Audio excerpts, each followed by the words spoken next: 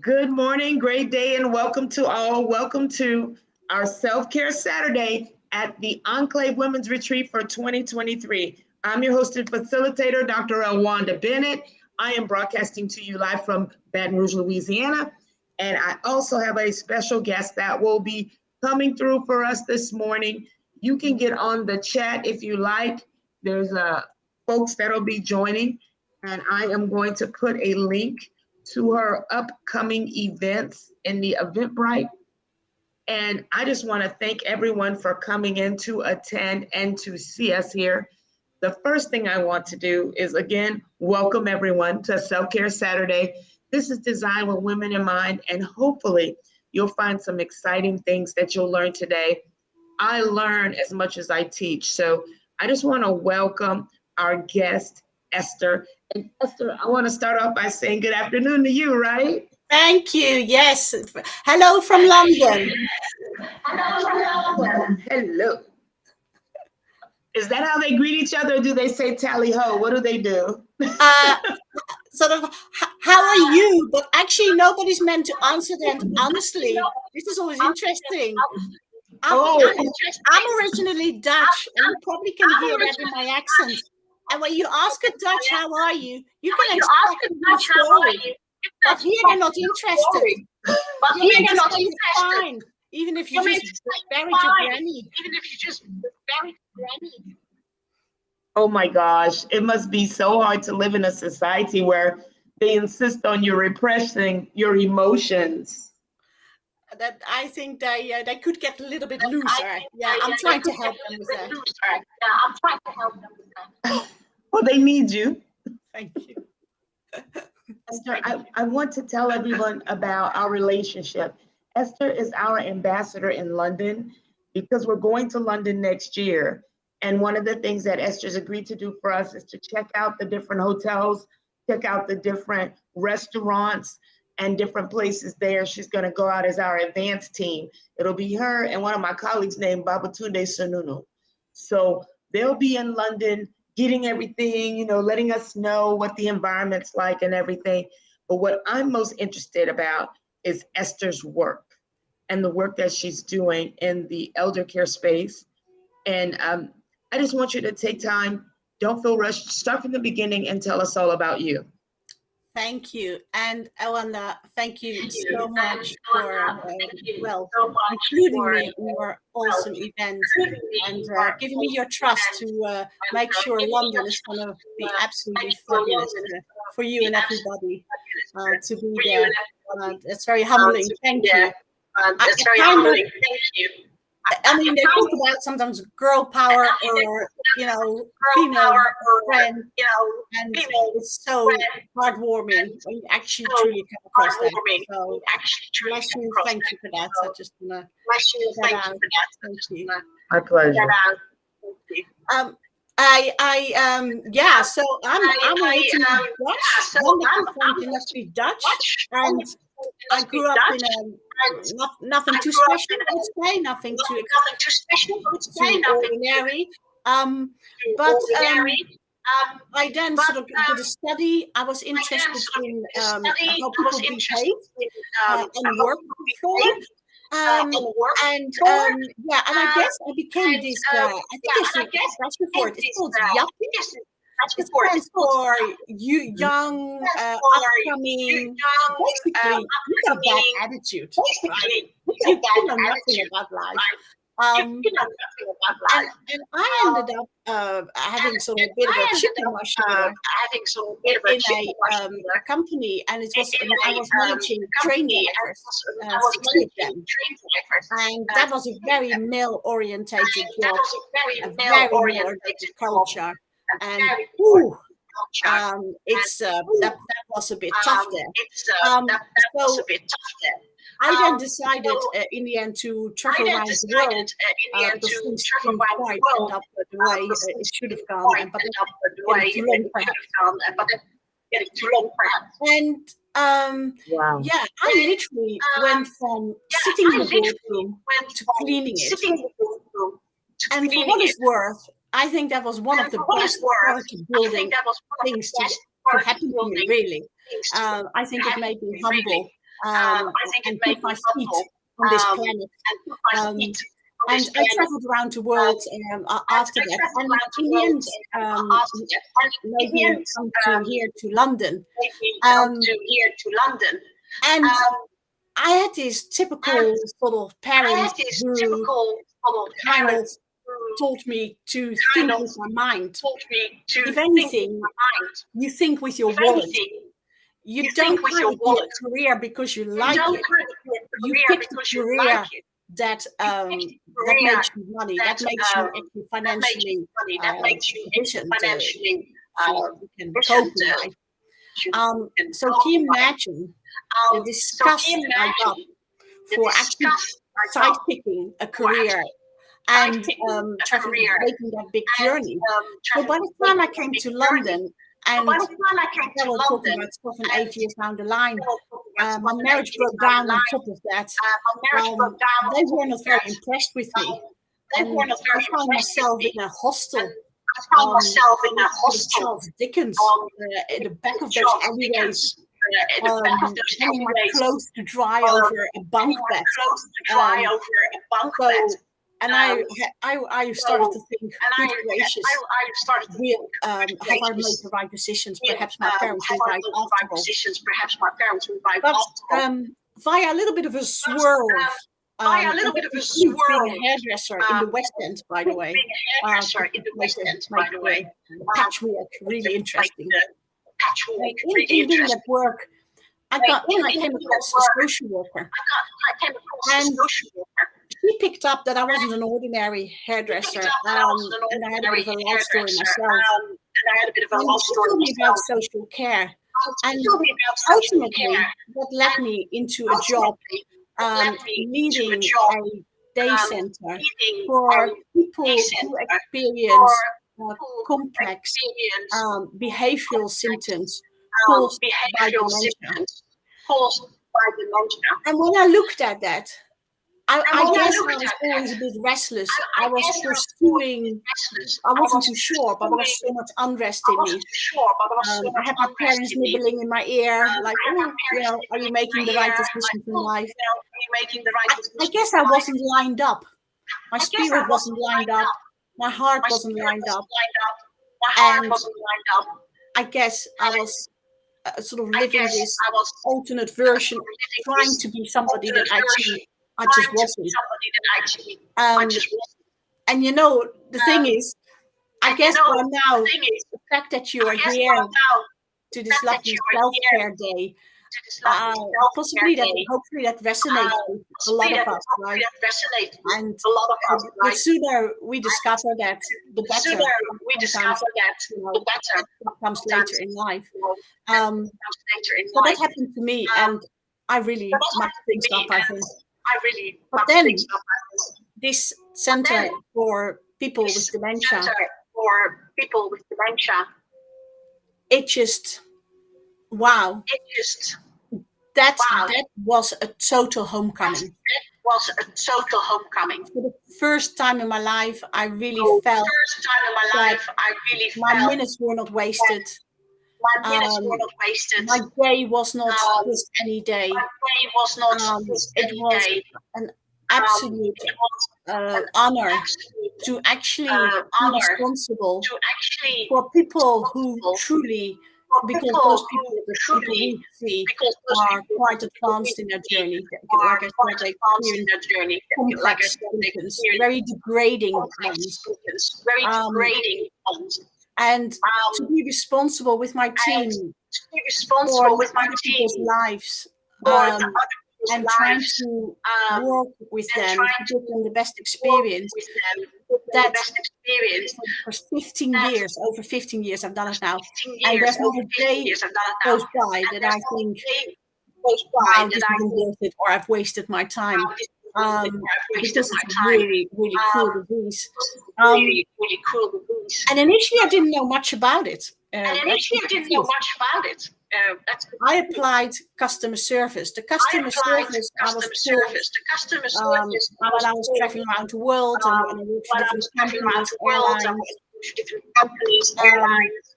Of course, in the West End in London. Hopefully, you're going to see the West End in London. It's a puzzling place. But boy, competition is fierce. And customer service has to be good, otherwise you're out of business. So I looked at the survey simply from a customer service point of view initially. Are those people getting value for money? Even if they don't pay because it was like a social care system, which in the UK we still have. It's not private one, but nevertheless, I thought I hold the responsibility. The buck stopped with me, and I started to develop a way of connecting with those people, always thinking as them as the customer, and tune in with them and meet their needs as soon as they come through the door. Now that was initially highly unpopular with commissioners, my bosses, because they wanted numbers. What are you doing? What time? How many people are you helping? You can't, because with dementia it fluctuates. And yes, we honor the way they were in the past. Sometimes they don't know that past anymore, especially at a very advanced stage. And sometimes when you remember them,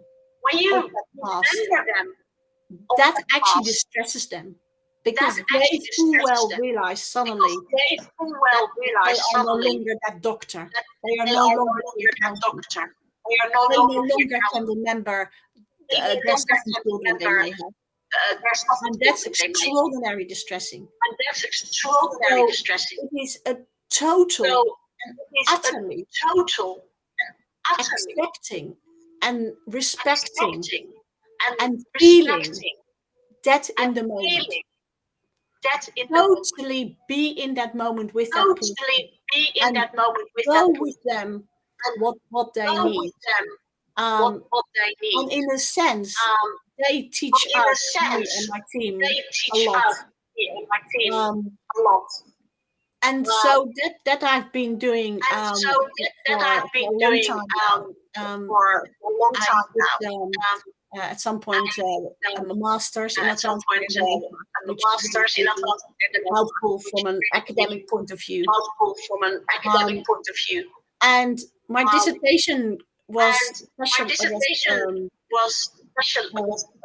aimed for another enigma, which we come across. I looked into the opinions and how care settings manage the intimacy and sexual expression of people they are responsible for.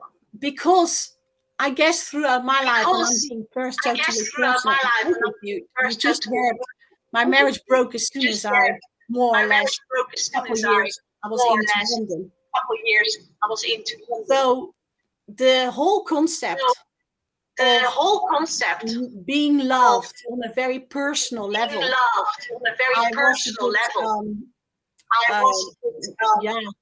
It was an enigma sometimes. And when we do connect, how are we healthy in that relationship? How do we see ourselves, see the other, honor both, and connect and speak from our heart when things are not going the right way. So in the end, that led me to that research, and especially you can imagine, it's sometimes difficult enough already when we engage into close contact with others, and you can't. But imagine you don't have the capacity because you're consenting. But even that consent can get tricky. The newspapers are full of it. People have the right to keep the mind. That's what made your work fascinating to me, Esther, is because you're a carer in the environment and you recognize they have another need much like the food, much like the care that you do for them, you're like, oh, they're still thriving in their sexuality. They're still viable. They still want to connect. They will still want to love and be loved. They want to be in an intimate relationship, but they're in a caring setting and they're being cared for. And so you were exploring something I thought was fascinating, because you were saying, let's find out how you were curious about how could we make this happen in this environment for people that desired it, make it safe. And we don't even have those guardrails in place for ourselves, do we? Yeah, and of course we have the law to consider, and this is where it gets tricky, and that's where sometimes care settings are risk averse. They do not want to be accused of facilitating anything untoward. Sometimes it's very much staff related. Some staff are like flower power. They're like, bring it on. Other staff, perhaps out of very religious considerations, do feel that certain connections should not be validated or at all. Ageism is an issue, of course. Older people should anyway. But my point was and is that expression of intimacy safely, consensually within the law should never depend on who's on shift. That should be safeguarded wisely and equally, regardless of where you live. It's all about the boundaries for yourself and so yeah, my private life then turned out a bit interesting in the background. It didn't get any better, I have to admit. But hey, that's life for you. Wow. And COVID hit at some point. And I felt certain turmoil in myself. Where's my life is going to take me? The surface was temporarily stopped. I wasn't too sure if, although I'm a think tank and I published work about it, whether perhaps that's a bit too niche sometimes to actually make a living. And being middle-aged, single mom, here in the UK, I'm obviously not English. I was pretty stuck. I felt extraordinary stuck. Again, my love life had taken a bit of a tumble as well. And that led me to Symbiosia, the project that, if you see that in the link, I'll raise some money for us to develop that. That is a seriously badass project. I actually spoke to one of your lovely colleagues, Lori LaBey in the States. She did an interview with me. That's actually on the website. Because I believe in the United States, you got your own issues. With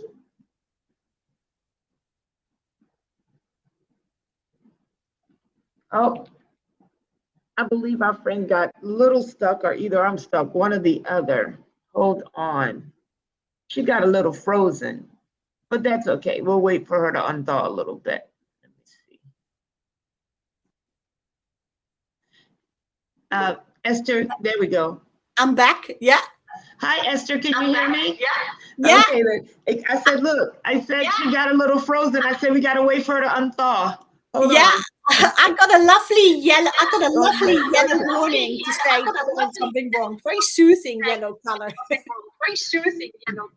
There you are. Now you're back. Now I'm back. One of the things. Now you're back. In the chat, if you'll be so kind, at some point, I want you to drop the link to Symbiosia so I could share it with the crowd. So as they go, we're streaming on 5 platforms. So because of that, let's see, I'm waiting for things to add. The bandwidth is an issue because obviously you're coming to us live from London. So, and that's a wonderful thing. And we need you. And there we are. So when you send me that, I'm gonna send it out to the masses because we're on LinkedIn, we're on Twitter, we're on Facebook, and something else, Twitch, new thing, and YouTube. Thank you so much. Yeah, So I want to tell people you more. also can do with a bit of support. If nothing else, simply follow our social media. That would be amazing. Because it's just me and my co-director Henry, and we're both working on it voluntarily for the last 2 years now. It is a badass idea. It's going against completely the grain. It's proposing to combine fun with care, environmentally friendly in a very unique way. I won't take too much time of you to talk about that, but on the website you'll see a little bit more. And it's based on a biocircular economy model. In other words, when I told my brother about it, my brother's more like a bit of a Dutch brother, right? He says, Yes. Sis, you'll never get rich from that idea. I said, I don't need to get rich from it. I just want to make it happen. I want to make that difference. Because I think the system we have right now is no good. And COVID only has exacerbated that. So it's about that money raised will go back into the care. Of course, it is financially sustainable. And I'm stubborn enough to believe whilst plowing on with that, and I'm still having my teeth firmly in it, with some serious tenacity. Right. We are working on it also at a small scale. And one thing led to another, and somebody said, could you do mindfulness? You know, you got a life story. Are you happy to share some of your knowledge? I've done quite a lot of residential mindfulness retreats as well. And I thought, I'm nearly half a century old. And I thought, with half a century, you can do a bit of mindfulness. I will grab my nonsense together, what I've been through, and I'm ready to share some of that. I feel confident that I've got something to share. And I started to run small sessions, and they are extremely well received. And I'm so again very grateful to you. You invited me to do one in London, which will be an hour, and you're going to experience lovely special things. Sage. There's this lovely cleansing. You don't know. You clear the air. You set your intention. And it will be about empowerment. Because this is the beauty I discovered, and so much hardship on ourselves. We're so much imposter in our ear. And if we don't do it, there's usually somebody else who do it. Here now, in the past, family. And I think self-forgiveness and realizing that every moment you can make that change. And it's literally a small change. And I think that is something I'd be very happy. I'll be looking forward to share with everybody. And I'm going to also tell you a little bit of a cliffhanger, because in the States, in Western Europe, we really got disconnected from our mind and our body, right? I mean, I really discovered that from so early on. That happened to me, happened to many. And just when you sometimes think, oh, for good, you feel perhaps even you're a bit harsh about yourself. You're like, why? There is actually an historical reason why that happened to us, and not so much to people in Asia as much. So I'll leave you with that. I'm gonna tickle you a little bit, because if you want to hear what that historical reason is, you must come to my session, and I'm gonna explain to you, and you're gonna go like, of course, and then you can forgive that little part of history as well, and accept that actually we're here, we're now, and that self-care is so important. Because if you don't do the self-care, sometimes you find in life that you'd like to think that other people care about you, and luckily many do, but ultimately it starts right here in that heart, and with a lot of forgiveness and making right choices. And the choices, they come from your heart as well, because ultimately in that gut feeling, you do know, but we're so rushed, we're so on a treadmill. We got no time. So it's beautiful whether you do that with me or anybody else. That's nearly even, that doesn't matter. The point is that you sometimes just sit and you just reflect and you just accept what's there. You give yourself the love, you give yourself the care, and you listen to your body, what's going on. It's simple, but of course, practice, is because on this treadmill, it's not always that simple. And it's lovely if you can do that with a group, but of course, you can do it everywhere. And I will finish that session in London with a half an hour or so, a beautiful, yummy guided meditation that you really like. And everything, all those muscles can relax. And you feel completely ready. And self-loved and self-cared for. I'm excited about that part of London, the opportunity to just sit and dwell and be present and in the moment and intentional. I was listening to a podcast, and the guy said many years ago, maybe half a century ago, we would take 7 breaths a minute.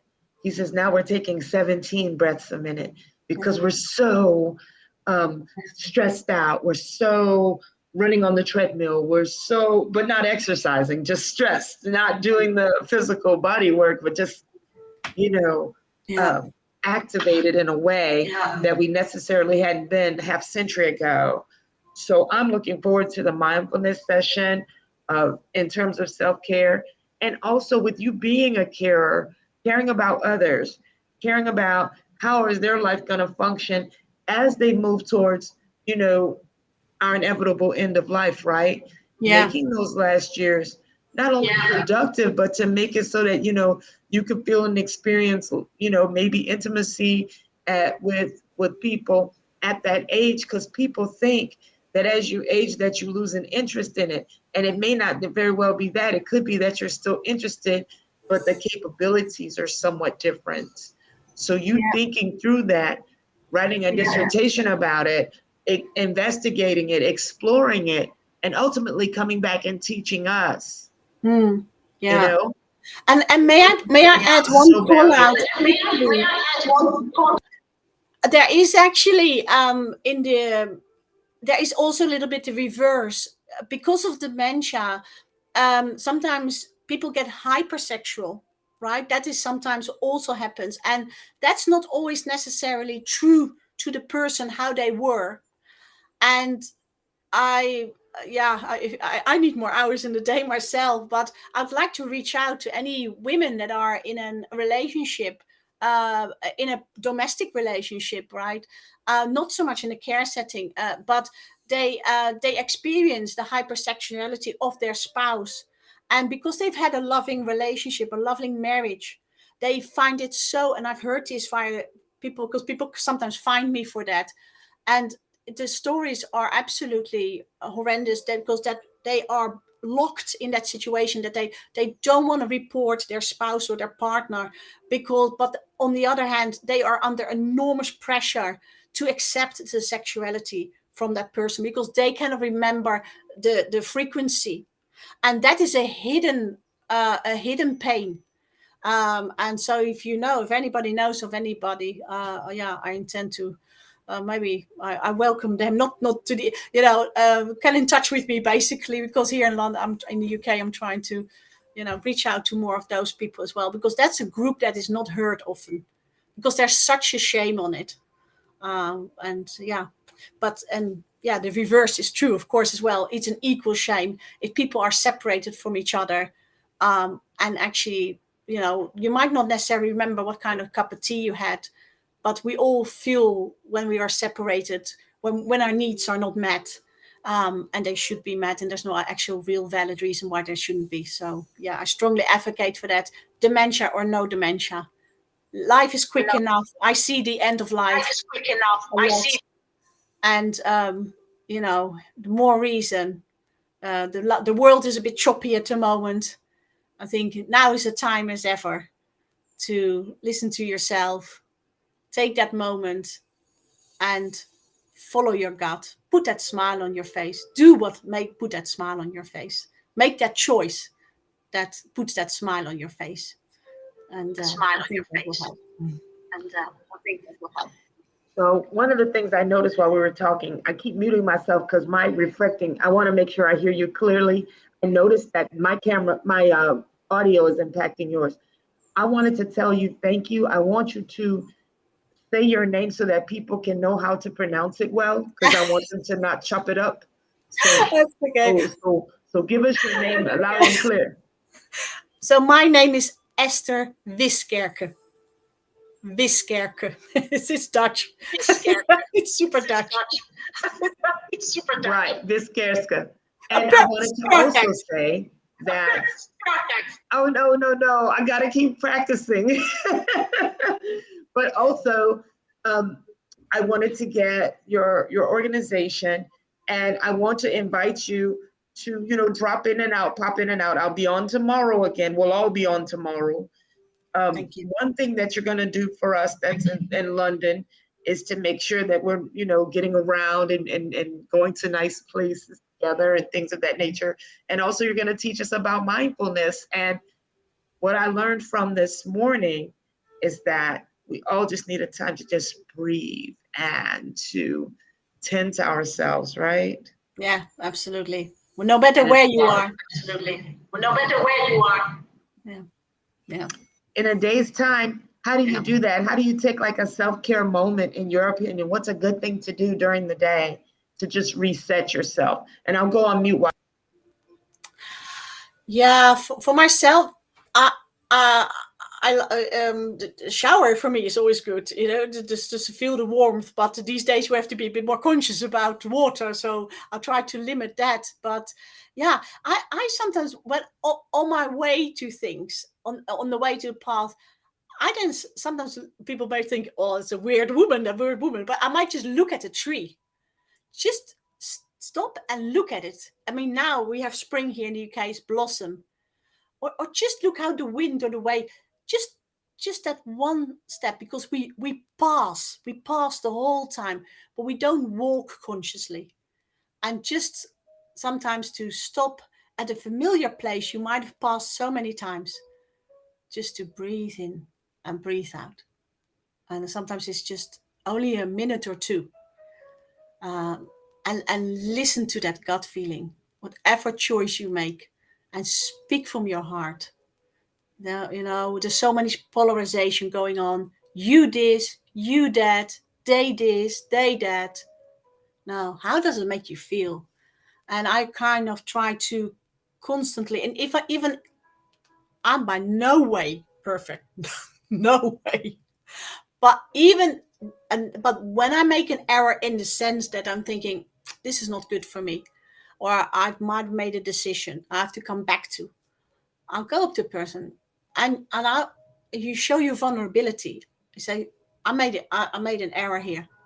Just open it, and to feel more and more, say, I'm me, and I'm celebrating me. I think it comes with age, but it also comes with practice, by often enough just saying that to yourself. And in fact, doing the mindfulness with others, for others, in a sense, it's a self-reflection. This is the beauty of it. It's a both-way traffic. Yeah, I learn in return.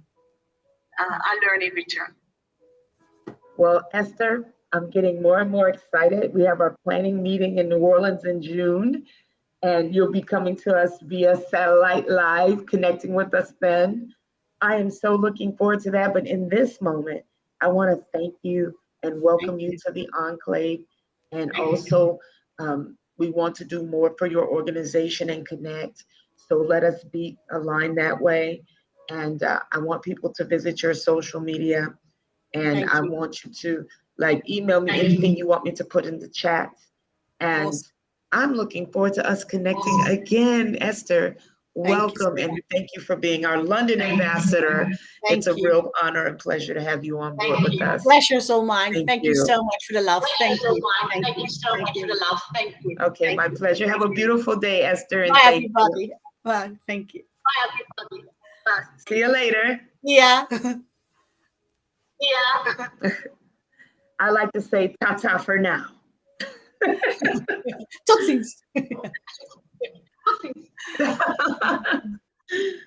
So Esther is an amazing individual. You're going to get an opportunity to come to meet her when we make it to London next year, which I'm super thrilled about. She will be coming to us again and teaching us mindfulness. Today is Self-Care Saturday. And so as we align and move into the next part of our thing today, and look at this long list of juicy things that we got going on. We got all this cool stuff.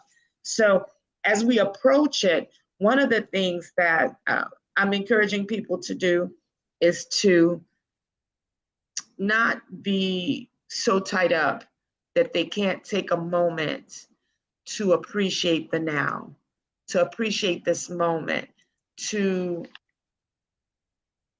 just sit there and let it resonate with you. The fact that we're alive. There are a lot of us, there are a lot of folks that didn't make it. There are a lot of folks that weren't able to continue to thrive. And that is what we must be mindful of and just appreciate that.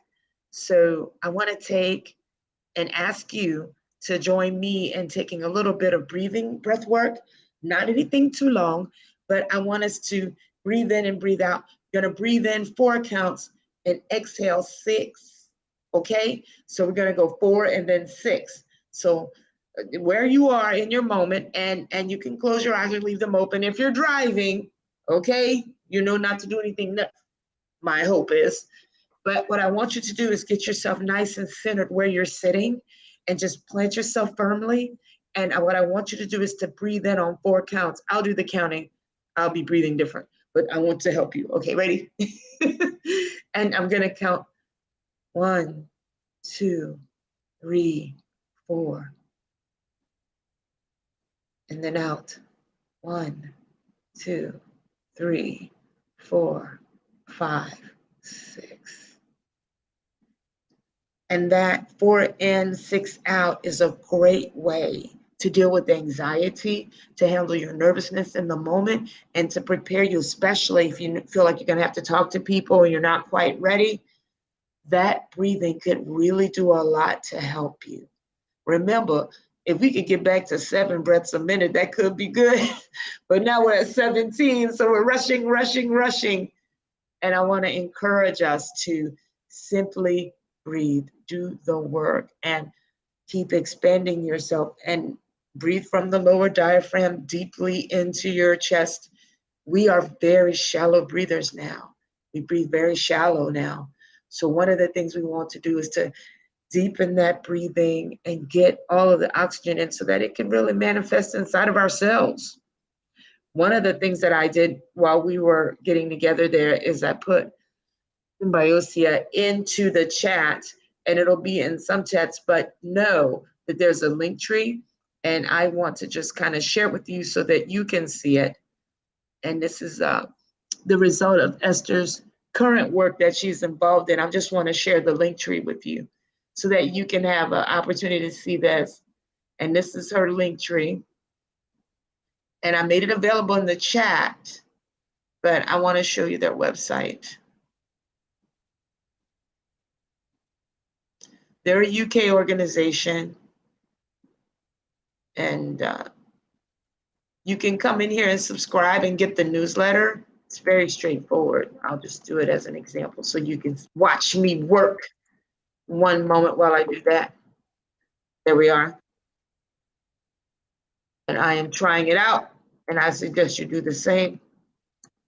I want you to go there and subscribe, but you just put your email in there and then get connected. These are wonderful folks. They're caring for the people and the planet, which is both important, right? And we have people that are involved in sustainability working with us. So I really like what it is she's proposing. And your brother said you can't get rich, but what does he know? He doesn't know. What if you do? What if you do get rich from helping others? Hold on a second. Let me do this. What if that were to happen? Lady P has joined us. Hold on. Let's get everybody here. Let me see what my screen's doing. Hold on. Let me see. Oh, I'm being a boss. Let me try something different. There we are. Hello, hello. Welcome, Lady P. Happy blessed Saturday, this is everybody. Happy blessed Saturday. Esther's coming to us from London. She's our ambassador. I want you to get a chance to meet her. Hi, Esther. Hi. Hi. Can you hear me still? Yes. Can you hear me still? Yeah. Yes. I gotta go soon. I sent my son out. So I can speak calmly. Yes, you gotta go find him. You gotta go get him. I just want you to meet. Thank you. Thank you so much. All right. All right. Thank you so much. Please Be well, Esther. See you later. Bye. All right. Bye. Bye. Bye. So we just had a wonderful moment to talk with Esther and to talk with her about what she's working on in the elder care space. And also, she's our London ambassador. Isn't that cool? Hold on. I want to make sure that I did respect your audio. Are you on mute or are you off mute? Let me Listen, make sure. I was on mute saying yes. I felt it. I felt it. You look incredible and amazing. It's so good to see you this morning, bright and early on a Saturday. Yes, we are actually in Louisiana. We got on the road yesterday. Guess what? Me too. I'm in Baton Rouge. Okay, well, we're in Lake Charles, though. We're in Lake Charles. We in Baton Rouge. Okay. Holy Spirit, activate. We was getting to Louisiana some way. We both felt it. We needed this break, did we not? We were saying, oh, well, look at God. He's amazing. I'm so grateful for you. He's amazing. Lady P, I learned something on this platform that it allows me to do something where I can share the book and it can be available live while we're talking. I didn't know it could do that until today. Wow. So whenever you, so send me the links and to your Amazon or so it can directly, and it'll show a picture. Somehow people can see that. I only know my side, but there's a way. So if you think about it, don't forget to send me your things because I want people to get your books with an S, and to experience the life coaching that you offer to people. So what I want to do is yield the floor to you. I want to be cute on mute. I'm going to grab some water, but I want you to talk to the people. So I'm going to make you big and then allow you to greet and meet the folks out there that are on our live streams on 5 different platforms. So introduce yourself to them, Lady P, and I will. Okay. Well, happy blessed Saturday morning, everybody. My name is Patricia Anderson, aka Lady P, aka Victorious Winner, AKA the Freedom Coach. I am an ordained minister, a Christian counselor, a Christian chaplain. I'm an author. I'm an event manager. I am an event planner. I'm a project manager. Most of all, I am a child of the Most High King. And so I'm here to bring you greetings, to say happy, blessed Saturday morning. Today is a great day to have a great day. And if you woke up with breath in your body this morning, you woke up for a purpose. And what is your purpose that you have a passion and a desire to fulfill on this earth? So if you have a desire and a passion to fulfill anything, I tell you to wake up with a smile on your face, and don't forget that you too can do it. You are able to do the impossible. Even when it seems like there's no way, you can definitely do it. I am here as a witness to share with you that all things are possible. I don't know who we have out there, but if you want to put in the chat where you're from, where you're tuning in from, that would be good. I actually live and reside in Houston, Texas, but I am coming from Louisiana today. And so I am a Washingtonian, native Washingtonian from Washington, D.C. I grew up, was raised there. My family is still there, and I love Washington, D.C., but I'm learning to love Texas even more. So I am the mother of 4 beautiful children who are all adults now. So I just thank God for my children. And as I inspire others, I'm praying that God will strategically place people in their life to inspire them. So if I have anybody on here that wants to chat with me, I am open to chat. If you have any questions, any things you want to share, please let me know. Put it in the chat. I am just excited to be here this morning. Thank you so much, Lady P. One of the things that I wanted to ask you this morning, as we got into our session, I wanted to have you lay out for them your walk, your experience, your what I call spiritual depth. I want to talk about your Always Be a Lady conference that you're having in September.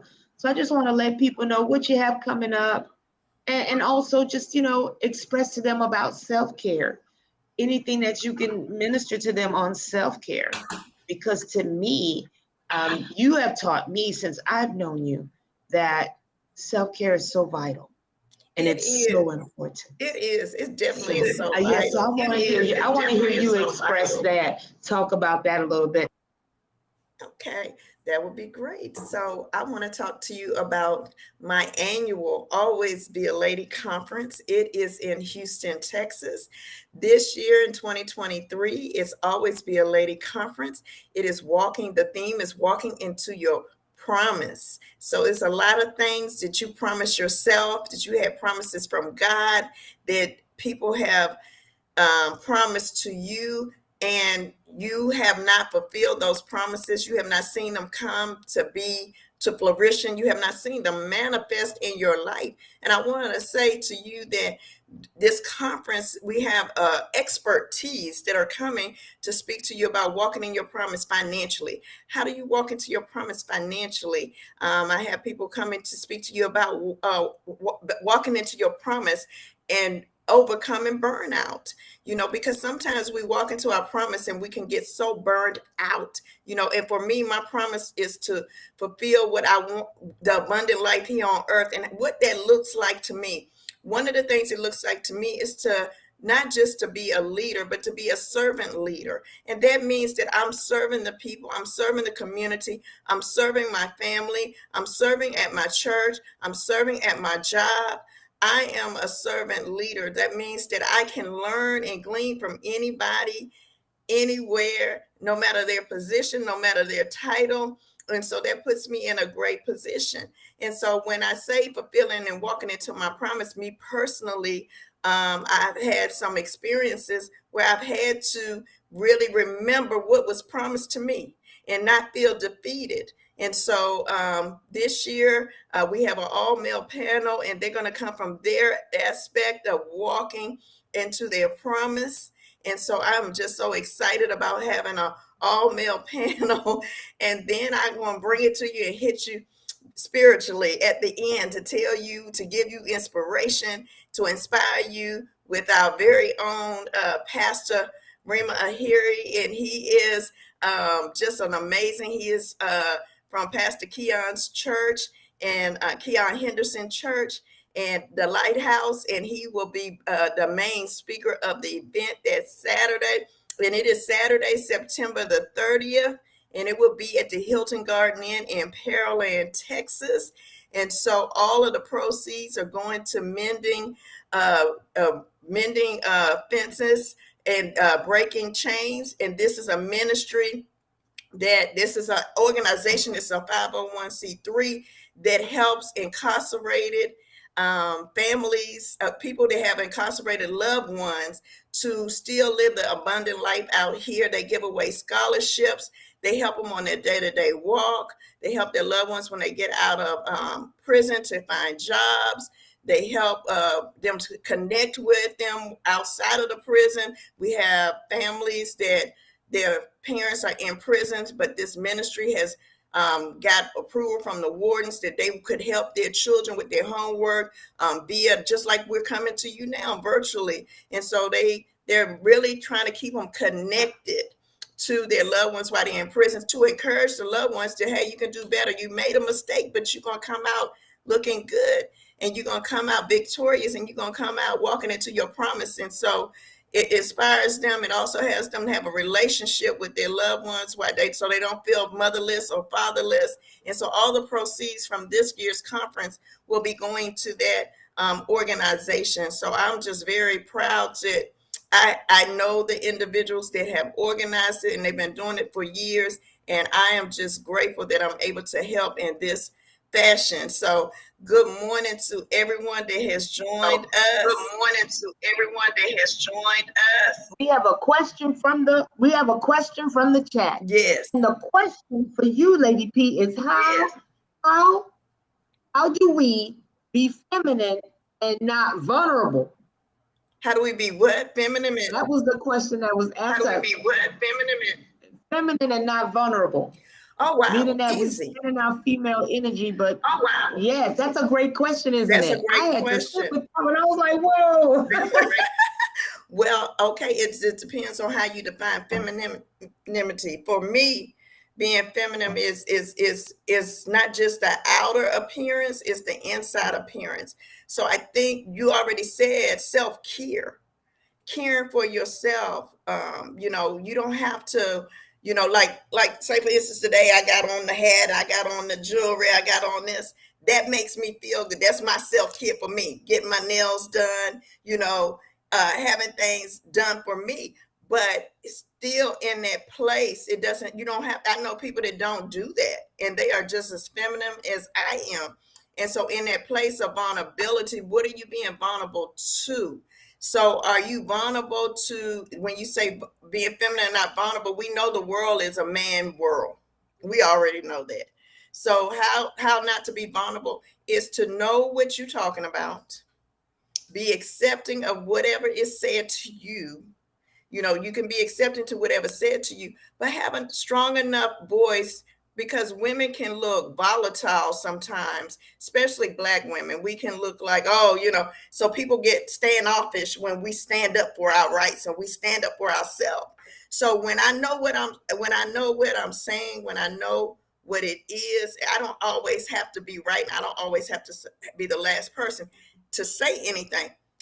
But I think because I come out of a world that's a male world in a supply chain. So I come from supply chain background. I'm still in supply chain, and it's male. It's male oriented management levels. You're dealing with the male all the time. But when you show them that you know what you're doing, it's okay to be silent. It's okay to be quiet, but you'll be that quiet storm. And when I say not to be vulnerable, just have confidence in yourself. Have confidence in yourself. Don't allow people to make you feel like you don't know what you're talking about or you're not needed, because you're valuable. You are valuable. You are valuable to you. Even if you don't have all the answers, you know how to get the answers. You know how to ask the right questions. And I think it was talking about that a little bit on yesterday, even with that AI app. The AI app works good if you know how to ask the right questions, right? So we have to know how to ask ourselves the right questions. Why do I feel vulnerable? What makes me feel this way? And how can I change how that makes me feel? Why do I feel that way? Not how or why. It's all those questions you ask yourself first. And then you walk into that confidence of knowing, hey, I am not vulnerable. I'm just a quiet storm. So I don't know if that answered your question the way that you I don't know if that answered your question wanted to, but that's my answer for the Got question. so much from that, Lady P. Oh, wait a minute. Oh, she said, yes, having that last word was important. That's what she said, having that last word was important. Thank you so much. I heard three things that connected me with what you were saying, Lady P. The confidence, the competence, and then the capability, the quiet storm. I would often hear my grandmother say, I'm going to show them better than I could tell them. Yeah. Yeah. I'll show them better than I could tell them. I may not could tell them, but I could show them. But I can sure enough show them. And so for me, I Well, that know was good. that I have not always walked in confidence. I haven't always walked in confidence in myself. I used to be very, very shy. Not that I didn't have anything to say. I just didn't think that what I had to say was important. That's interesting that you say that, because we have somebody I want you to meet. I'm telling you, Lady P, you're gonna love her. Okay. I'm about to be cute on mute, and I'm telling you, you about to feel good this morning. Let me tell you, you're about to meet somebody powerful. Okay. I don't know if you're ready to. I'm gonna just say, I'm not. Look, Lady P, you already have me on cloud 9. I'm going to 9.5 because I want you to meet my friend. Hold on, I'm about to open up your mic, Miss Colleen Beckton. Oh, Colleen, I'm gonna come bring her. I'm about to bring her to the stage. I'm bringing Colleen to the stage. Hi, hello. how are you? I am well. How are you? You're so beautiful. I'm good to Hey, girls, look at that. Where are you? I am actually in the beautiful Lake Charles, Louisiana. Okay, beautiful. It's sunny over there. Yeah. It is. Okay. Elwanda, hello, beautiful. Okay. Elwanda, hello, beautiful. Hello there, amazing one. And guess what? The birthday girl is on the I chat. see that. Hello. Elaine is in the chat with us. So Happy birthday, Elaine! So all of we're still celebrating you. Well, what you don't know is that this is Elaine's sister. Go on mute. Yes, I am. I'm her baby sister. Okay. Yeah. So Elwanda, I see I'm the only one on the screen, so I guess that means I have it now, yes? That means I have it. Okay, you guys disappeared. So I guess that was supposed to happen. All right. Yes, because I want you to introduce yourself. Okay, great.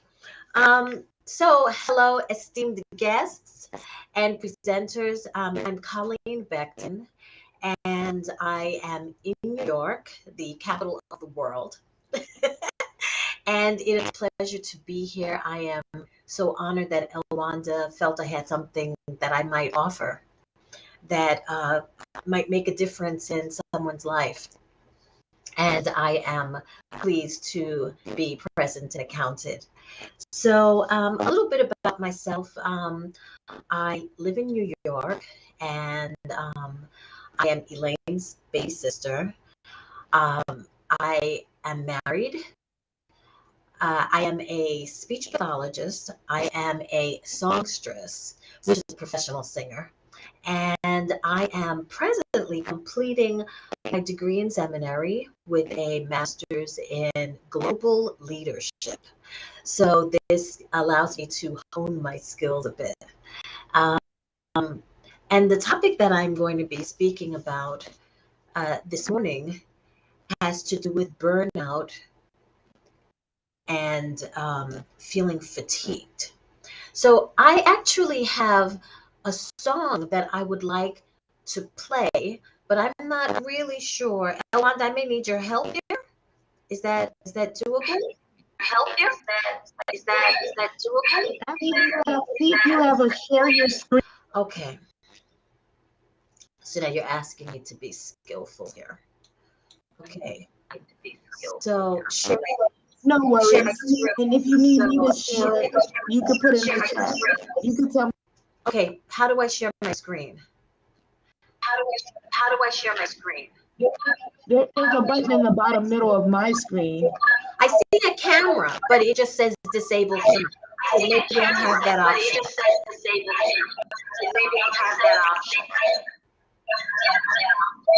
I see something that Something's says going on with the mic. There's a feedback.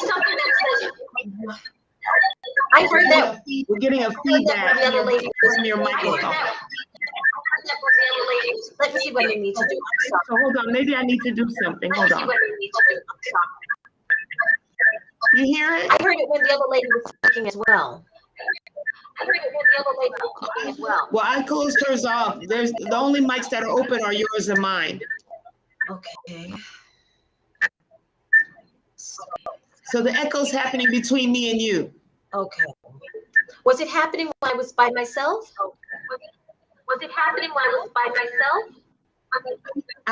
Let's try. Okay. No, it's not happening. So then my When you open your mic, we're getting the feedback. Okay. So yes. So what I do is I go on mute and that. okay. I don't know how to share my screen. So guests, you've got me. No music. Sorry. Okay. All right. So I'm going to close settings here. Okay, and I'm just seeing myself. Okay. So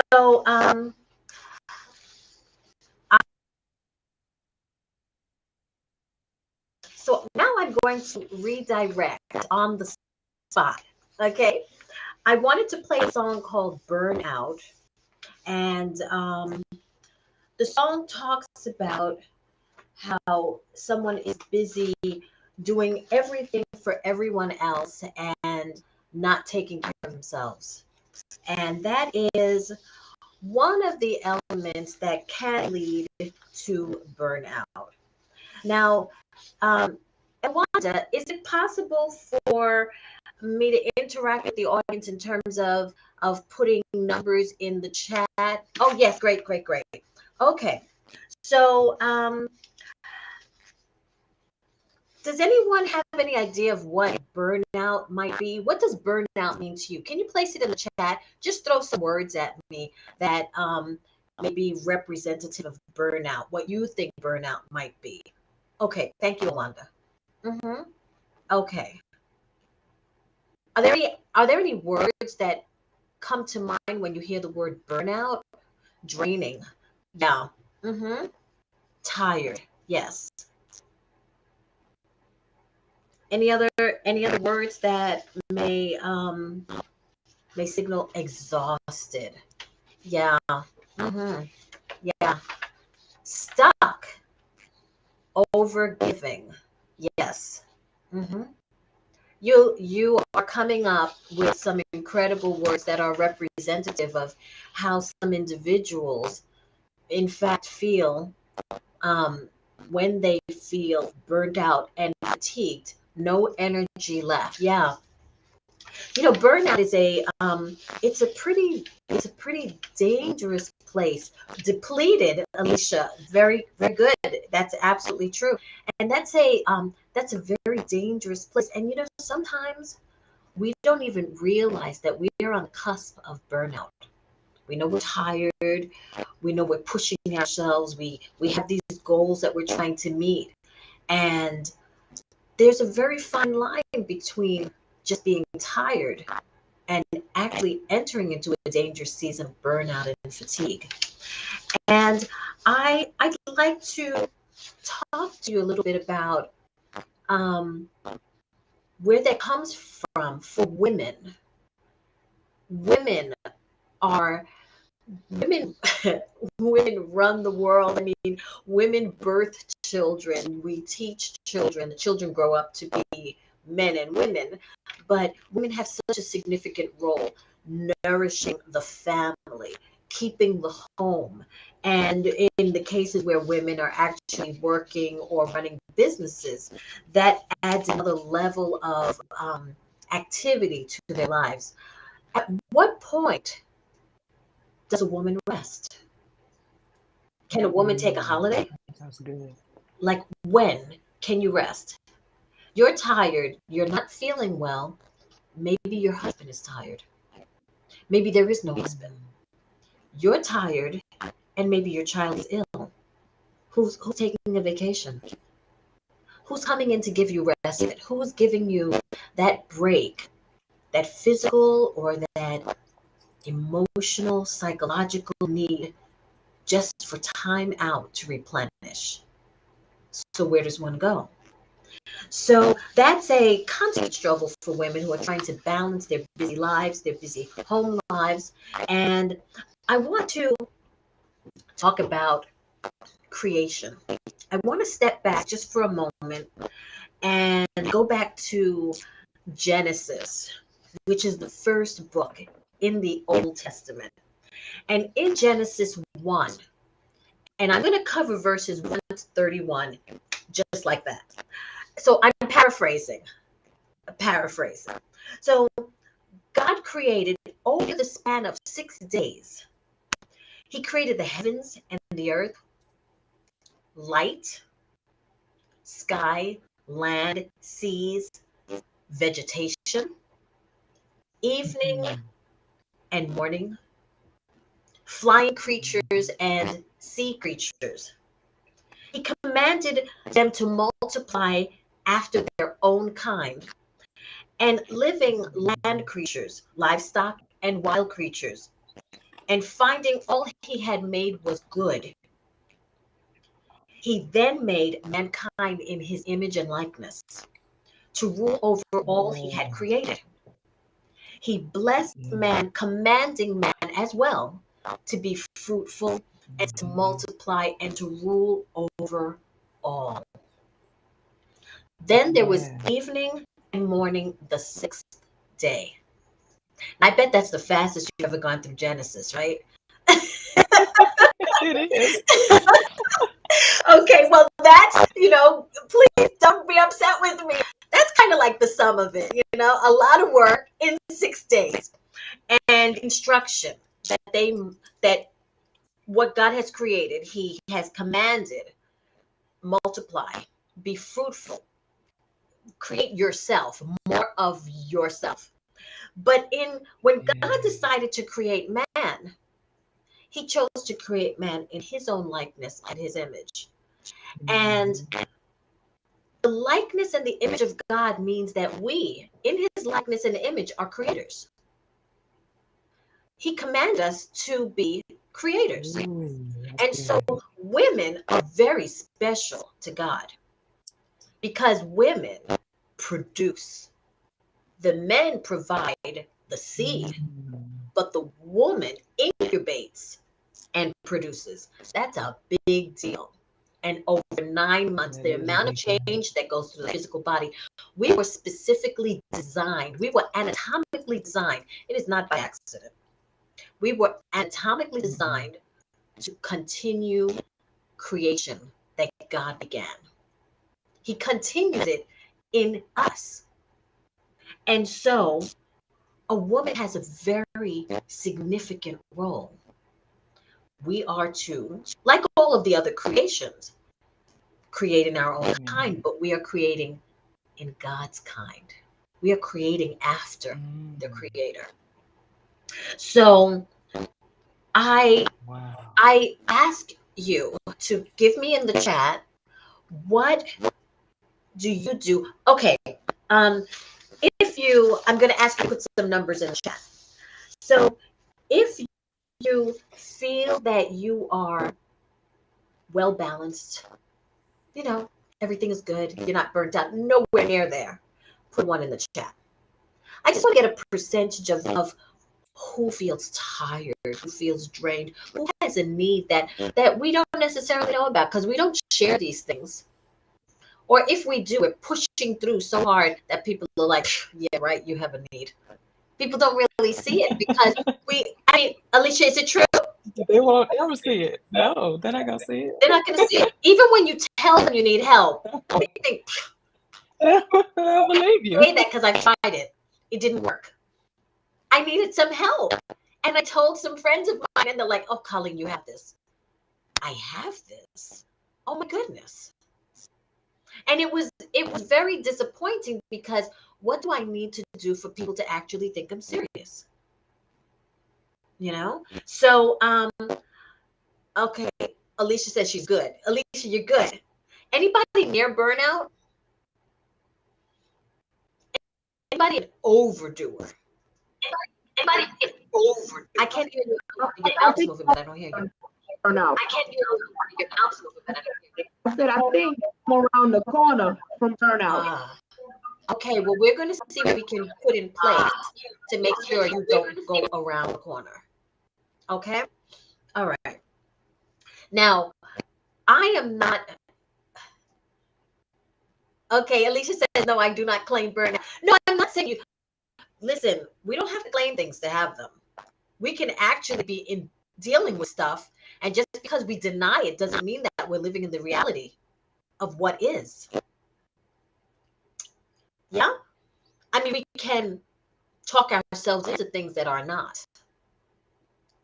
So it's important to be realistic. If you have a lot of weight on you and no relief, no way out, no time down, and can't figure out how to give it to yourself, that can lead to something. And burnout doesn't happen overnight.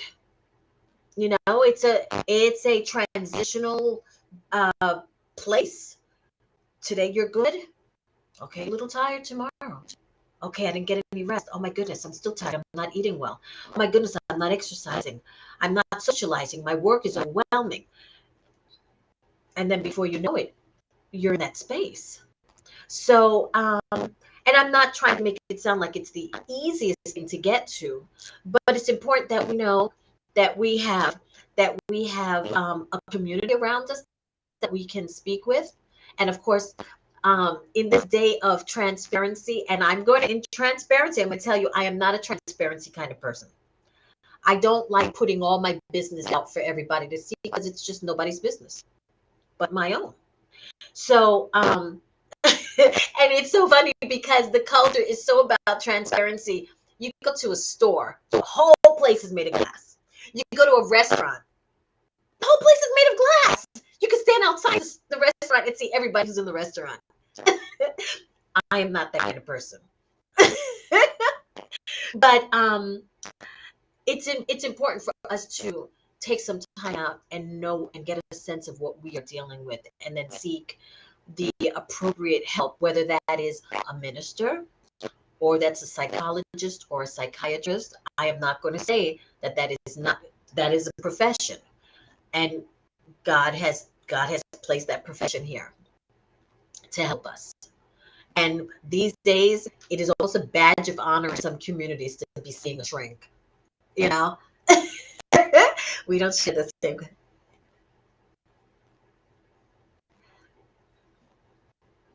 Okay, no, we don't share that kind of conversation in mixed company. No. Mm-mm. Okay, so when you say mixed company, what do you mean? Like, I'm not sure.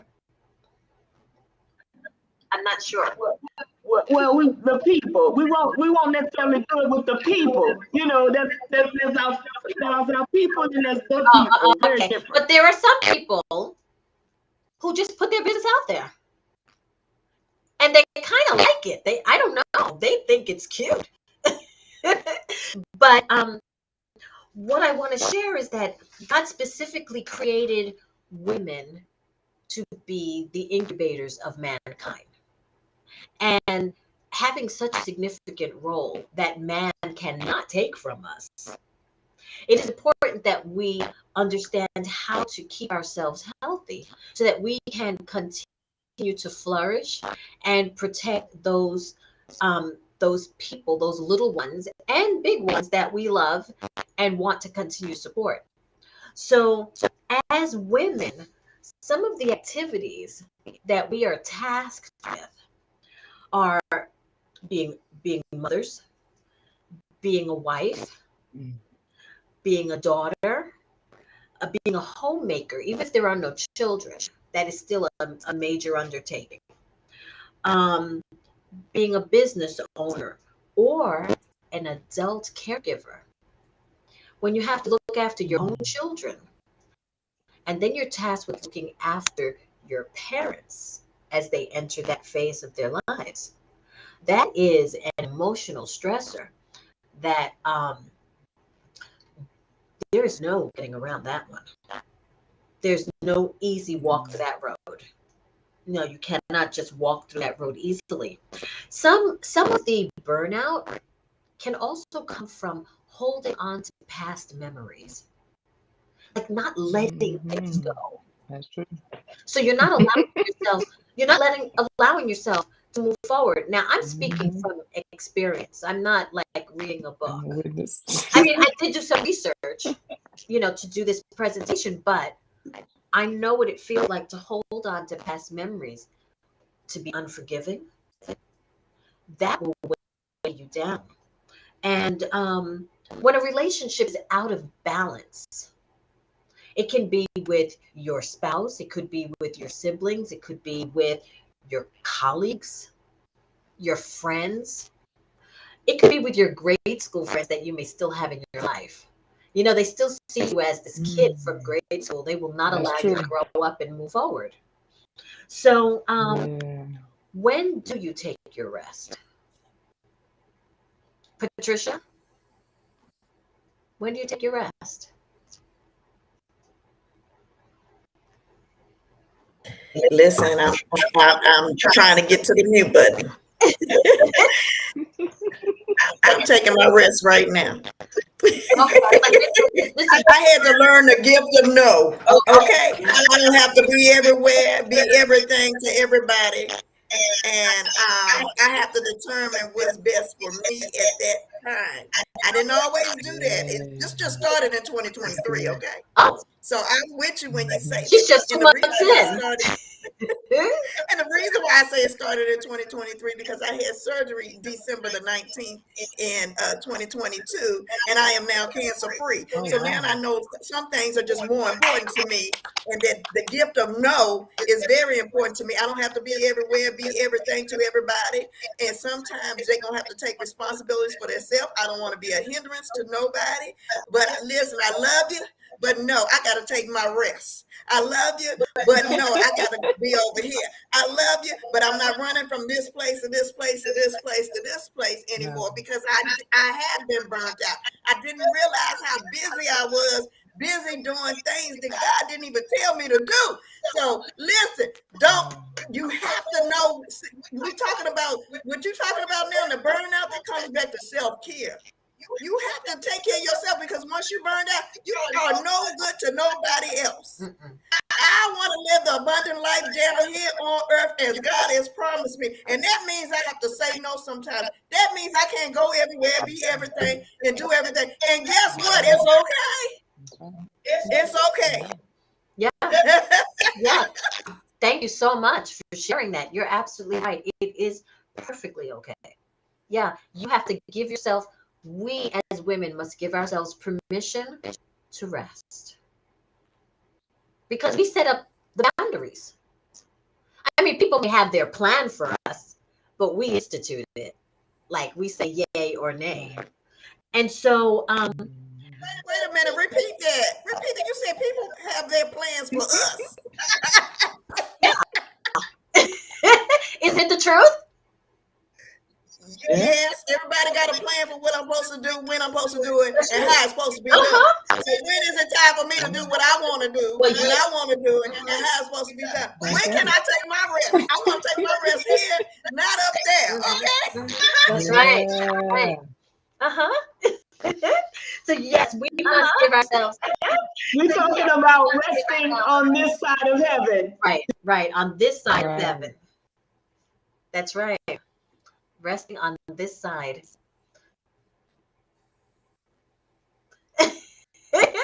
Alicia says women have. I wanted to ask Andrea, did you see in the chat where Andrea was saying that she's overdue? You may have missed it, it's in the speaker chat, but she said that she feels like she's overdue with the burnout. Okay, what? And I didn't know, Andrea, come in the chat. Did you want to speak? Because I'm about to go cute on mute. Just let me know, because my mic is the loudest. So I'm going to mute myself so we can have that I conversation. see it. I went back. Andrea says overdue. Oh, Alicia says when she feels like she's getting there, she takes a walk. Is that what you need, Alicia? A walk? That's pretty good. You acknowledge when it is coming. Ah, okay. Then you take a walk, you say a prayer, and talk it out. Okay. Who are you talking it out with? Hello, can you hear me? Yes. I talk it out with Team Alicia. Oh, yourself. Okay, got it. All right. No. I have No. There's a team. My team. Oh, she's serious. Yes, there's a real team. So she's going to I- explain that to us. I After say you that finish, I have a team, a support team, which includes my husband, my mom, a few people in my inner circle, my children. So somebody in Team Alicia is who I'm talking it out with. Oh, okay. Well, thank you for sharing that. Okay. I'm sorry. I'm so reading. once you finish, we're going to introduce. Once you finish with your address, we're going to have Alicia tell us about what she's doing in that space to rejuvenate herself. So I want you to continue with your remarks, but just know she's bringing us something. She's going to bring us something. How much time do I have left?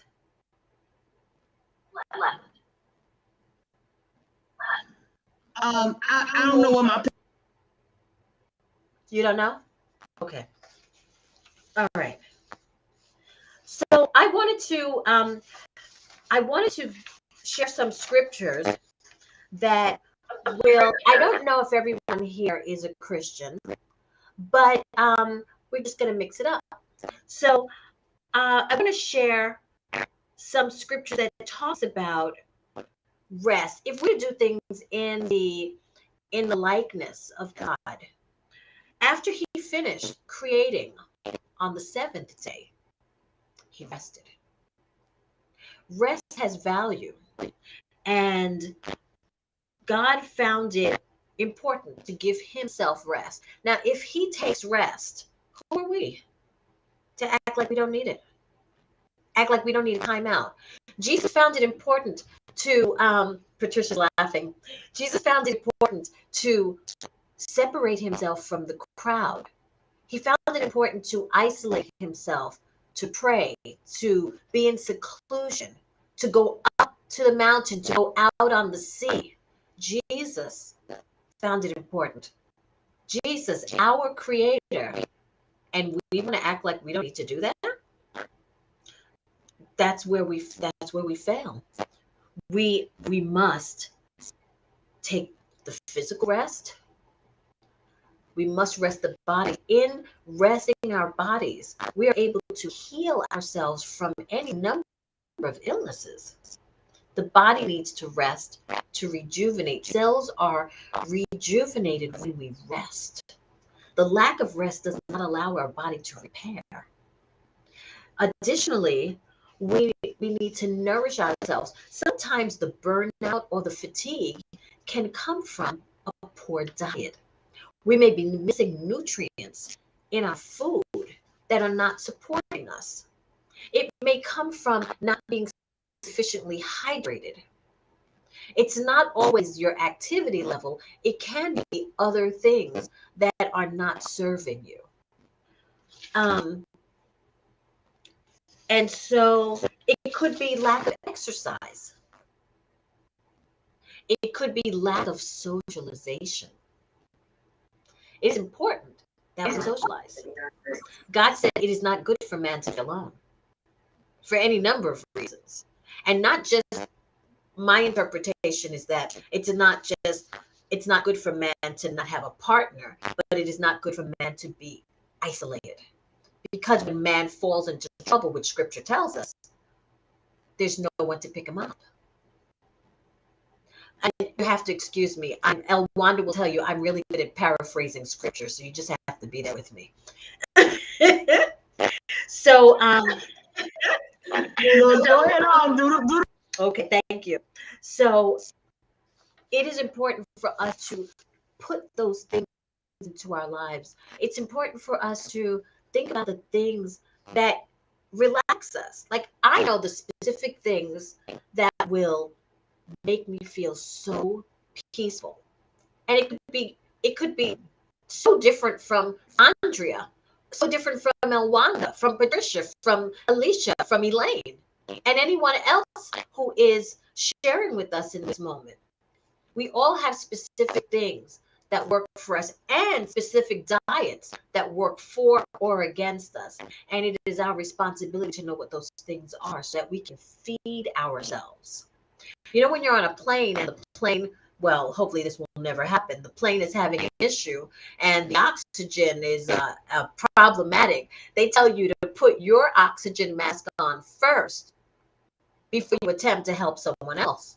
If you don't put your mask on while you're attempting to help them, you're going to pass out. So we have to do the same thing with our bodies. We must care for our bodies so that it will not only serve us, but that we can continue to serve those that are within our sphere. So, and God tells us to rest by being a model for rest. 1 Corinthians chapter 7, verse 32 tells us, it is God's desire that I be free from all anxiety and distressing care. That is in 1 Corinthians. And Psalm 127, verse 2, in vain we rise early and stay up late, toiling for food to eat. But he gives us rest. He gives rest to those he loves. We don't have to work like that. We don't have to work like that. We think we do because we have a picture in mind of something we want, so we're chasing the dollar and we're on this race. But God provides for us. Another place in scripture talks about the lilies of the field. They don't clothe themselves, but look how magnificent and plentiful and healthy they are. God provides. So I am finishing up the last leg of seminary, and the bill is heavy. And so I was going to borrow the money to pay for the balance of the course. But in my quiet moment, God said, do not borrow. And I'm on that page. So I'm thinking, well, how am I going to not borrow and still finish up this work? Because graduation is in June. How am I going to manage this? I have no idea what happened, but the university registered me for my last class without me paying for it. Don't know what happened. Now I have to pay for it, but I'm not choked in that I have to do it before I start the class. And I thought, yeah. It serves us to listen. Don't be afraid, even when it looks scary. Listen. Listen to the voice of God. Prepare your smile. Does that mean that I'm, who are you speaking to, Alanda?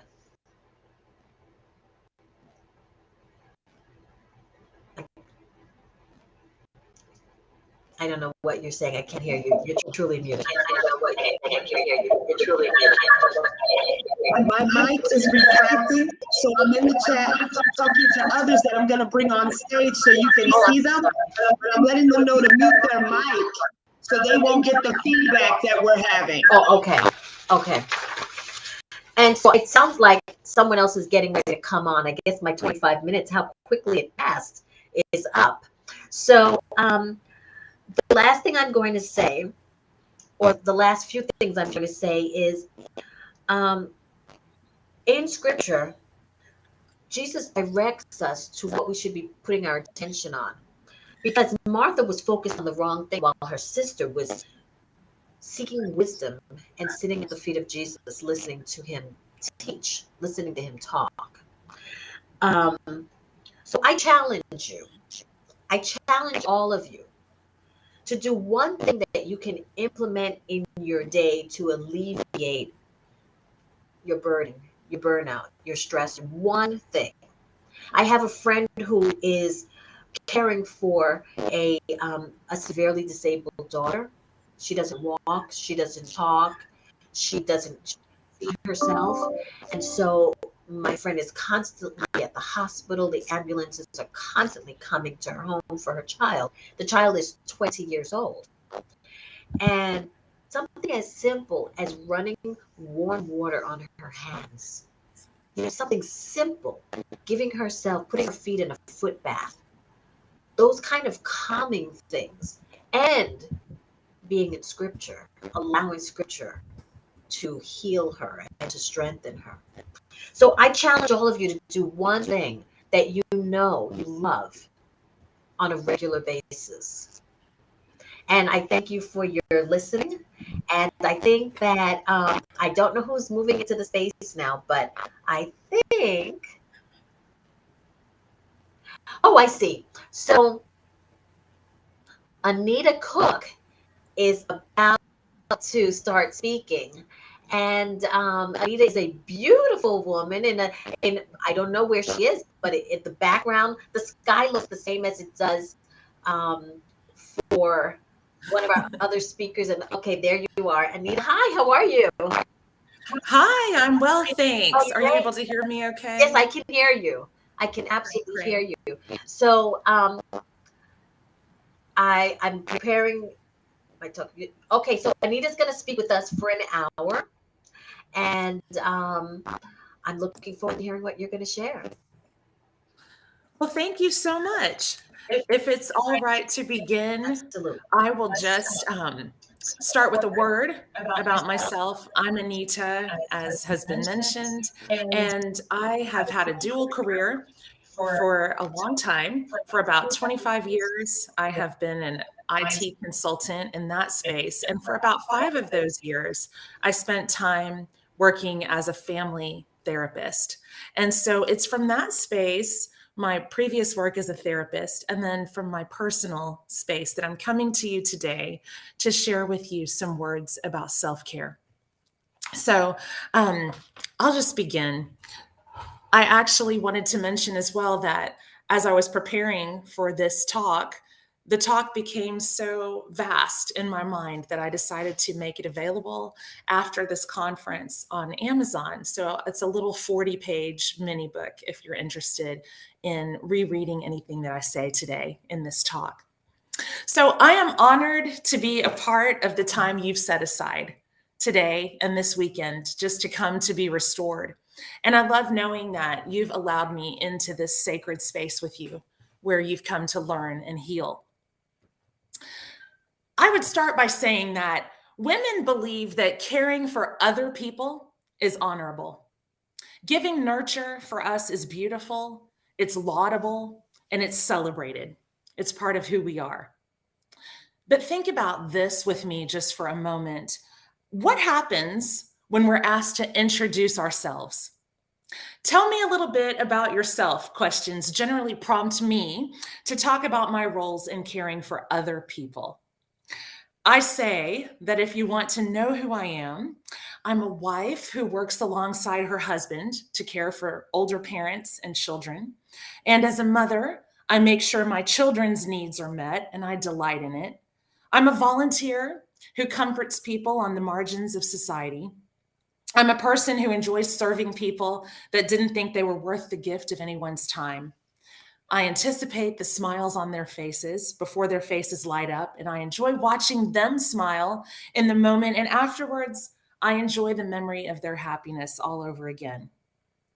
But in short, when someone asks me about who I am, I tell them the stories that describe the ways I fill other people up. And I know that's a well-traveled pathway in my brain. I have defined myself so many times in terms of making sure others are okay that my brain is no longer accustomed to including the satisfaction of my own needs in the discussion of who I am and how I spend my time, usually. Talking about nurturing myself and doing the work of caring for myself is the road less traveled. You know, reinterpreting questions about caring for myself or yourself to the topic of caring for others actually changes my brain physically. Last year, I took a biochemistry class because I was preparing to go to medical school this year, and I start this fall.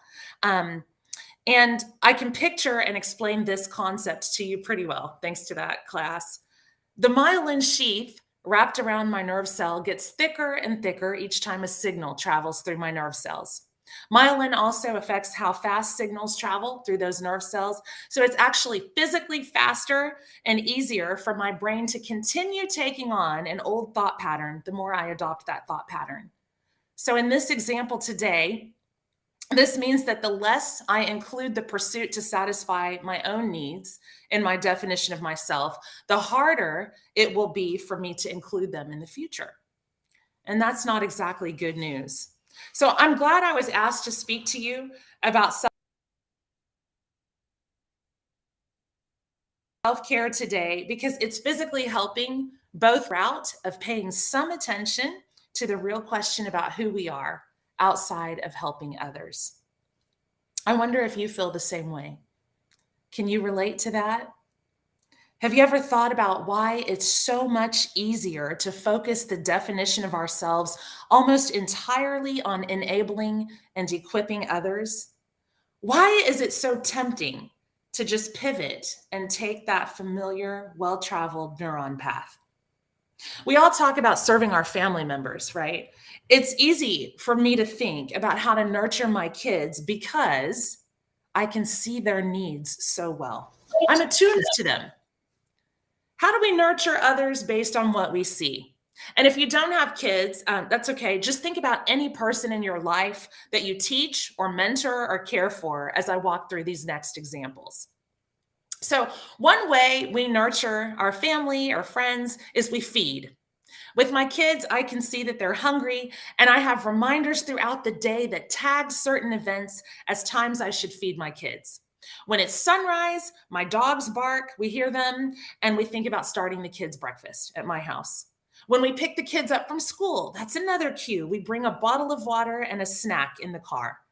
And when it starts getting dark outside, we instantly know that we need to get the dinner plan finished for the family. We have tons of cues built into the day that translate into meeting their food needs. We feed because we see their need.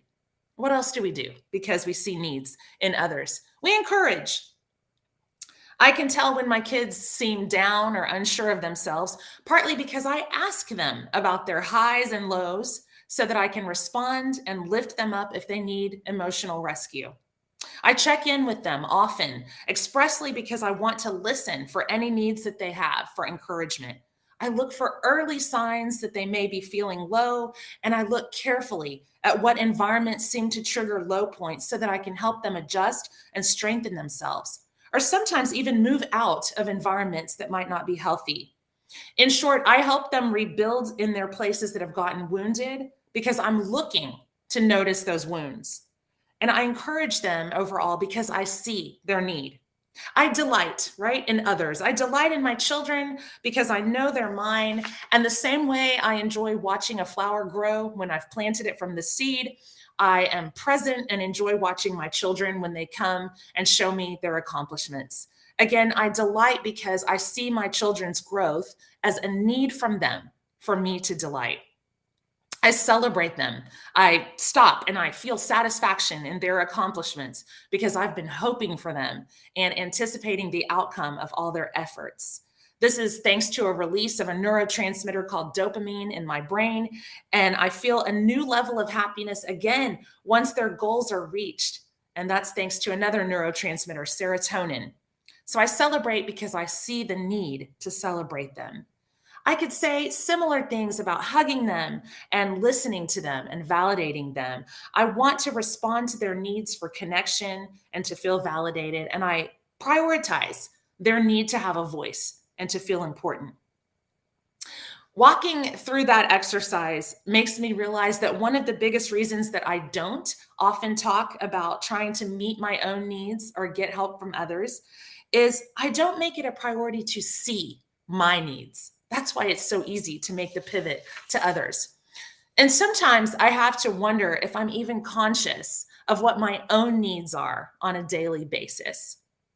I wonder how I can care for my own needs if I don't even have time to reflect on what they are. Can you relate to that? Let's look at how I described taking care of other people and consider whether any of my great nurturing skills are ever used on myself. Do I have any events in the day that are signals or cues for me to check on my physical needs like hunger? Or in the area of mental health, would I ever stop someone who was overrunning my time boundaries to say, I'm sorry, we have to end this wonderful time we've spent together. I just can't stay because I want to honor my need for an unhurried meal or for 7 hours of sleep before so much is demanded of me again tomorrow. Is the fact that my need makes sense to me enough to make it valid, or do I have an unwritten condition that others must agree that my recipe for personal mental health is enough to be called a need?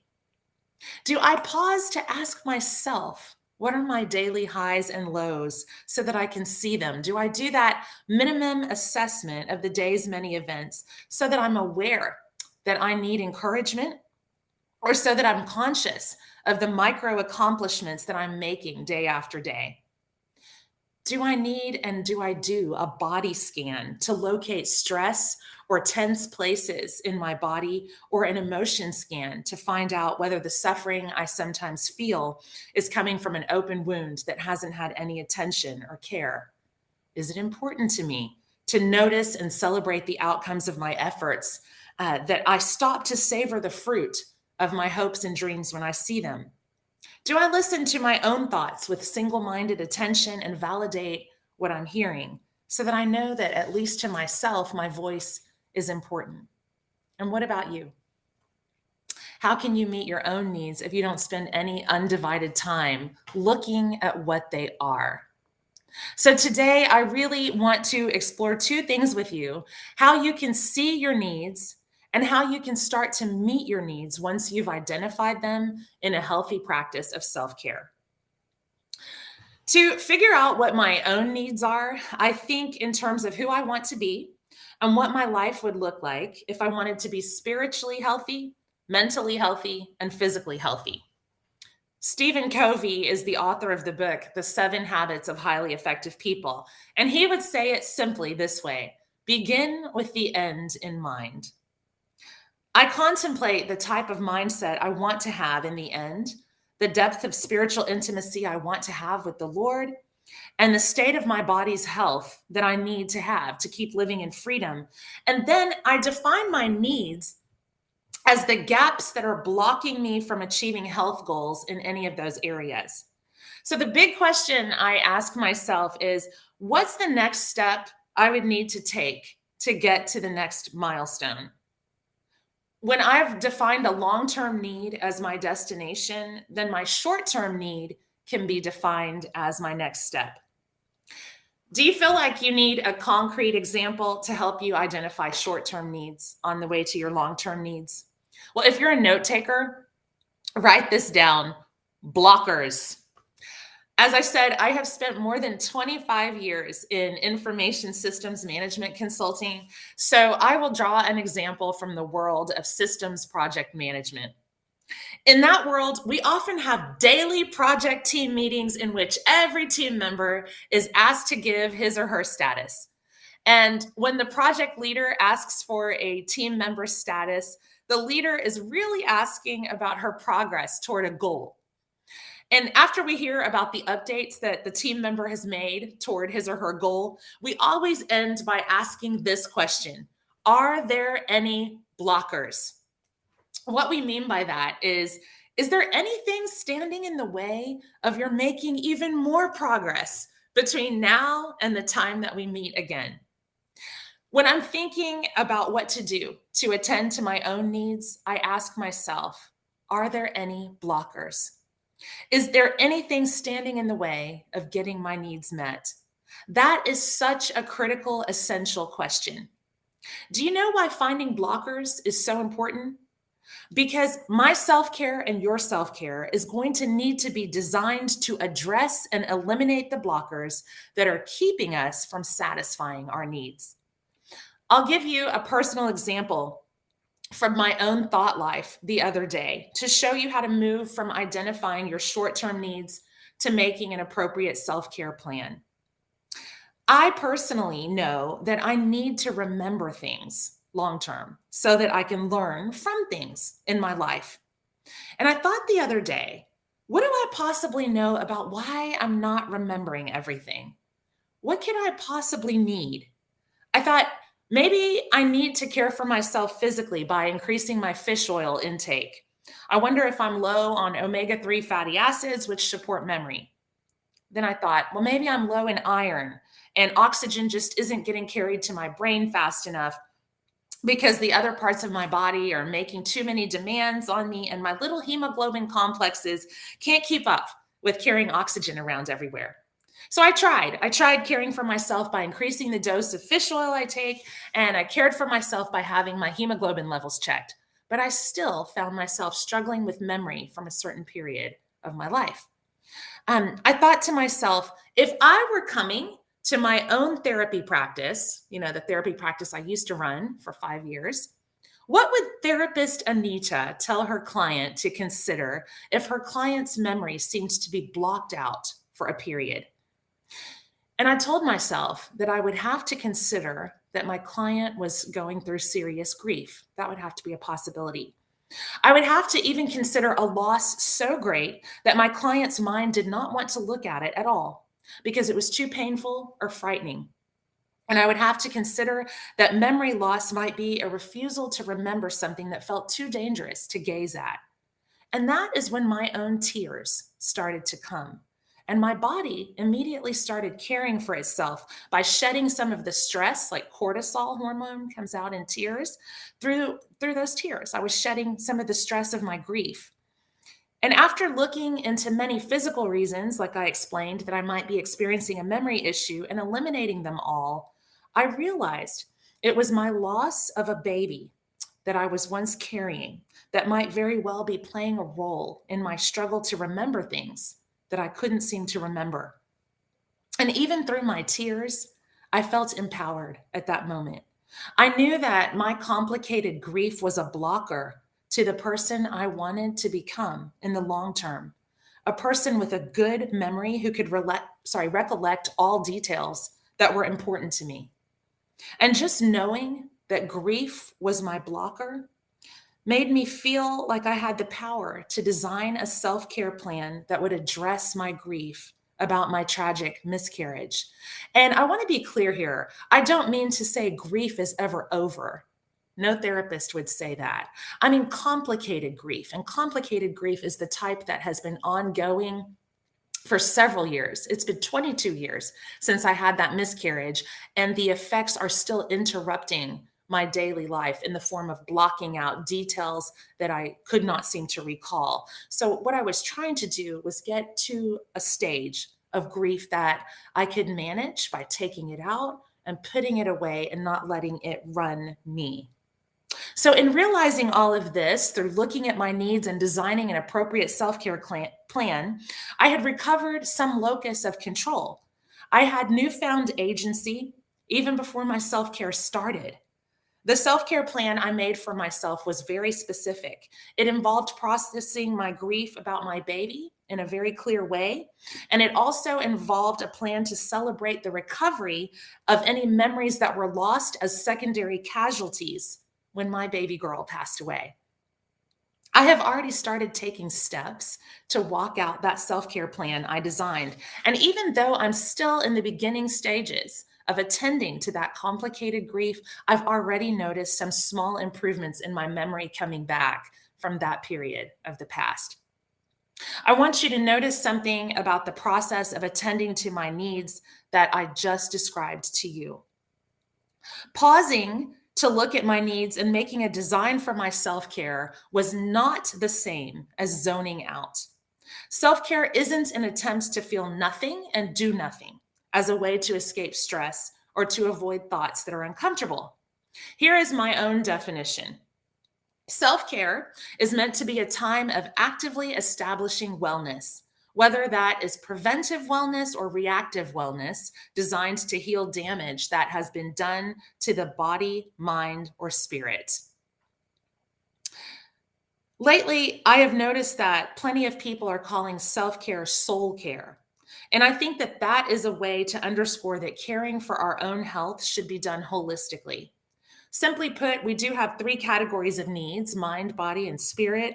And we need to attend to each of these categories in the time that we set aside specifically to recover and regroup from the depletion that results from our daily work and focus. If you remember, as Christians, that holy means set apart, that may help you remember that your set aside time is actually a type of holy or sacred time. It's important and it's a priority. I also want to mention here that your set aside time can be spent by yourself, but it doesn't always have to be time alone. The important thing about your time in self-care is that it's done in a safe space. I think many people think safe space means only you by yourself, and it can be that, but it can also be a safe space with someone who is absolutely non-judgmental and isn't an opposing voice to your voices of self-esteem. So it's a place where you're freed from the people, words, or places that precipitate stress or cause you to spend a lot of your energy instead of building it up.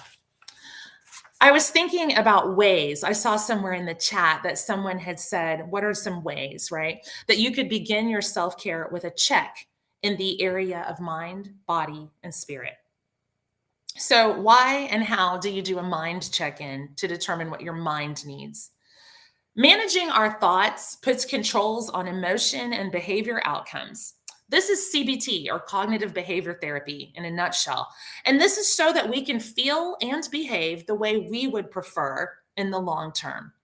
This also applies to putting controls on human performance outcomes. So if you think about that like at work, that's your human performance.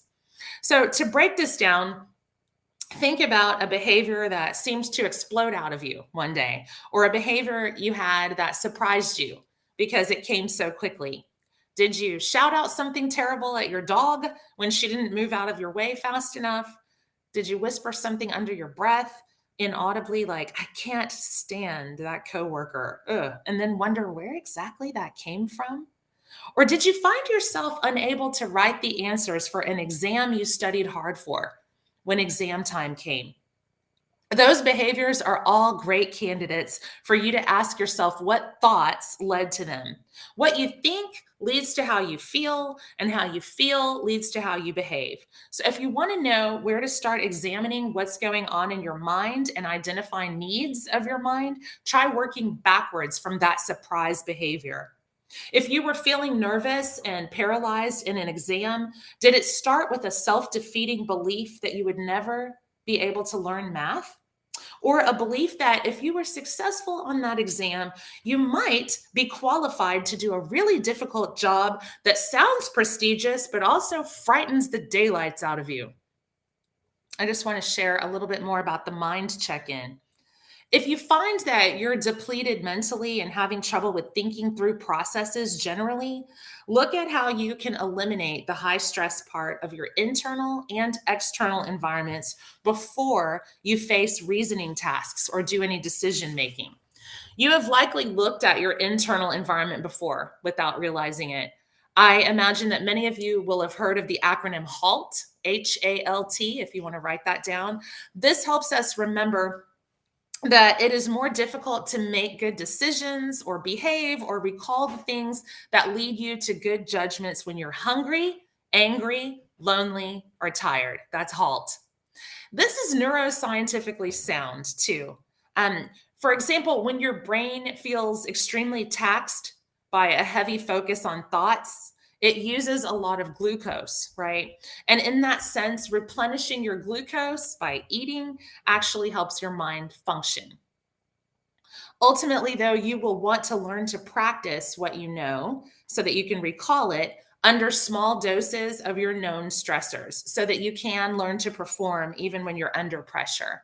And we'll talk a little bit more about that later. What about a body check-in to uncover your physical needs?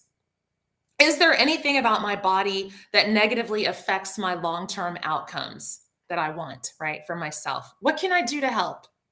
For example, if you have a long-term goal of working as a counselor to children in the hospital, and you can picture yourself walking the hospital floors through an 8-hour shift, are you able to walk a mile without stopping right now? If you want to be a grandmother who is able to play games on the floor with your grandbabies, how is your flexibility?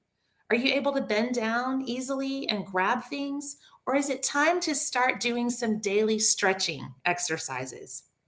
If you have a goal of running a 5K before you turn 50, are you finally ready to go complete that physical therapy on that knee pain that you've been ignoring for a year? I don't know why I included that example. Maybe it was a word from the Lord for someone. I mentioned a body scan before.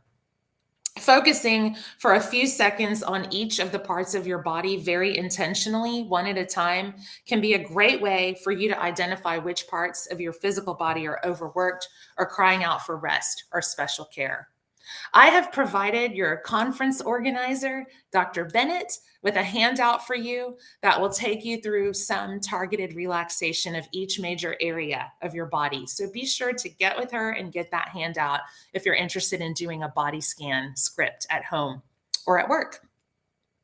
Maybe your goals, which are long-term needs for your body, are more general, like freedom from preventable disease or freedom from heritable disease, right? You can start to work on attending your short-term needs to move towards these goals with 30 minutes of exercise a day and through monitoring the amount of sugar you include in your solid and especially your liquid diet.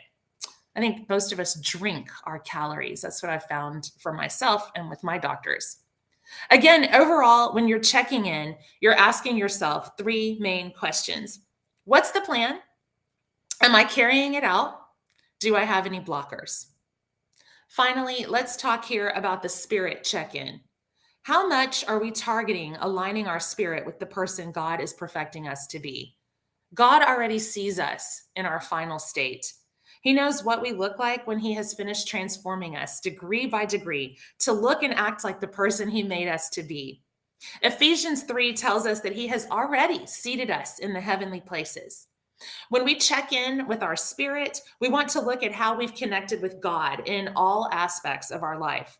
The more we are seeking wisdom and understanding from him and including him in all of our plans and thoughts, the more we're protected against attack.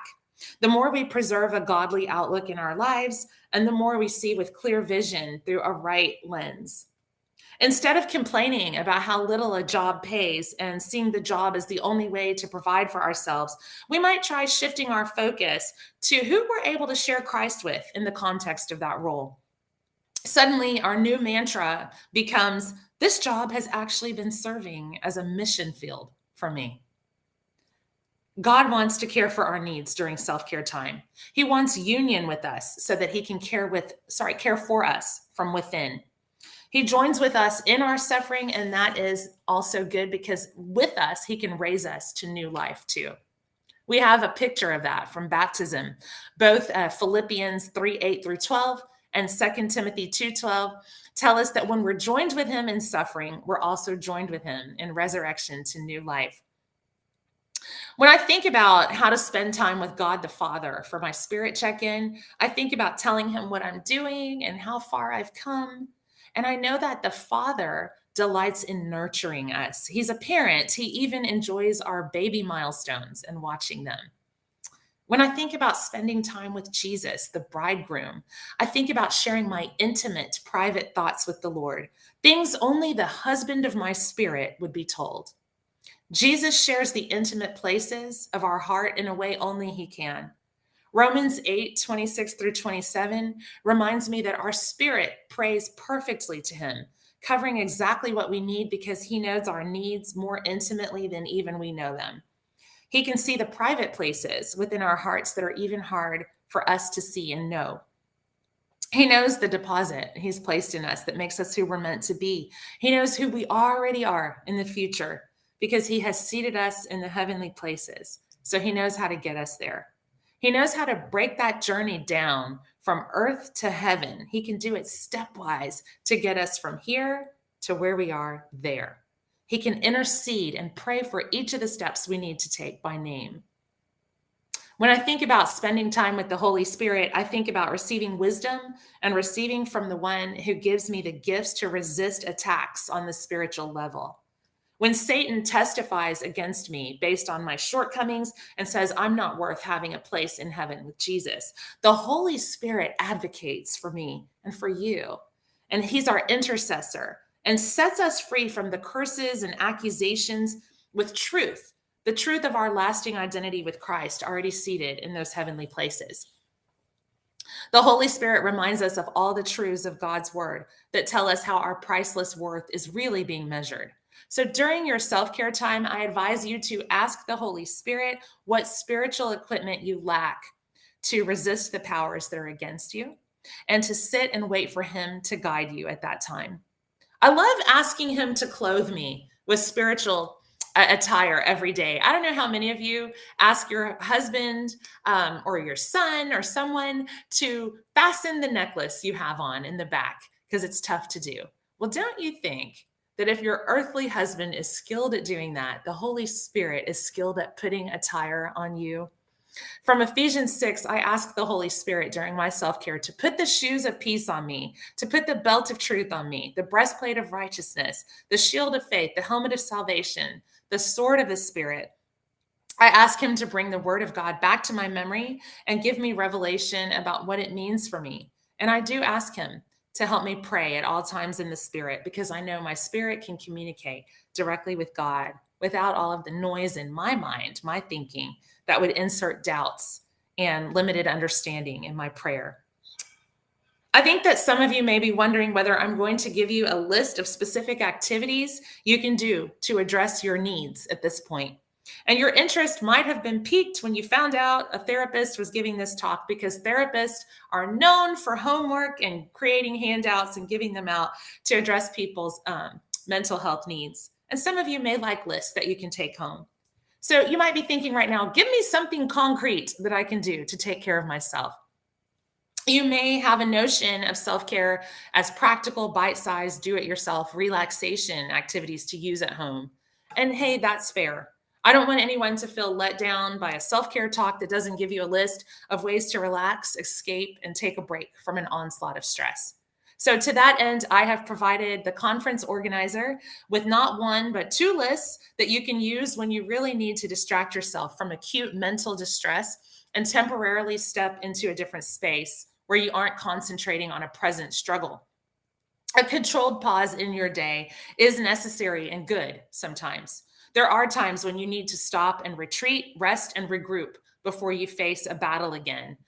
Maya Angelou, one of my favorites, says in her book of essays, Wouldn't Take Nothing for My Journey Now, every person needs to take one day away, a day in which one consciously separates the past from the future. Jobs, families, employers, and friends can exist one day without any of us.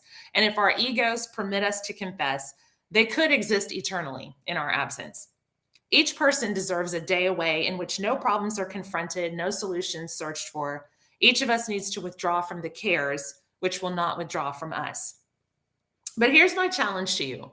After you've caught your breath in a quieter space, what do you do to actually build yourself up and become stronger, right? Because there has to be more than just escaping, because you come back and you have to face whatever it was. So self-care somehow has to become a mindset or a posture that lasts beyond the timer that goes off that tells you your escape time by yourself is up. Self-care should last beyond the time that you walk away from it all and become a part of who you are and think, so that you learn to continually care for yourself and build yourself up no matter what your surrounding environment looks like. So how do you do this? How do you plan your emotional and behavior responses preventively and reactively? It's important to remember that self-care can be preventive or reactive, right? Preventive self-care can look like time just to allow yourself to indulge in spending time indulging in activities like you really enjoy. Reading a book you've wanted to enjoy, or going to a place where you can enjoy the wonders of nature. When you spend a large percentage of time in a fight to maintain your self-esteem in spaces where it is challenged, these joy-cultivating activities are especially life-giving, because your message to yourself is you're a person who's worth the time spent indulging in joy. Acting out that message is really healing when you're fighting messages where people tell you you're not worth as much as others. So it's important to say to yourself, I am a person who is worth gifting myself with an afternoon in the park without anyone answering that voice back with an opposing argument. Preventive self-care can also look like time to build your coping skills toolbox for a time when you might need to use those coping tools later. That's the type of preventive self-care that we're mostly looking at today with me. Reactive self-care can be a chance to have a timeout or to have a reset so that you can make a better decision after you reflect on what coping tools you can draw from your toolbox. So why do you need preventive self-care? Well, because dexterity with your coping tools is either there or it isn't. You cannot rush development time in the moment you need to perform. If you've ever had a CT scan, you know that it's a picture of structures in your body. If the technician wants to be able to see what's going on inside your body and take action to resolve it with your doctor, they have to inject iodine into your vein to prepare the environment to be able to see the structures in the picture later. You've got to put the iodine in before the picture is taken. Once the time to make the image has come, it's too late to prepare the iodine. It has to be prepared before results can be seen. If you do a barium swallow, any of you ever been to a GI or a gastroenterologist? Once the radiologist comes to develop film and see how you're swallowing, it's too late to put the barium in. You have to have your environment prepared right before results can be seen. I have a 19-year-old son, and he's a semi-professional saxophone player. And when he was very young, he was going to these Saturday lessons to learn how to play the saxophone, and his teacher would give him these finger muscle development exercises. And he was supposed to do these exercises Monday through Friday and come to the lesson on Saturday. Well, when Saturday came and it was time for my son to play, if he hadn't done those exercises every day, it was pretty obvious to the teacher. And the teacher would say, it is physically impossible to play some of these advanced songs if your fingers have not learned to stretch much farther than a normal person's fingers would. You just have to have the muscle development before the saxophone lesson. If you haven't practiced, it's too late when it's showtime. It's the same thing for using appropriate emotional and behavioral responses in difficult situations in your life. If you don't learn to practice coping skills preventively during your set-aside self-care time, it's too late to learn them when it's showtime. Let me give you a few examples of preventive self-care to fill your coping toolkit. First, you can build alliances as part of your self-care. Spend some time investing in friendships that make you feel like you have a support system. Practice sharing some time with some sister friends who enjoy spending time with you. Share your experience with them when they ask for advice. Attend their special occasions to make them feel celebrated. And later, when you realize that your decision-making behavior is struggling because you're facing loneliness, remember loneliness was the L in HALT, right? You have people to call who can help you feel restored and filled up with love again. This is possible because you've already developed the deep relationships with people who care about you. When it's thinking or behavior showtime, you rely on the relationship building that you've done preventively in the time you've set aside to learn what makes you feel supported. Friendship in this case. Second, make a happiness project plan during preventive self-care. Your plan should be designed to cultivate the happiness quartet, which are 4 neurotransmitters that work together to make you feel happy. There's dopamine. That's the neurotransmitter that's released when you anticipate goal satisfaction. I do this by running every day working towards a medal. Just knowing I'm working towards a medal causes a dopamine release, right, in my brain. And then there's serotonin. That's a second neurotransmitter. That's the one released when you actually have the accomplishment and you're just basking in it, like, I accomplished it. You can bring serotonin release on by being grateful. That's something I happen to know about your conference organizer. Long ago, I used to know that she had an iPhone timer to remind herself to be grateful throughout the day. And that was something I always liked about her. The third neurotransmitter is oxytocin, and that is released when you have emotional bonding or in the moment attachment. And finally, there's endorphins, right? Endorphins, that's a neurotransmitter release that happens when you feel that high of exercise. It's a high emotional lift. I remember making this sort of plan for my dad when I was little. I was 10 years old, and I literally handed my dad a piece of paper called Operation Happy Dad one day. And I hadn't taken neuroscience back then, but I had actually identified things in those categories that I had seen work for him to make him happy. So when he lost his mom, I gave him a little prescription for happiness. That was part of self-care that I was giving him. Third, you can build a plan to help you manage future conversations that are difficult. My advice for my former clients in therapy was do not go into emotionally charged situations without a mental script. Some people are fond of saying these days, speak truth to power. I say, speak your script to strong emotion. Speak your purposeful plan, right, to strong emotion. If you're upset with your husband about the same issue that always triggers you, you want to be able to look back and remember yourself having a respectful conversation. Plan out what you want to say. Listen to the tone when you read it out loud in practice and edit it until it sounds like the person you want to be is speaking about your true feelings. The reason that we practice our scripts or any coping mechanisms is to avoid choking under pressure. Sometimes you can invite safe people to practice with you so that you can get their reaction and help them understand the heart of what you want to say. I can speak to this very literally from the perspective of being a person who chokes. I have a rare disease called achalasia. And because I have this disease, there are strong spasms that sometimes just kind of grab my food and start making me swallow them unexpectedly. So I can often swallow before I'm ready. And I find myself choking sometimes when people are trying to talk to me. I haven't figured all of this out yet, but there's something about the brain that when you're preparing to talk, it's the same way that you're preparing to swallow. And so that gets confused for me. And so I cope with this by warning people in advance to please not ask me questions when I'm eating, because when they do, my throat's going to start that swallow motion as if it's preparing for me to talk back to them. So I've had to practice in my private time asking people politely not to talk to me too much or ask me questions when I'm eating so that I don't choke when I'm under the pressure of the real life scenario. That's my way of trying to keep my eating under control instead of letting my body's panicky eating plan take over.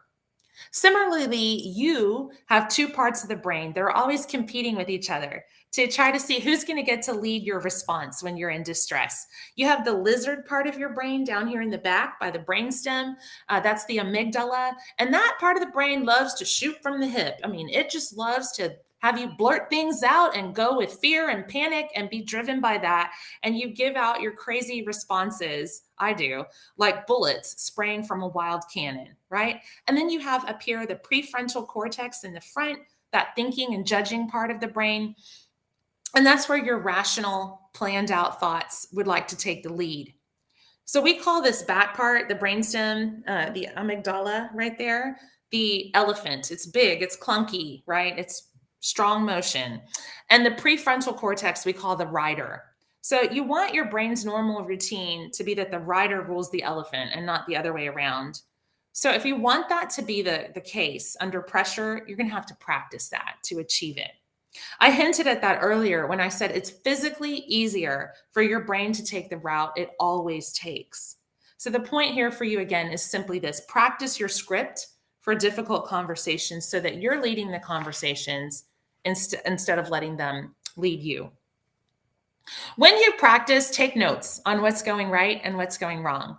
Examine the behavior, routine, or the script you've written out and ask yourself and any other safe people you've allowed to be present, is this working for me? If not, at what stage does it fail? Correct for deviations for your routine that change so that you can achieve your desired end of lasting satisfaction, fulfillment, and joy, right? Two more things in preventive self-care. Honor your transitions to your next stages and accomplishments, just like I did for my kids. Do it for yourself. I actually had a tiny 5-minute party for myself the other day because I did something really well. I dressed up for the occasion, I made myself an award, and I gave myself a special little treat. I said, even if no one noticed today, I killed it at work today, and I'm having a large hot chocolate piled with whipped cream to celebrate that. Lastly, you want to find a secret place to rebuild yourself. I love the anonymity sometimes of Houston or Philadelphia, where I go back and forth living, because I can go into my house and nobody's going to randomly walk up and ring my doorbell and just ask to come in when I might be doing my self-care or reflecting. I also used to live in a rural town in New Jersey, and it was nice because everybody knew my name, but not so nice when I needed some private time away. So what I ended up doing in rural New Jersey was driving to a Barnes and Noble where I could just go and sit and journal in an away place. So find your place that you need to go. I would like to say that having spaces to practice being your full self, not filtered for the parts that people view as unworthy, is healing. It helps us live out a picture of God's kingdom. And that's a place where God-given differences are celebrated here on earth. If we find that we're constantly under attack because of our differences in a given space, and I know that BIPOC, Black and Indigenous people of color have felt that way, right? That sometimes our differences from a number that's in the majority sometimes place us in a place of being under attack. We need to look at that in a safe space, right? We need to look at what we're feeling and be able to express that, lament that, and decide whether we can set firm boundaries or walk away in certain cases in order to preserve the softness of our hearts and avoid bitterness and resentment building up.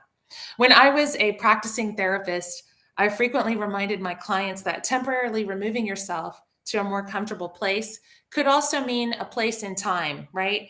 If you are focused, over-focused on a certain period of life, past, present, or future, that's causing you some re-traumatization, you might choose to focus on a different period of time for a bit as a mental retreat.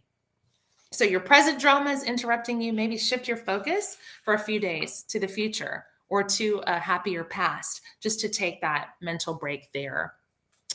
So we're going to turn to reactive self-care now, and I would just look at a few things here with you. So some of you may be more familiar with self-care when you know you're in crisis, right? So reactive self-care is when you come for restoration when something has already gone wrong. If you were my clients on my therapy sofa right now, I would likely be telling you that when you sit in the discomfort of life, you don't have to sit in the discomfort helplessly. You can sit in the discomfort with an aim of answering the confusing, nebulous anxiety under the distress with truth. As daughters of Christ, you are well equipped to do this if you've got God's word stored up in your mind and heart. You've heard of this concept before. It's called taking every thought captive, but I want to paint some pictures of what that can look like for you. So you can sit with an anxious thought in your mind during self-care time and answer it, literally write an answer to it with truth from God's word. You can sit with doubts about your value and self-worth and write out answers that come from God's word and from other people who follow God and recognize your identity as a daughter of the King. If you don't have a lot of God's word memorized yet, that's okay. Your reactive self-care time could include some time for you to research the truths that you're going to need to. You might say to yourself, I'm having a really rough self-esteem day today, and my negative thoughts are winning the battle. So I'm going to just go take a 5-minute break to look up some battle armor from the Bible. Maybe you need to go on BibleGateway.com and find the scriptures. And then you can decide to spend a few minutes writing them down so that the next time those lying and deceiving thoughts surface again, you can look at them again and take thoughts captive in the future with those same truths. If you research God's truths, go ahead and categorize them, right, by the situation so that you can use them as weapons against specific distressing situations. What about your relationship needs? Reactive self-care for that. Maybe for some of you, you need to use reactive self-care time to address your needs in a difficult relationship or relationships. So one way to work on strengthening yourself that way is to ask yourself, how do I want to feel at the end of my next conversation with this person who seems to challenge me so much? Do I want to leave the conversation feeling like I exposed all of my personal details again and feel like my boundaries of privacy were violated by my own free-flowing tongue? Do I want to leave the conversation feeling like I traded in my agreement to behave in a Christ-like way because I wanted to emotionally stomp the person who hurt my feelings first? Do I really need to find a way to preserve my boundaries, my dignity, and my calling to behave like Christ's daughter? After you ask yourself these questions and ultimately identify your needs in these difficult relationships, you can design your self-care again. Maybe you'll decide that the flesh part of yourself needs to meet the spirit part of yourself. I say that all the time in my household. Have those two met, that flesh version of you and the spirit version of you? It could actually be helpful to write out a covenant for yourself, right? Symbolizing the promise that your flesh is now submitted to the Holy Spirit inside of you. You might decide to write out a script that you'll plan to say the next time you face a targeted attack on your boundaries, or the next time a narcissist tries to gaslight your history. You might spend some preventive self-care time asking the Lord to proofread your script and tell you where to modify it so that your planned words are pleasing to him. Yeah. Sean Baylock is the author of a fantastic book I've read called Choke. And Sean wrote that practicing skills that you've learned under even mild levels of stress can prevent you from choking. So practice in a slightly less, stressful environment. In her book, she explains that this works because when you practice high effort tasks, even under mild levels of stress, you transform that high effort thinking into procedural memory. Think about that. Your brain finds it hard to move from the lizard brain to here. But if you get those good patterns going enough, those become, right, the procedural memory that comes faster. Procedural memory actually takes less effort and less glucose than high effort thinking. So in a word, practicing makes it physically easier for your brain to guide you through your skills in the future.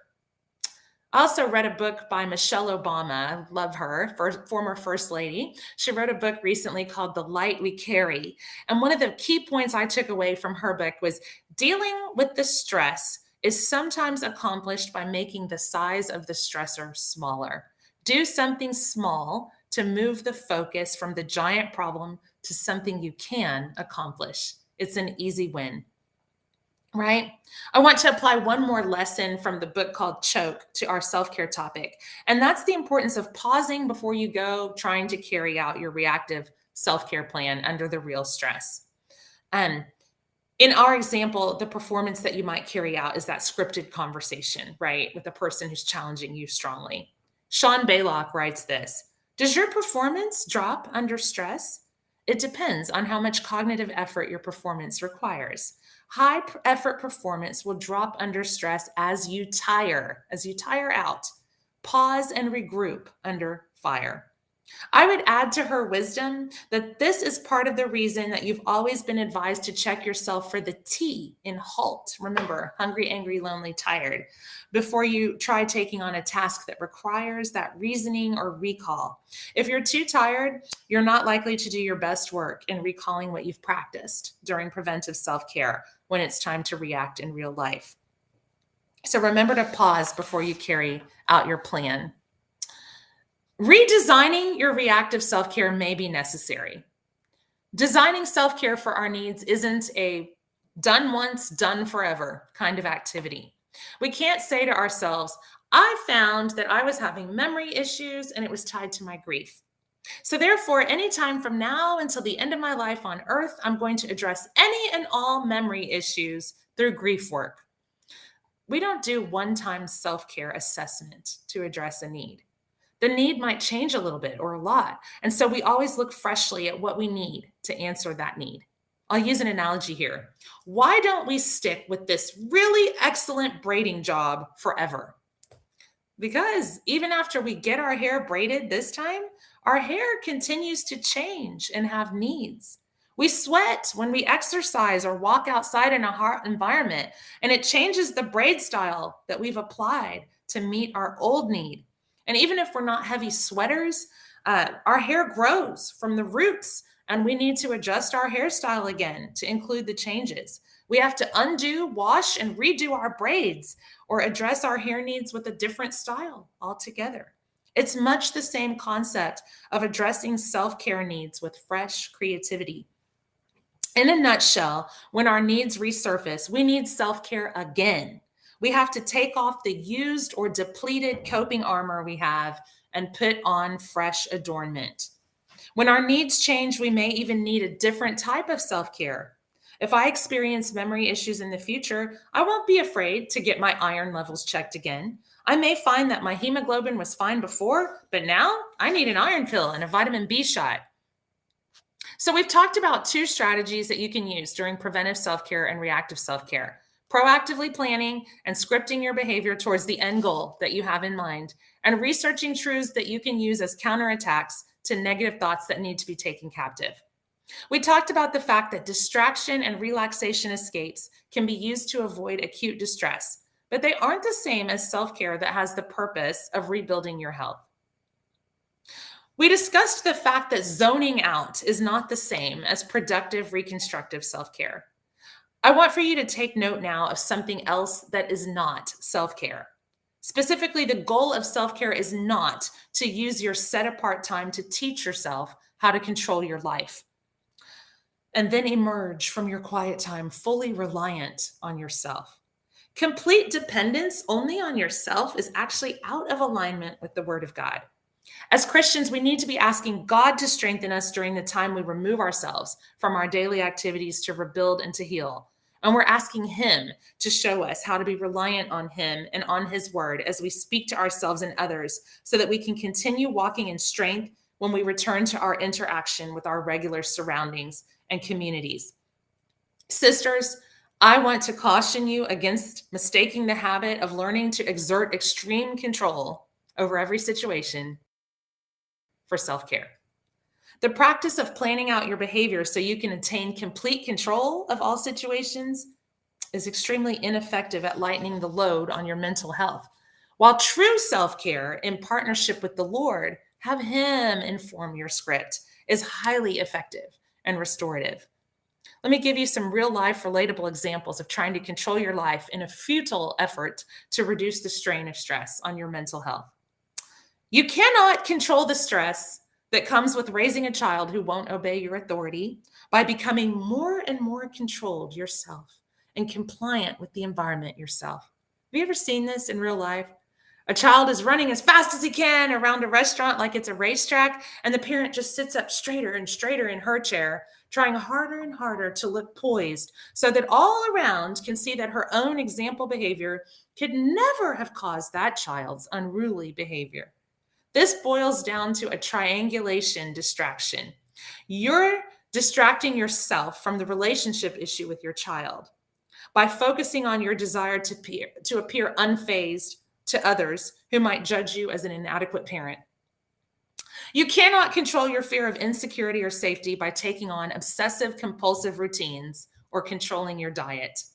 Controlling activities or foods that are completely unrelated to your issues of insecurity is completely ineffective. It's like trying to control your performance evaluation at work by counting the number of tiles on your floor. Ultimately, it's applying a lot of energy to something that is completely unrelated to the thing you're interested in. You cannot control your fears of inadequacy or being unimportant by becoming extremely busy. The busyness is just another form of zoning out and removing yourself from the issue instead of taking the thoughts captive. You cannot, raise your hand, Anita, you cannot control your fear of facing grief or trauma by blocking memories out. Don't spend your time designing damaging or ineffective plans during your self-care time. If you're already deep into trying to improve your mental health through exerting an excessive level of control, here's what you need to do. Start working on eliminating the control habit as one of your needs to address in self-care. Here's an example of how I deal with control issues when I spot them in my life. The other day, I was making myself some hot chocolate at home as my celebration. And I practically bent over backwards to make sure that I wasn't going to let any whipped cream fall onto my kitchen counter. When some fell, I found myself raising my voice at myself and speaking in a tone I might use if something tragic had occurred. Oh gosh! The next time I had a few minutes to myself that day, I asked myself honestly, why do I not ever allow myself to spill anything? I started brainstorming answers on paper as honestly as I could. Maybe I don't want to acknowledge that I wasn't perfectly steady or perfectly balanced. I don't want to seem like I wasn't careful. I do want to show that I have exactitude and that I could anticipate my needs exactly. Maybe it's a hint that I'm at least a little something like the all-knowing God who knows what and exactly how much to expect just by taking a quick look. Ouch, that hurt. Because it sounds like pride might be creeping into those controlling moments. It shows that I can estimate perfectly when I can pour perfectly. I designed some self-care right there on the spot. I wrote a little agreement with myself that said, I have to allow myself to spill things occasionally. In the future, if I'm rewarding myself for hard work on a presentation at my job, and I decide to have my favorite hot chocolate with a mile-high, non-dairy coconut whipped cream on top, I have to say out loud, I am worth the moment of overflow. My moment of learning that I held the whipped cream dispenser down a little too long will not cause me to shift to accusing myself. I won't give my moment of learning the power to steal the joy I have. I'm going to end soon, Miss Dr. Elwanda. So used to saying Miss Elwanda because my kids grew up knowing her and they called her all these wonderful names. Miss EW, that was a beautiful one. But anyway, I'm going to hurry up and get to a stopping point and they can read the rest in the book. I was going to say that professional wine tasters will tell you that appreciating the taste of wine requires time to experience the swish, the smell, and the hold. They have to sit there with the wine on their tongues for a while before they would deign to comment on what it is like or write about what is right about it or what it needs. We do this too with foods we really enjoy. Haven't you ever held the pie in your mouth for a few seconds at Thanksgiving just to savor it and know it and comment to the baker on how good it is? Sisters, I want you to ask yourself this question silently. Do I know more about how to savor my food and drink than about how to savor and experience myself? Do I have much more expertise on what things and people external to me need than I'm an expert on what I need? If I don't develop some expertise on noticing myself, how can I ever begin to help myself in the time I set apart to build myself up? So I'm going to leave you with 5 questions for reflection. And then the last part, I guess you'll have to read in the book. The last chapter I'm not going to cover out loud today is specific ways to invite Jesus into your self-care posture. So questions for reflection. These are 5 things I think that sum up kind of what we've talked about today. 1, do you know what your needs are? That's the beginning of it all, right? Number 2, if relationship conflict resolution is one of your biggest needs, do you know how to work through conflict in a healthy way? What steps would you take to do this? What type of script would you write in self-care? Number 3, if self-image building is one of your biggest needs, do you know how to counteract your negative thoughts? Number 4, if spiritual peace is one of your biggest needs, how will you start to reconcile the 2 women that are a part of you, your God-seeking spirit and your flesh-desiring spirit? Have these 2 women even met? Ask my kids. I ask them that all the time. Have those two met? Are you trying, this is number 5, to meet your needs through control measures? Have you acknowledged that you are not the person who can satisfy all of your needs according to your riches and glory? That would happen to be God, per Philippians 4:13. And I'm going to end there. Like I said, I wrote some more because I don't know. When Dr. Bennett just invited me, I just started thinking about how to help women. So I will leave it there, and I don't see anything in the chat for me, so I could mute my microphone, or I'll just take instruction from Dr. Bennett.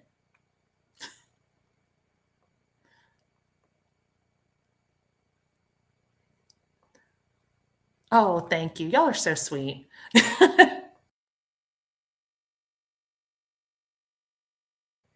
Dr. Bennett, I'm turning it over to you or to the meeting MC. Oh, I was talking and saying, wonderful to have you. Everybody that meet the MD, Dr. Anita Adair Cook. Meet the MD, okay? Oh, goodness. That's in 4 years. It's happening. It's in process. Yes. And it's already done. Yes. It's you're walking into your promise, right? Isn't that right, Lady P? Listen, Dr. Anita, We love you. look, you better speak it. You done quoted all them scriptures. You better walk in them scriptures you done quoted. You better start saying you're a doctor, you're a doctor, you're a doctor. You got this down pat. It may be a process that you're going to, but you know what the end result is going to be, right? All right, doctor. All right, doctor. Yes. Amen.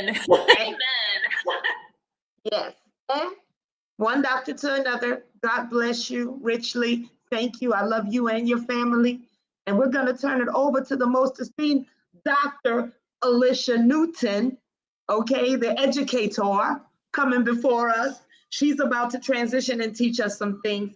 So thank you, Anita. And I am about to yield the floor, but we just wanted to celebrate you, Alicia, and to just applaud you and to tell you how much we love you and thank you for what you're going to bring to us today. And to the women of the Enclave, I'm checking.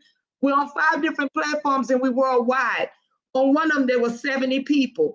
On one of them, there was 30. So there's a lot of people. We can't see them. They could see us, but we can't see them. So it's like we on TV. So just feel that way. I'm just letting you know it's like we on TV. So don't worry if you feel like, oh, I'm talking to, you're not. There's people that sees you and know what you're doing. All right. So I'm about to put myself cute on mute and then allow Dr. Alicia Newton to take the stage. And any questions or any reactions in the chat, please put them there. I'll be looking and watching, but she's got a presentation for us. We had a phenomenal presentation yesterday. Man alive, I learned so much. So I learned a lot from my last session. I am just thrilled. So I'm trying to hold in my contentment, okay? Y'all juicing me up. All right, I just want to let you know. So let me try to do some things with these things. Hold on, let me see what I could do. All right, let me see what I'm doing here. Okay. Oh, look, I'm about to get. Welcome, welcome, welcome. Hello, hello, hello. I am Alicia Newton. My daddy's name is Ellis. My mom added an H and an A, so it's literally Alicia. Or Sir Isaac Newton, Laws of Relativity, or fruit-filled super sweet snack called a Fig Newton. Thank you for being here and tuning in. So I am the daughter of Annie Beatrice, the daughter of Beatrice, the daughter of Ida Beatrice, the daughter of Eliza, the daughter of Sylvia. In Girl Trek, we name the maternal line of our 4 mothers and our mothers because we're inviting them into the space that many of them were not invited to be when they were here. So that's why I shared that. And I'm sharing with Dr. Wanda Bennett my presentation, which did not connect. It's here. So she will share that out with you guys. I am a crew leader of Sassy Soul Stirring Steppers. And upcoming, I was approved to be the crew leader of Covenant Glen United Methodist Church crew. And a crew is you plus 2 other people. So you plus 1 or 2 other people is a crew. You can start your own crew, or you can join another one. So in Girl Trek, we are we have a movement in Girl Trek, and we are encouraging all women to walk 5 days, well, every day, but no less than 5 days. The reason for that is it decreases depression, diabetes, heart disease, which is killing, is the number 1 killer of women, especially Black women. It decreases depression, as I said. And we learned from the Surgeon General that it decreases Alzheimer's. And we say walking, but walking could be it could be anything that lifts your heart rate for 30 minutes. We say walking because walking is free. And we want all women to be healthy. The mission for Girl Trek is to unleash a mass movement for health justice. I want you to see the words while I say it. And that's significant because in Girl Trek, we are powered by love, and it's a momentum. Like I said, it's a movement. It is a nonprofit organization. We do need funds, and we do want all people. We want women to join, but we also ask allies to join as well, because it's a nonprofit organization as well.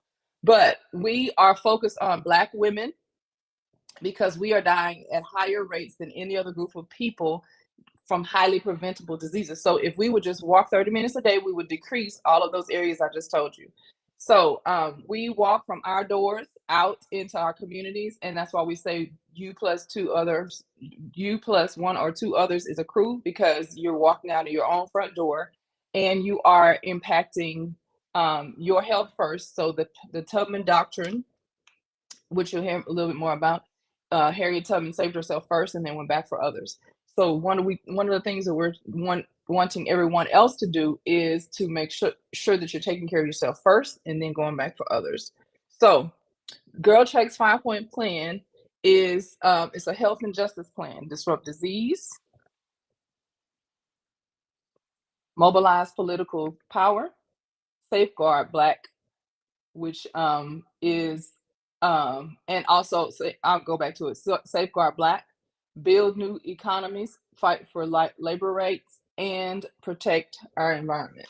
So when I say that 5-point plan, I'm talking about the energy of our historical movement, our historical moments in history. For example, like I said about Harriet Tubman. So she led. She was actually a general. If you didn't know that, I learned that recently. So she led. She saved herself first, and then she led others to freedom as well. So, in Girl Trek, we want you to lead your population. Like I said, you plus 2 or 3 others is a crew. So, we wear. This is one of the T-shirts, as you can see. It has Harriet on it. Girl Trek. # We Are Harriet, and it's because we're following this Tubman Doctrine, and we have this 5-point plan to increase the life expectancy of women 10 years in the next 10 years. Black women are dying at higher rates than any other group of people, like I said, from heart disease and highly preventable diseases. However, Caucasian and Asian women live 10 years longer than Black women do. So that's why one of the goals for Girl Trek is that we increase our life expectancy. We are also making certain to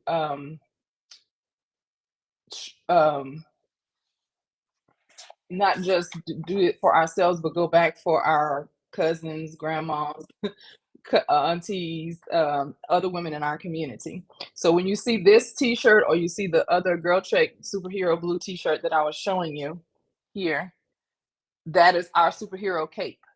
So we have superhero names. I am Ebullient Alicia because I'm ebullient. And so when you listen to many of the names, you'll hear superhero names, and this is our superhero blue T-shirt, because we are the superheroes of our community, and we are the superheroes of our families. So when we say that, we follow the Tubman doctrine, which is Harriet Tubman went to save herself first and then went back to save others. So that's what we want all women to do. You're telling you to walk 7 days a week. We know that if you're not walking to the end of your sidewalk, from your front door to your sidewalk, that doesn't make any sense for you to do 30 minutes a day when you can't even do that part. So what you do is you start where you are and you walk 30 minutes a day. Also, we want you to be mindful. And when we say mindfulness, we're talking about inhaling. I want you to do that with me now. Inhale, exhale. Inhale again, exhale. Now, when you inhale this time, inhale any negativity that you're feeling or that's surrounding you. Exhale love or whatever you need to calm your spirit. Again, inhale any negativity or anything that is bothering you or is not positive.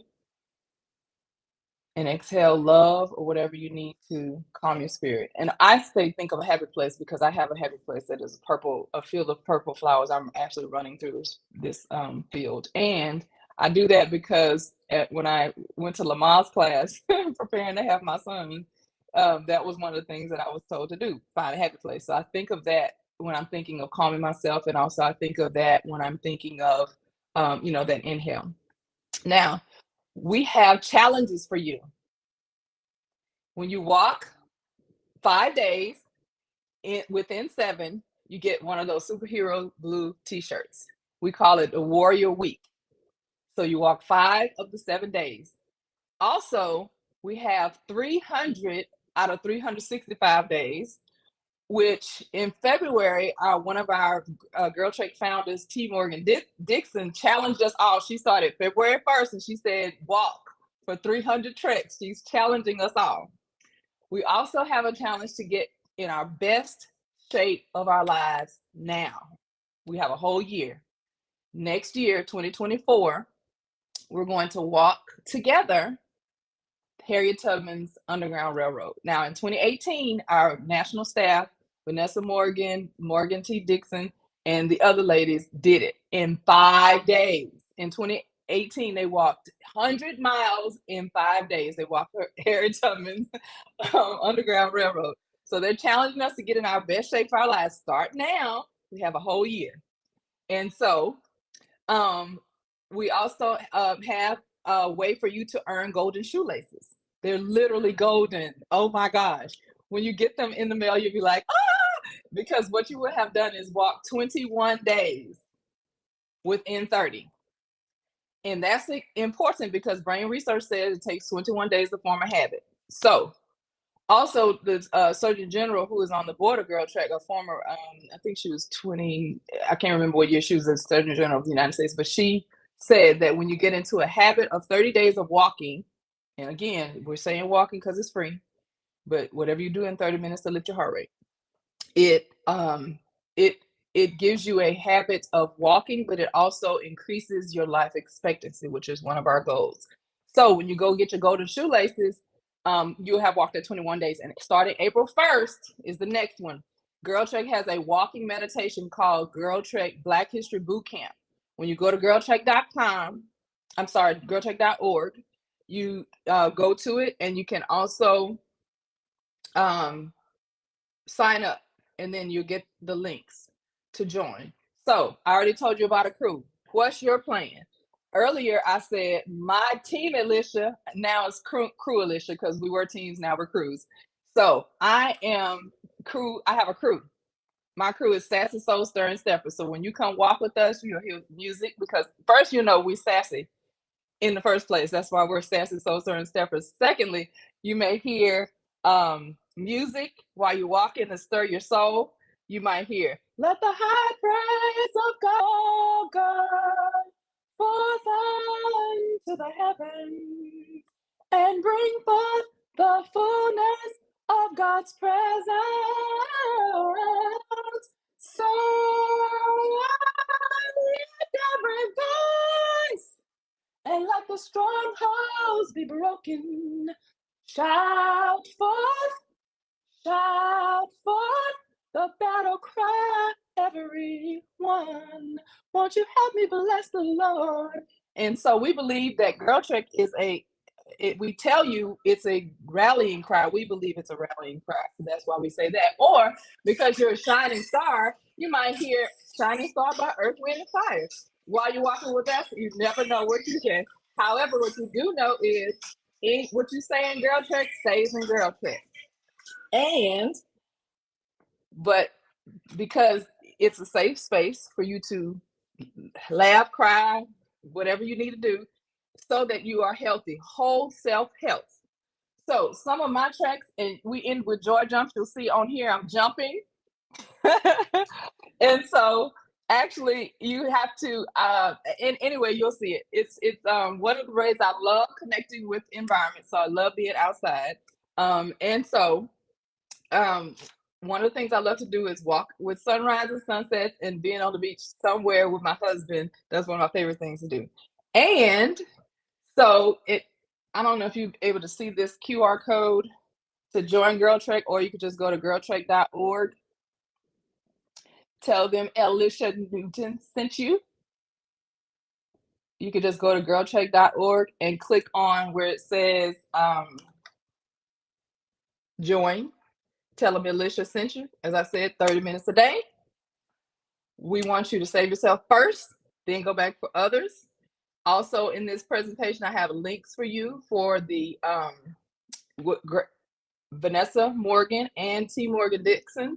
They've done several TED Talks, and we have 1.5 million women in Girl Trek. So we're working on the next million. So we want you to join. That's why I'm recruiting you today. We work on ladies and girls because we know we impact our families. So when you see that superhero blue t-shirt, it's not just women and girls. We're impacting the community in the world. Now, before we go, there is a difference between getting your nails done, self-care, or it could be mental health, or it could be emotional, spiritual. I call it whole self-help because I believe that whole self-help is what you need. Physically, emotionally, and spiritually, you need to be whole and have self-help. So remember, lady. Lady means love. My superhero power is love. So I rejuvenate with hugs. So, but what I'm telling you is to remember lady when you think about me and Girl Trek, because we are doing all of this. We're sharing all of this. We have all of this available because we want you to love yourself like we love ourselves and like we love you. And we appreciate you. And we want to know, what are your dreams? And also, the why is you. I say the why is you because I appreciate you. We have lines when you go to girltrek.org. If you need any assistance, you can go there to get self-care, whatever kind of help you need, what help you need, you can go there and find links. And there are also women there. And I am this was our walk. My contact information is here as well, and the link tree. And my business, Renewed Spirit Publishing, you can do a discovery call with me for any of those things.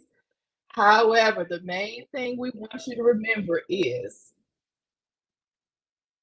rest is a revolutionary act. So not only are you taking care of yourself, walking, hydrating, resting well, and having physical, emotional, and spiritual well-being and health, rest is a revolutionary act. We need you to make certain you are taking care of yourself.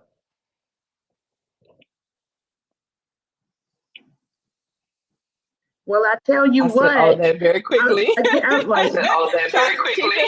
Yes, you did. And keeping my time flat.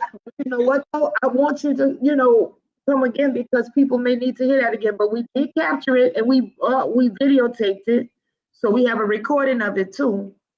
So you're not And without it. And this is link live streamed to. is in your inbox. Check your email for the link to the presentation. I pulled it down, but you know what I found? It's a keynote. So that's why I couldn't share because I'm not on a Mac. I'm on a PC. Yesterday. This one's for today. No, that was from yesterday. This one's for today. Oh, you sent me a fresh anointing. What's going on? Yeah, and you have another one tomorrow. Yeah, but I'll convert it to Word. Thank you. Thank you. I'm excited. I'll convert it to No, don't keep converting. Yeah, we'll figure it out. But this is what I want to say. First of all, thank you for being willing to come alongside of us. We need you. We need you. We need you to remind us to get out there and walk. Every time that we see something happening in history, it's because Black women have started walking. Anytime for that civil rights movement, for the BLM, for the Black Lives Matter, Black women got out there in front and were walking. That's whenever you see social change, you will see us walking. So the Girl Trek is exciting to me. I'm glad you introduced me to it. It's been helping me in terms of my own health. So I'm so glad that you were able to share with us about it. And I'm looking forward to you taking the stage again to tell us some more. I learned a lot yesterday. Yeah, we did Financial Freedom Friday. Woo, woo, woo. It was crazy. We had a good time. We learned a lot. And watch when we get in London, is going to be so much better because I'm going to have all y'all stuff and it's going to be amazing. Our ambassador came on and our ambassador is waiting up next for Jamaica. Hold on. I want to give you the floor because I can tell you got something to say. Give me a second. Let me make you big. So there you every go. Saturday say what you gotta from say. 8 to 8:30. Every Saturday from 8 to 8:30, I host a walk. It's virtual. You log into the conference call number. It's not video. Just a voice. And you walk where you are, and we talk together. Literally, I did that this morning. So, just when you contact me, I'll send you the link. I'm not sharing it out with everybody. So that's how we make sure it's safe. And that's why we have to protect it. Yeah, we got to keep that as a safe place because a lot of us we don't have a what I would call a vault with which to put, the things that we're encountering. I want to first of all, and let me clarify. When I say everybody's not I have invited, a people without the spirit that we just talked about are not invited. Yeah, that makes sense. So we safeguard our peace.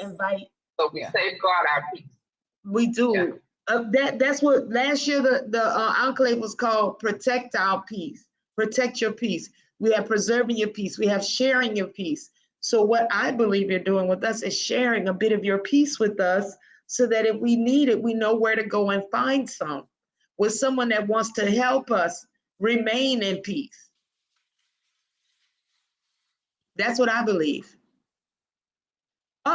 Oh, wait a minute. Hold on. I got somebody I want y'all to meet. Hold on.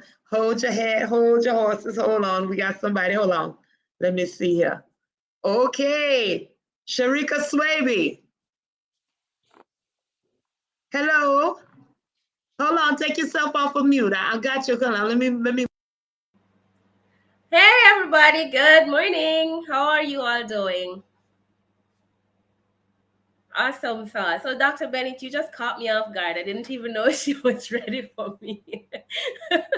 Give me 1 second. I need to get some water, please.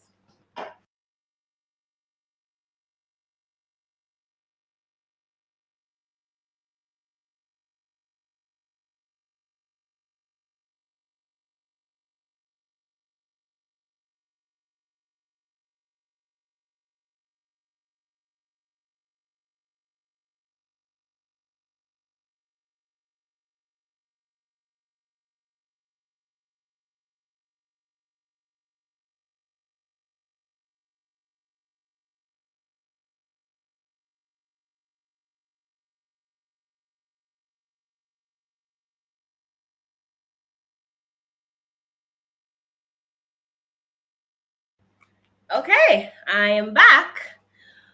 All right, so my name is Sharika Swaby. I am from Kingston. Well, I live in Jamaica. I live in Kingston, Jamaica. I am originally from another part of Jamaica. I am a certified life coach. I am a mentor. I do some speaking. I am a real estate agent, a published author, and some other things. Okay, yeah, I also do a podcast. Some other things are there that I do. I don't remember at the moment. Okay, but today I want us to talk about raising our standards as women.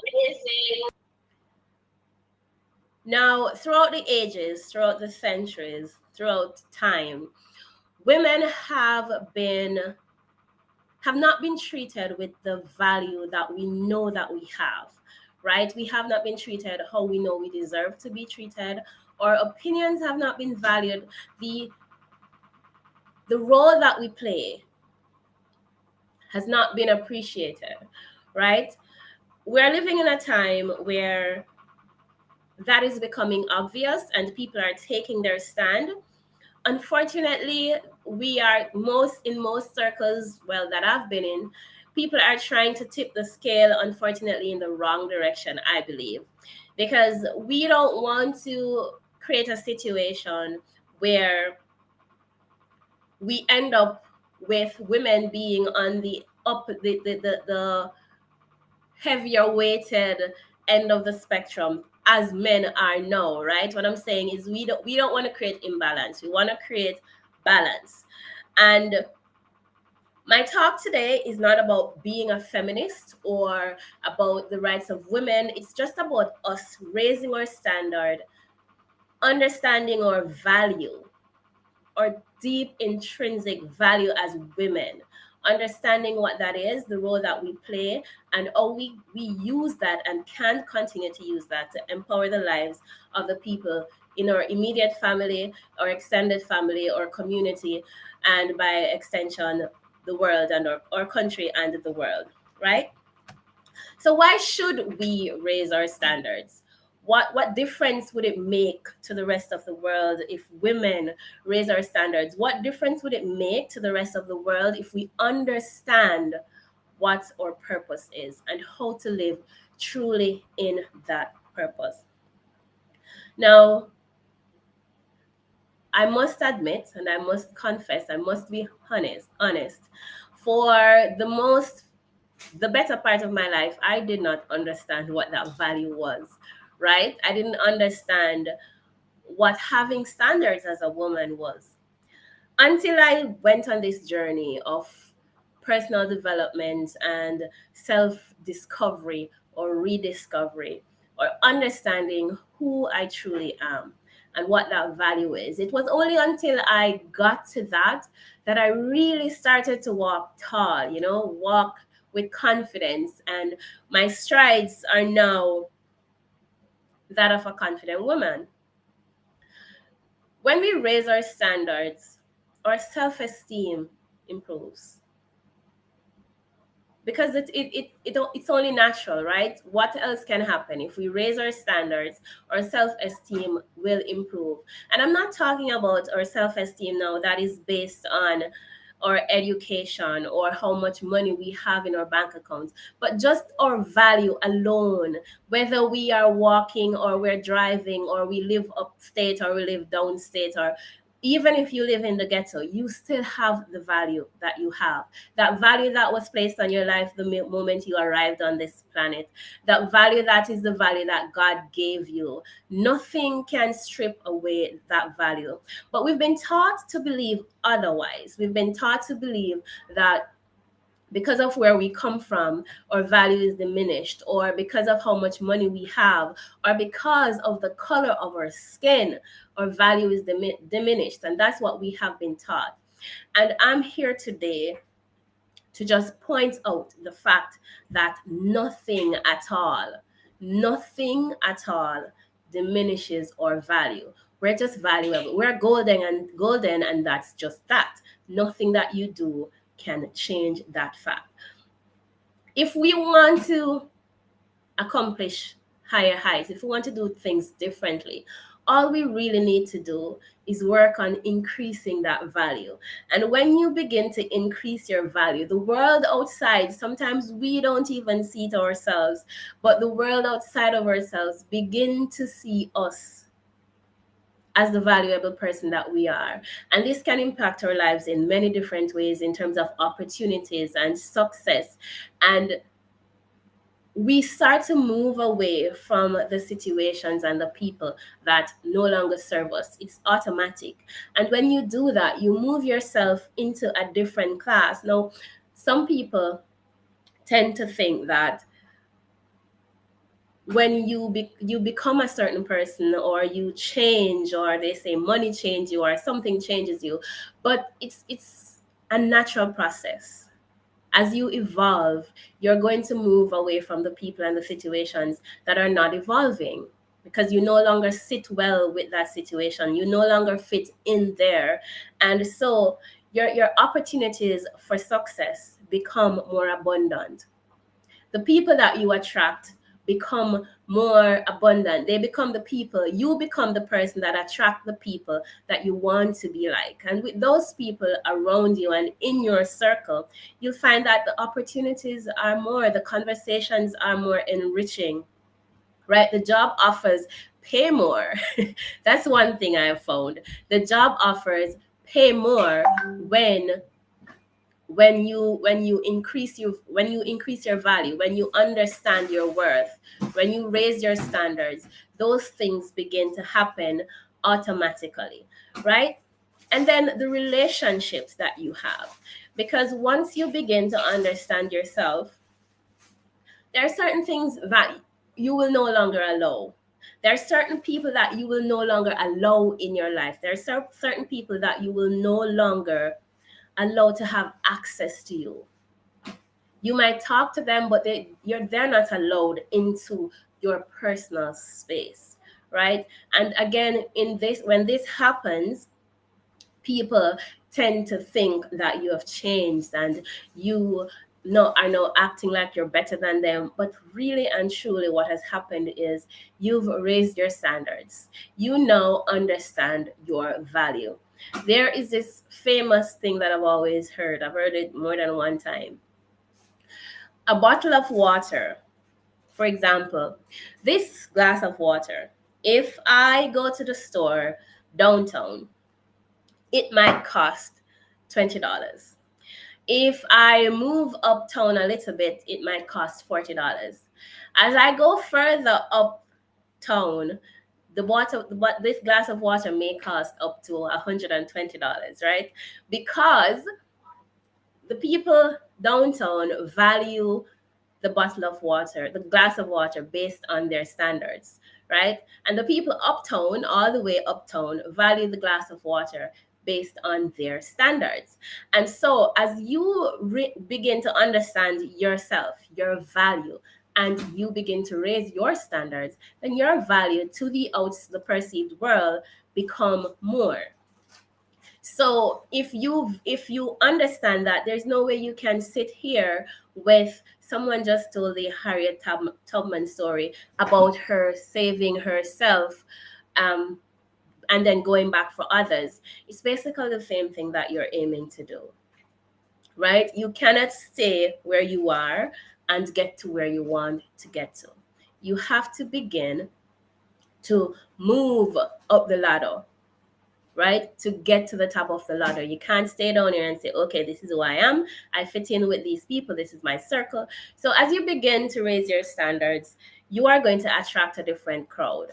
And that different crowd is going to expose you to different opportunities. As I said before, the conversations become more enriched and life just gets better. One moment, please.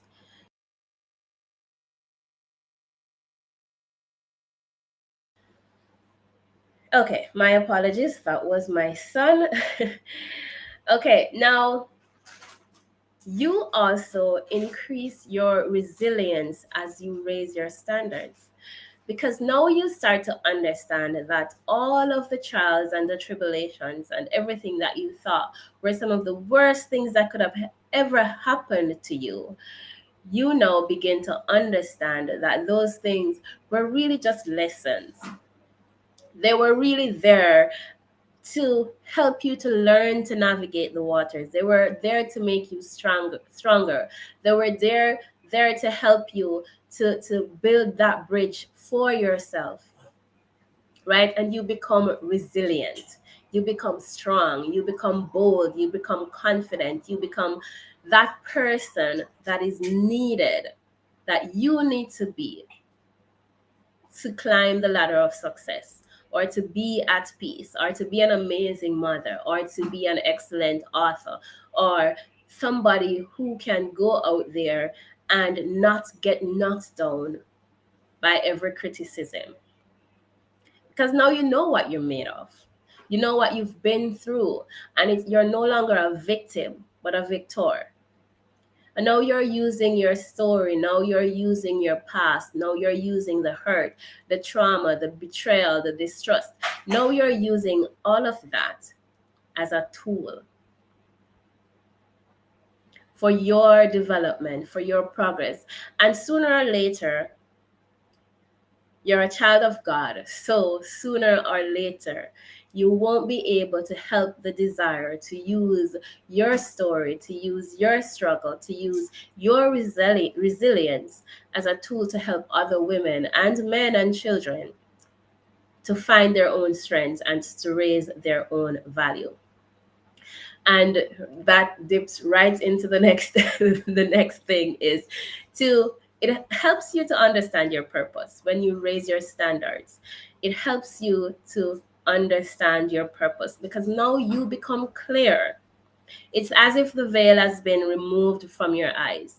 You are acting from a place of clarity. You are acting from a place of purpose, a place of understanding, a place of this immense desire to not just live for yourself, but to see others thrive and to see others grow and to see others become the best version of themselves. Because now you've walked the path, right? You've lived the life. You now understand that all the struggle, no matter who you are, you can come out on the other side. And because you understand that you're willing and you're able and you're capable and you have the desire to show someone else that very thing. And I believe that's what the Enclave is all about, sharing different methods and ways how we can thrive as women and how we can help others in our circle to thrive. So we raise our standards because we want to be better people. Not just better people, but we want to live that life that we know we were called to live. Many times, and over again, I keep seeing this more and more as I coach different people and as I have different conversations with people. All of us, we know what we're supposed to do. We have that desire, it lives within us, but we refuse to open the door so that that light can come in. We are afraid because we don't think we're worthy. So many times people don't think they're worthy. People don't think they're capable. People don't think they have what it takes. And so in raising our standards, we start to recognize our worth. We start to recognize our worth. And the moment you understand your worth, nothing can stand in your way. You become unstoppable. I can tell you that. I can say that, and I can say that with confidence and knowing, because I've basically pulled myself out of nothing by my bootstraps, as people would usually say. But I have pulled myself out of some dark places and some dark situations, and that feeling of worthlessness and that feeling of having no value. Have done it. And I've not done it through education, have not done it through money. I've simply done it through building a relationship with God through building a relationship with myself. Because what I've come to understand is that God is always with me. His presence is always with me. So through building that relationship with myself, it opened up the door for God to shine bright in my life, for Him to lead and for Him to inspire me all the time and constantly. So my worth now was no longer a question. It was no longer something I pondered about. It was no longer something that was based on whether I had a university degree or not, or whether my parents were rich or not, or whether my car was a BMW X6 or not. It wasn't based on anything. So I had a car and I met in an accident with my family. We all came out spotless. I am so grateful every day. I thank God that we came out the way we did. But because of that accident, the car was now banged up, right? And I've heard several people ask me the question, like, how do I drive this car? But guess what? I got to a place in my life where I understood that my value and my worth was not based on the car that I drove. And I was getting to where I needed to get to. The car was driving and I was getting to where I needed to get to. And that was what was important. And yes, everybody wants to upgrade their car, but I was able to not allow the condition of my car or the age of my car to define myself. So I could still drive around in my piece of old banged up car and still be happy, completely happy, and didn't care about what other people have to say.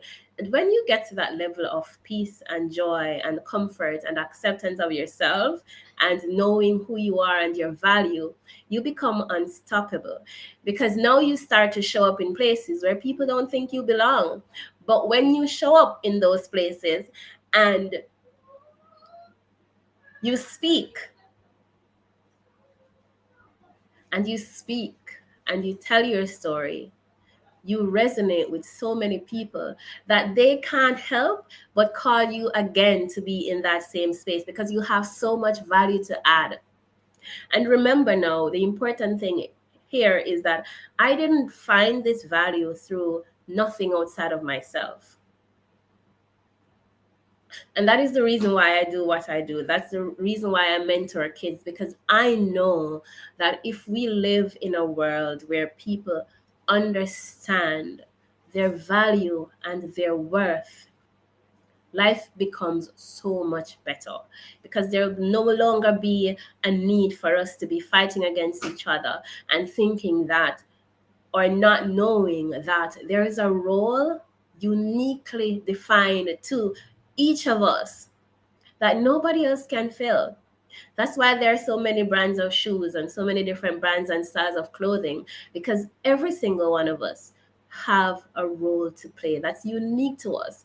And when we understand how much we value, what our worth is, what our value is, there's no longer any need for us to fight against each other or to take something that's not ours, because we can go out there and take what is ours because it's already there.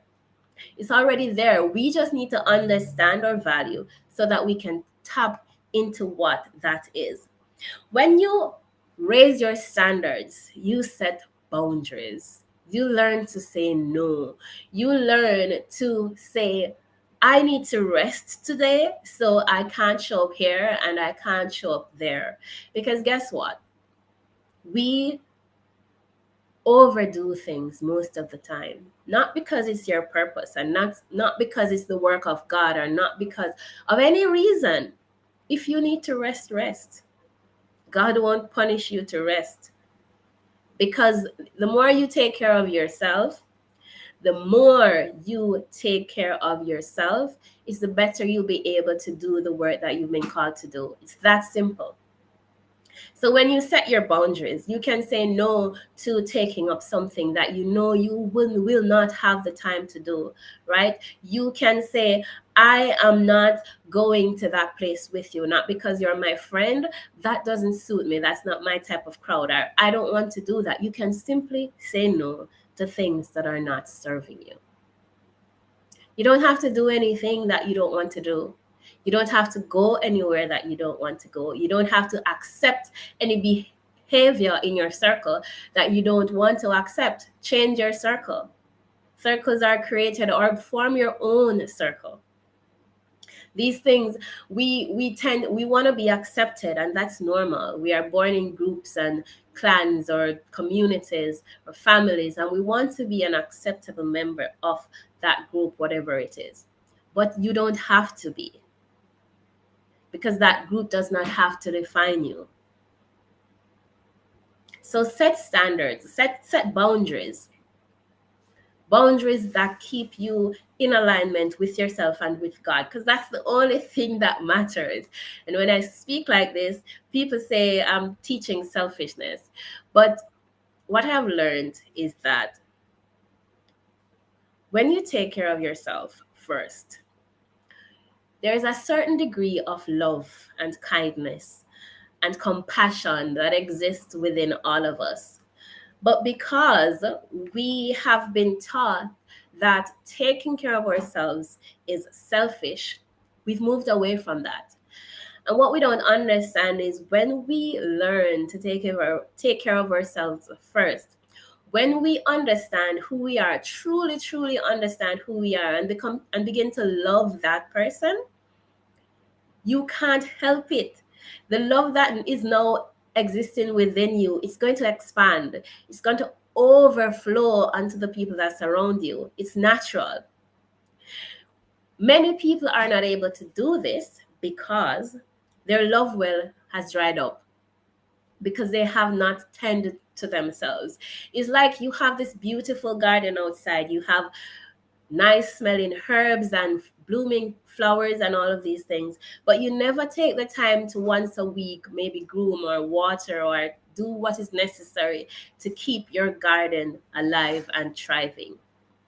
If you never take the time to do that, one day you're going to wake up, and when you open your door and look at your garden, it's all going to be overrun by shrubs. And that's what your self-care means. That's what your boundaries means. Because once you begin to create that relationship with yourself, you are now overflowing with love and kindness. And things that overflow usually spill onto the things that are around it. So create your boundaries, set your boundaries, make them clear. Let people understand that this is who you are, and I won't compromise so that you can be happy. All right. So the next thing that raising our standards allow us to do, and I think I touched on this a little bit before, is it allows us to be selective, in that we're selective of who we choose as friends. Because whether we want to believe it or not, the people that we associate ourselves with really do reflect on us. Because if I'm pairing with a group of people that are hoodlums, if that's the correct words, or not that I want to be discriminative here, but if I'm pairing with a group of people that is going around making trouble, creating animosity, naturally people are going to associate me with them, and they're going to think I'm the same. And if they see me in a group over here and I show up somewhere else and say, oh, I want to mentor 12-year-olds, and somebody would look at me and say, but didn't I see you wreaking havoc last night with this group? So how are you over here now saying you want to mentor 12-year-olds? Is that what you're going to teach them to do, wreak havoc? And so we have to be selective of the groups that we join. Because when we have raised our standards and we have figured out our own value, we no longer need to be accepted by any one group. And because that need for acceptance no longer exists, We don't have to associate ourselves with anybody. We can be selective of the people that we choose to involve in our lives. And when we raise our standards, we now understand why it's important to pursue the things that is on our hearts, or purpose, or goals. And there's this theory or this statement that I've heard time and time again, and it goes something like human beings are greedy, or something to that effect. Yes, some of us are, but it's an innate thing. It's our natural inclination to continue to grow and to thrive. And when you look around you, and the people that are not doing that, and I'm not talking about that those are who are at the top of the ladder or the top of the mountain, and they're trying to keep the other people down. I'm talking about when you are doing that from a place of love and trust and care. The people that are not doing that around you, look around you. And if you notice the people that are not thriving, the people that have nothing pursuing, that don't know what their future, what they want a future, what kind of future they want, they have not raised their standards. They don't know what their value is. They don't know what their purpose is. And that is why they don't have any goals. As is said, where there is no vision, the people perish. That's the reason. People are perishing because they have no vision. And people have no vision because they don't know their value. They don't know their worth. They don't understand that their situation does not define them. So when we raise our standards, the world is now at our fingertips.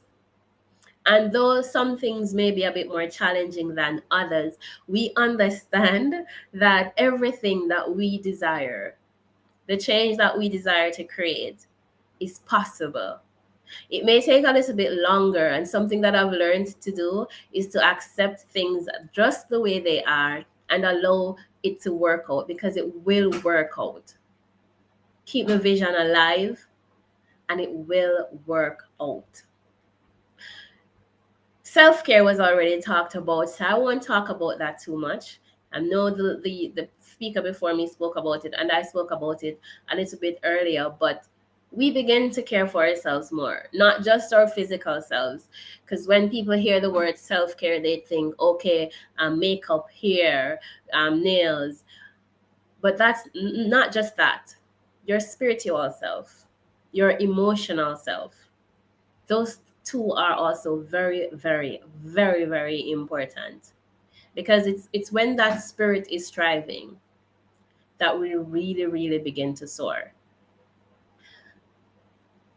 Our desire to learn and grow also increases when we raise our standards, because now we understand again that nothing is impossible, and that there is a way to get whatever is laid on your heart done. I'm still trying. I have a vision that I'm still trying to piece the parts together, because it's so massive and it's even hard to explain it to other people. So I try not to. But I understand, I know what the end goal is, and I understand what I'm trying to do. And each day I get up with that on my heart. And I'm relentless. Even though you might not see me do something every day, but I've set the wheel is turning, and I know that I will get to my destination. So and that only happened because I raised my standards. So many women, sometimes I see them and I shake my head, but then I understand also that everybody has their own journey. But when we begin to understand our worth and our value, when we raise our standards, we become unstoppable. We step into our purpose. We understand how much value we have. We understand that we're queens. We understand that we're powerful. We understand that we're endless.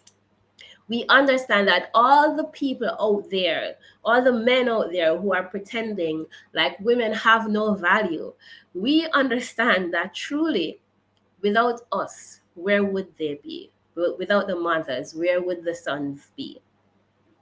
So raise your standards and then seek out people who have similar standards. Associate yourself with those who are going to help you to thrive.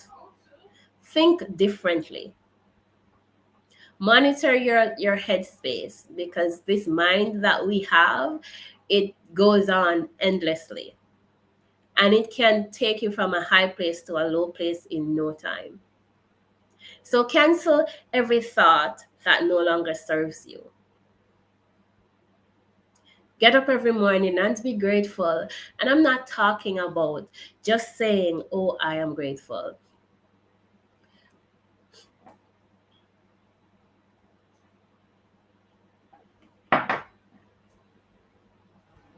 I'm talking about laying down on your bed and thinking about all that you have, all that you've done, all that you're about to do. The fact that you woke up this morning and you have water to drink. Where you're coming from, where you are now. And you'll find that there's so much to be grateful for.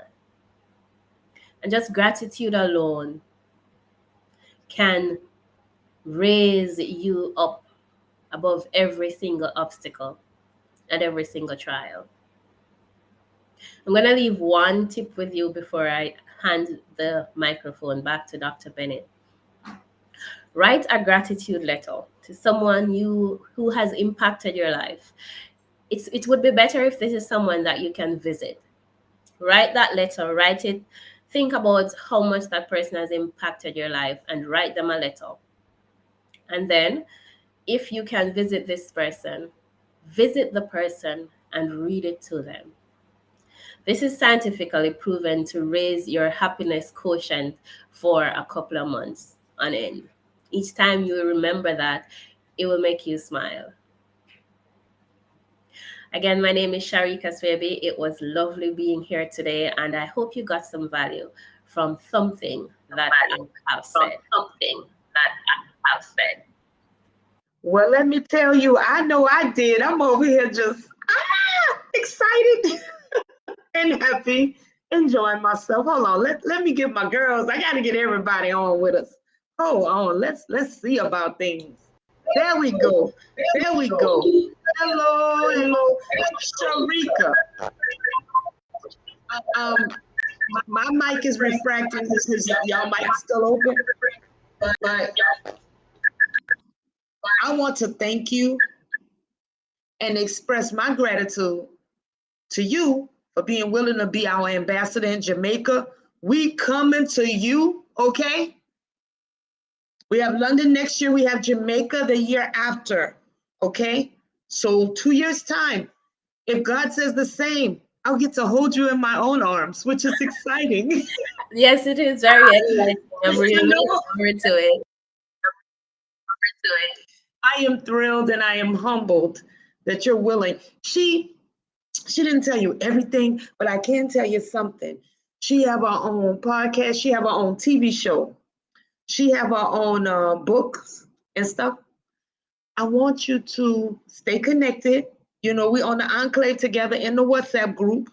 So, you know, hit her up in WhatsApp. Sharika, you interview people. Remember one time you interviewed me? Yeah, I do. I come on your show? Yeah. Oh, yeah. We had a phenomenal time. So I'm encouraging the other speakers to get on Sharika Swaby's show, because that's a cool place to be. I would love to have everyone who wants to be on. Oh my gosh, we had such a wonderful conversation and connection, and she does that with all of her guests. One guest that she had was talking about personal women's issues, body issues. She's just so giving in that space. And I just, I applaud you. You make me happy. I love you and your babies. She'll be doing a bit of advanced work for us. Sharika's gonna go to the hotel, to the place that we'll be in Ocho Rios. We know where we're going. We just don't know what weekend, but she's gonna go check it out, see everything's everything. Then we'll also have a session with Sharika of mindfulness. We're doing it with Esther in London next year, but when we go to Jamaica the year after, we'll be with Sharika. She'll be our mindfulness coach. So we already got our mindfulness coaches set up for the next 2 years because God did that.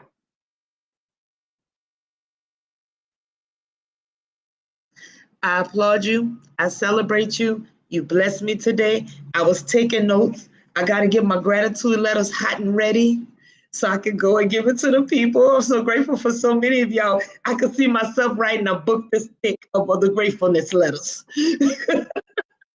and putting those on the streets with no cut. Sharika, if people want to connect with you, what would you say would be the best way? And I'm going to go on mute so that when you speak, they can. Okay, so anybody can call me on my phone or send me a WhatsApp message. So that number is 1-876-446-1191.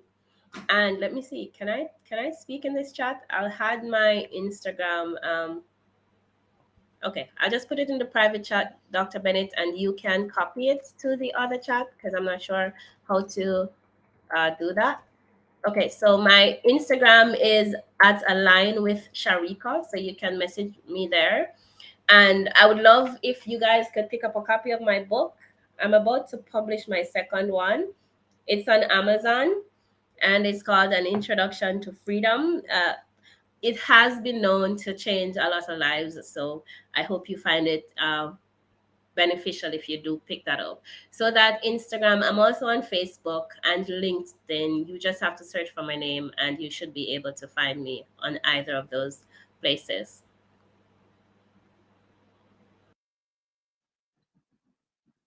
Oh, and I'd love you guys my pleasure to work with my YouTube channel. Let me see if I can get the link for you so I can drop it in the chat for me, Sharika. Yeah, I'm pulling it up now. Just a moment.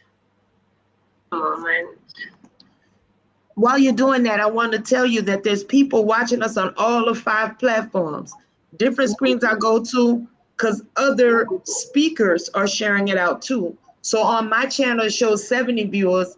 On another one, she's got 35 viewers. When I went to another window, somebody else has viewers. So there's a lot more people looking. So I'm so glad that you came today so that you can get your message out to many. Yeah, glad to be here. Lovely to be here. All right, I'm about to yield the stage. I have your YouTube I am sharing. Ooh, we got somebody I want you to see. You may know her already, Sharika. You may already know her. Hold on. You may already have this lady. You may already know her, okay? And if you do, then my apologies. But I hope I introduced you one time before. I don't remember. Let's see. Elaine Jackson. Elaine Jackson, are you ready to come on with us? Let me see. She probably in the kitchen cooking. She's doing something. I don't see her on there, but I see her. She's in the room with us. I'm trying to see if this Elaine, if I can shake her shoulder. No, she's not coming on. She's cute. Oh, there she go. Hello, can I bring you up? Are you camera ready? Or you want to go sound? I'm gonna put you on the sound.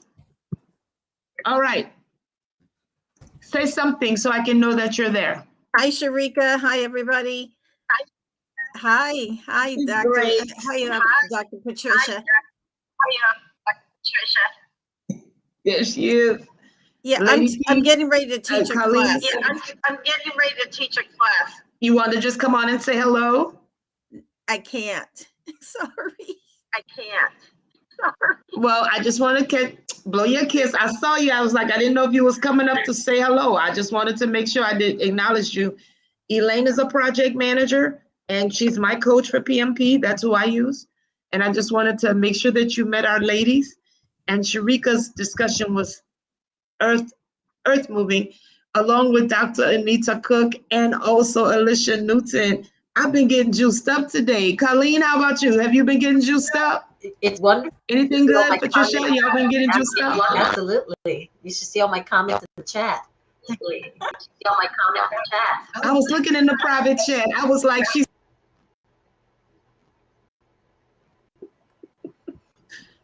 You were.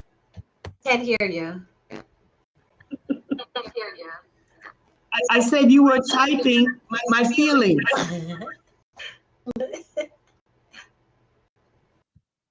Yes, Sharika, that was beautiful. Thank you for all that you shared.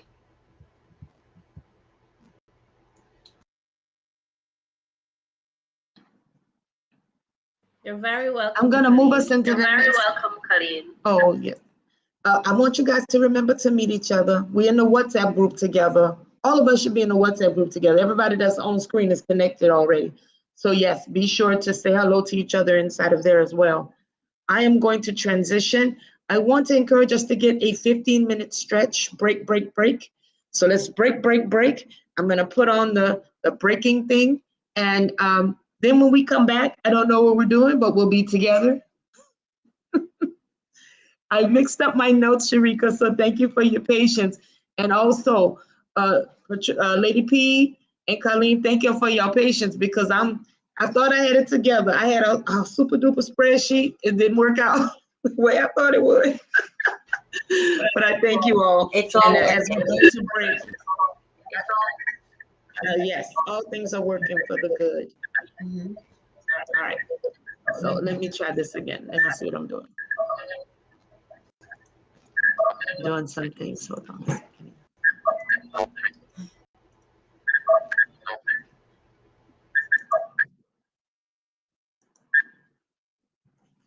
Am I echoing?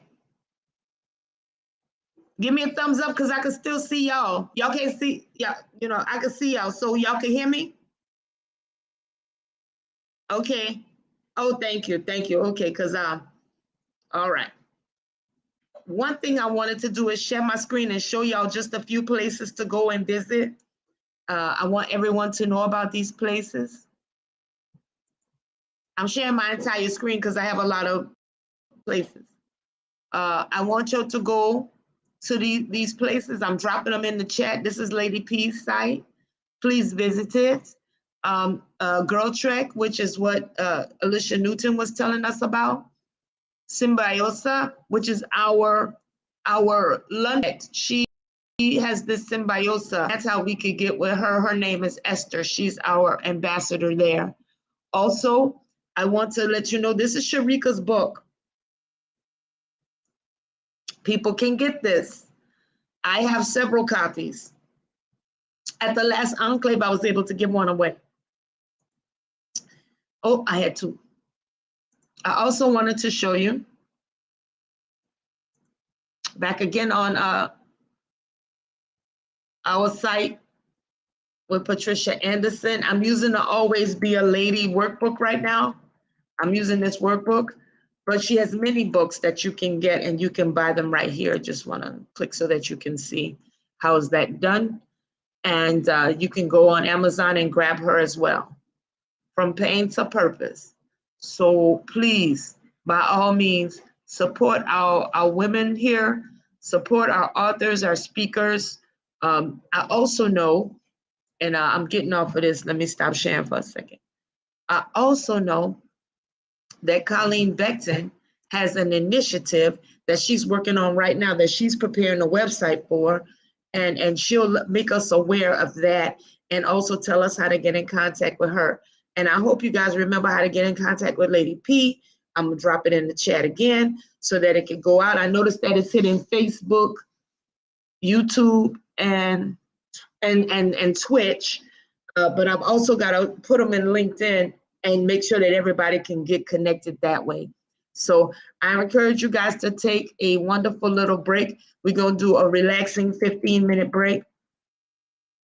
And if there's anything you want me to say before we break, just drop it in the chat. and I will do the needful. If there's something I've neglected to mention, I am looking in the chat to make sure that I've completed some things. Oh, okay, I have a present. I have a present. We have a digital business card that I'm gonna put up there too. Okay, there's a delay in my speech as well. Thank you for making me aware of that. I've noticed that on some of the platforms, it's lagging a little, so thank you. Oh, when we come back from the break, be ready to speak. Patricia Anderson, be ready to speak after we come back from the break. And I'm setting a break up right now.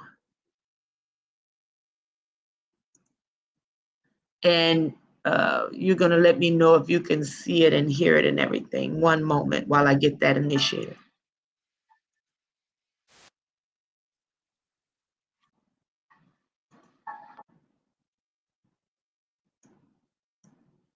All right, let me take a look. I'm about to let you guys see it. And it's gonna ring with a bell. A bell will ring from it.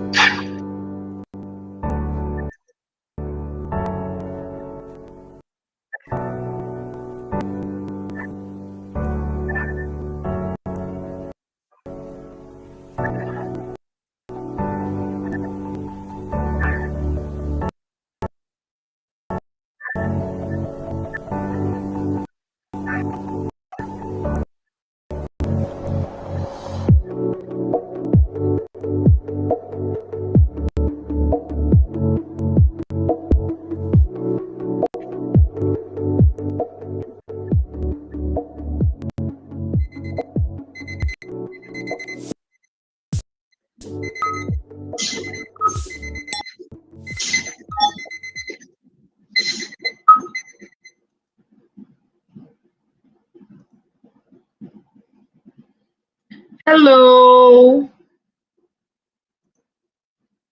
Hello. Okay, hold on. Let me bring up another one of our amazing speakers today that is going to give us some additional insight. I'm Dr. Wanda Bennett, your host and facilitator. Welcome back from the break. I got a chance to enjoy some beautiful Louisiana sunshine. I went out, I'm in Baton Rouge, Louisiana, and I walked around and got me some sun and I moved because I know movement and motion brings energy. And I feel very, very blessed and just so happy to be welcoming my sister, okay, my sister from another mister, the esteemed Patricia Anderson. Did you hear Elaine say Dr. Patricia Anderson? Okay, I just want to let you know she addressed you as doctor. So yeah, I'm gonna be cute and go on mute. I want you to take the stage. I'm about to put you out front, so be ready for that. And I just want to thank you for being here today. And I yield the floor to you. I'm gonna be cute on mute. Go ahead on. Well, be cute on mute. It is self-care day. It is nothing wrong with that. Hello, hello, hello, everyone. Again, I am Patricia Anderson, aka Lady P, aka Victorious Winner, aka the Freedom Coach. I am the wife of Deacon Lee Anderson. I'm the mother of Shanita Precious Trey and Princess Sunshine. I'm the grandmother of Mia Story, Elise, CJ, Carla, Elora, and baby Jupiter. But most importantly of all, I'm a child of the Most High King. I am the CEO of Lady P and Associates LLC, an event management and outreach organization. I am an ordained minister, a Christian counselor, Christian chaplain, an author, a certified life coach, a certified event manager, and a project manager. And guess what? None of those labels mean anything when you're facing depression. So I'm going to talk about what is depression, fighting depression. How do you do that? And I'm telling you this because I'm just on the other side of it. So I thought this was really good for me to be transparent and to share this with you. So, when we look at depression, it says depression is a mental health disorder characterized by persistent feelings of sadness, hopelessness, and a loss of interest in activities that were once enjoyable. Activities that was once enjoyable. Why are they not enjoyable anyway? And the worst thing of all, when doing my research, I found out it is so common. It's common. It is a common mental health condition that affects millions of people. Depression affects millions of people. It's nothing new. It's just that I think the pandemic has brought it more relevant to the forefront. People have always been dealing with depression in different ways.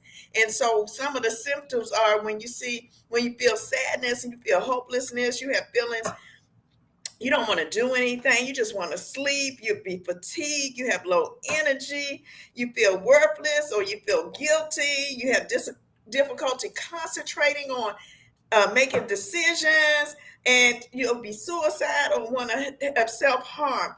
And the reason why I'm saying these are just some of the things, because there's so many other symptoms that we don't even see in people. Most people that are depressed don't reach out to people, but I'm here to employ you to reach out, talk to someone, find your safety net. This is how we fight depression. We want to be winners. We want to be victorious. I call myself Victorious Winner. I named myself that in 2018. But guess what? There has been events that have happened in my life. There has been things that have happened in my life, circumstances that have happened in my life. And so sometimes I've gotten into that depression mode and didn't even realize I was depressed. Depression, it can be, like I said, a combination of different factors. It can be a brain chemistry. People don't realize depression don't always come from a life event. Sometimes it comes from your DNA, your genetics. It comes from your brain chemistry. So, I implore you to go research that. You might be saying, oh, I don't know why I feel this way. I don't know why I feel this way, And so for me, in 2022, December the 19th, I had surgery. And so when I had surgery for cancer, my doctor told me I was going to go into instant menopause. I didn't know what menopause really was. I'm 57 years old, didn't know anything about menopause, hadn't been through menopause, but I didn't know that it caused depression. I didn't know that it caused fatigue. I heard about the hot sweats, and I heard about the sweating and all that, but I didn't know all the other things that was associated for it. And so I'm still on the other side of it because I've done my research. I've had people that I could lean on and talk to me and tell me, hey, they don't tell you everything, but this is a part of that. This is why you feel this way. So self-care is very important. We talked about resting for your body, for healing. We talk about resting your mind. I mean, self-care, some people do shopping. I'm not telling you to go out here and spend all your money and be broke. That is not what I'm saying. When you're depressed, don't go out here and spend money and be broke. Some people eat their way through depression. Don't do that either. Maybe a piece of chocolate, but don't just keep chocolate in it all, and cookies and ice cream, and, finding comfort in food instead of finding comfort in yourself. Just really being at a healthy place. You have to seek professional care sometimes when you're fighting depression. I know it's a taboo, especially for Black people, but I'm going to tell you, it was a time in my life over 20 years ago that I had to see a psychiatrist for 2 years because I had gotten divorced. And so I didn't know who I was after that. So I did it secretly. I didn't, I'm in the church, I'm serving. So I didn't want people to know that I was doing this, but I did it secretly. So sometimes it requires both. It requires spiritual and it requires professional. And God made these professionals here to help you to get through the crisis that you're going through. Depression to me is a crisis. It's a 911. It's a call for help. And you need to raise your hand and say, I'm not okay. And guess what? It's okay not to be okay. You don't have to be okay 24/7. It's okay, but you got to raise your hand. Get around people you can trust. I heard somebody talk about exercising. I'm not a person that exercises, but I'm going to implement that into my plan. Because when you're walking, like they say, walking is free. Walking is free, but you got to implement some things that you enjoy into your plan, whether it's painting, whether it's going to visit a friend, whether it's sitting out on the beach, on the sand, things that don't necessarily require you to spend money, but things to have you make peace with yourself and peace with the environment and peace with others. Because when we're feeling depressed, we're not good to anybody else. We put on masks, we put on face. People don't see us. We get in our bedrooms, in our lonely place, and we're crying and we're upset. We don't know why we feel this way. We don't know how to come out of that because we're not an island. It's not created for us to make ourselves come out of that. We have to get around a support team. Depression is real. It's killing people. And that's why it's so important, because you have to say, this is how this made me feel. And then you have to say, why does this make me feel this way? Why am I feeling depressed? What does it mean for me? It can mean weight gain. It can mean loss of memory. It can mean so many different things. And I'm saying this because I also, even before my surgery, I dealt with depression in different ways with my children, with my friends.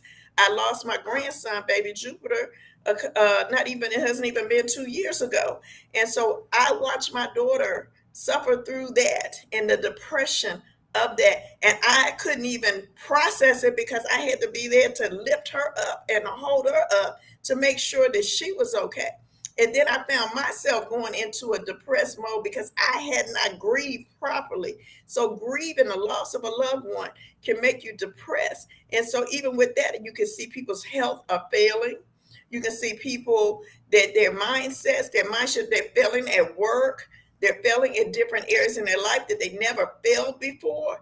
And so we want people made whole and healed. We talk about this is self-care day. So when I talk about fighting depression, there's different ways to fight depression. And it begins with you admitting, I am depressed. I'm not okay. I can beat this though. We don't stay stuck there. We know that we can beat this depression. You have to build yourself up.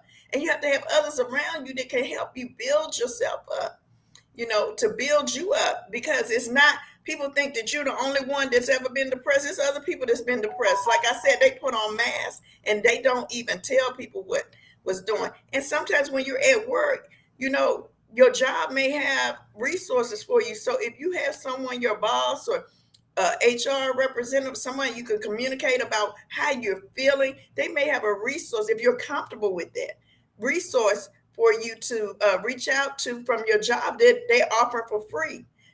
Counseling, virtual counseling, just different things that jobs now had offer in the past, but people weren't taking advantage of it.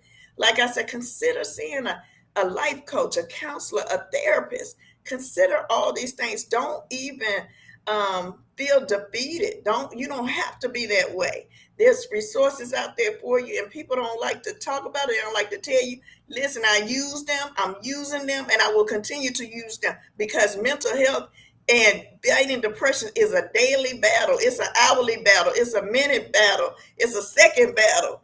And then once you do, just another way of fighting depression, you have to have self-discovery. You have to say to yourself, it's a new day.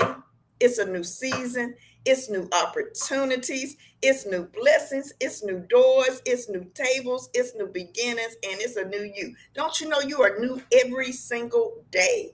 Every day you're new, because God gave us brand new grace, and he gave us brand new mercies every day. He gives it to us every day. If we didn't need them, he wouldn't give it to us every day. So that means I'm a new me every day when I wake up.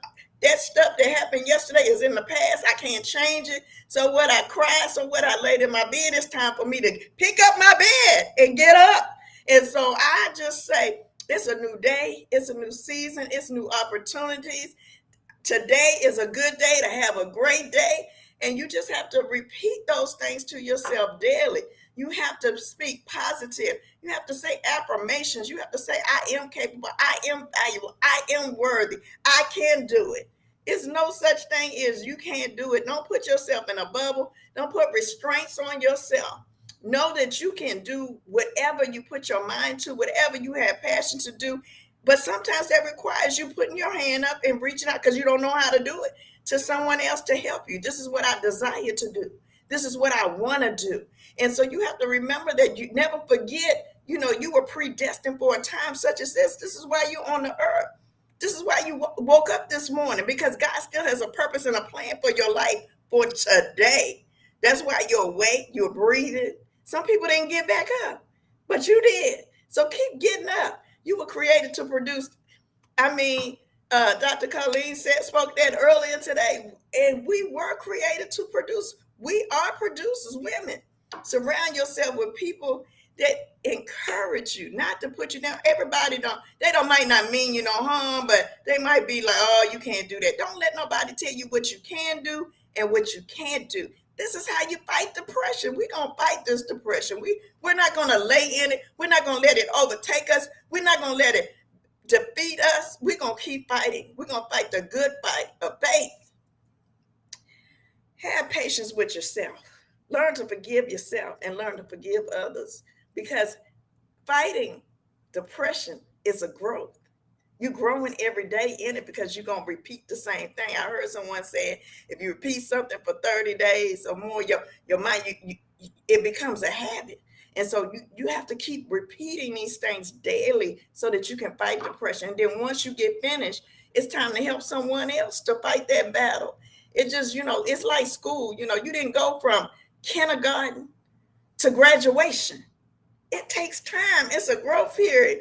You had to go through each grade to get to graduation. You don't just grow overnight like planting seeds and flowers. You plant that seed, you look at it, you watch it. The next day, it's not going to bloom into a flower the next day. It takes time. It takes water. It takes consistency. It takes persistency. It takes you knowing that I can defeat this depression. We have to fight this depression. It's real. It's killing our youth. It's killing our older people. It's killing so many people. It's making people's health deteriorate. And we don't want this kind of life. We want the abundant life here. And you have to become comfortable with being uncomfortable. And sometimes that means that we have to take that mask off. I know we wore a mask for protection from COVID and other things. I still put mine on because I have really bad allergies and sinuses. So when I go out and the pollen count is high, I'm gonna put my mask on because I did not have to take allergy prescription medication for my allergies for 2 years So COVID was, it was not, it taught me some other things versus just that disease. I didn't have the flu. I used to catch the flu every year. I didn't have the flu. So fighting depression is a process, just like with everything else. And you have to, build trust within yourself. You have to start trusting yourself. And how do you do that? How do you start trusting yourself? You have to speak positive over yourself. You have to say, hey, I am wonderful. I am beautiful. I am creative. I can learn. I can do this. I can step out. I can't fight depression. Depression has no hold on me. Depression will not defeat me. I am no longer depressed. You have to start speaking positive affirmations and start saying what God has said to you. You have to start rejecting the normal. Everybody say, well, that's just a process. That's a part of life. We know that we reject some of that stuff. It's our reality, but I ain't got to live in it right now because I'm going through this. Once I pass through this, then I'll know how to defeat other things as well. We want like I said, the abundant life, and we want to fight this depression so that we can help others to live an abundant life, to live a long life. God said he promises long life. Hallelujah.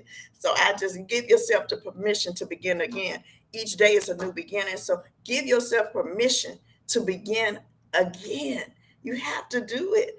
You got to speak. You got to cloud out the negativity.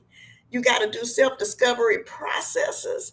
You have to, everything each speaker has spoke about on today is self-care, and it will help you fight depression. It will help you get to your peaceful place. It will help you to renew your joy that you had. It will help you to go on with life, but you got to follow the steps.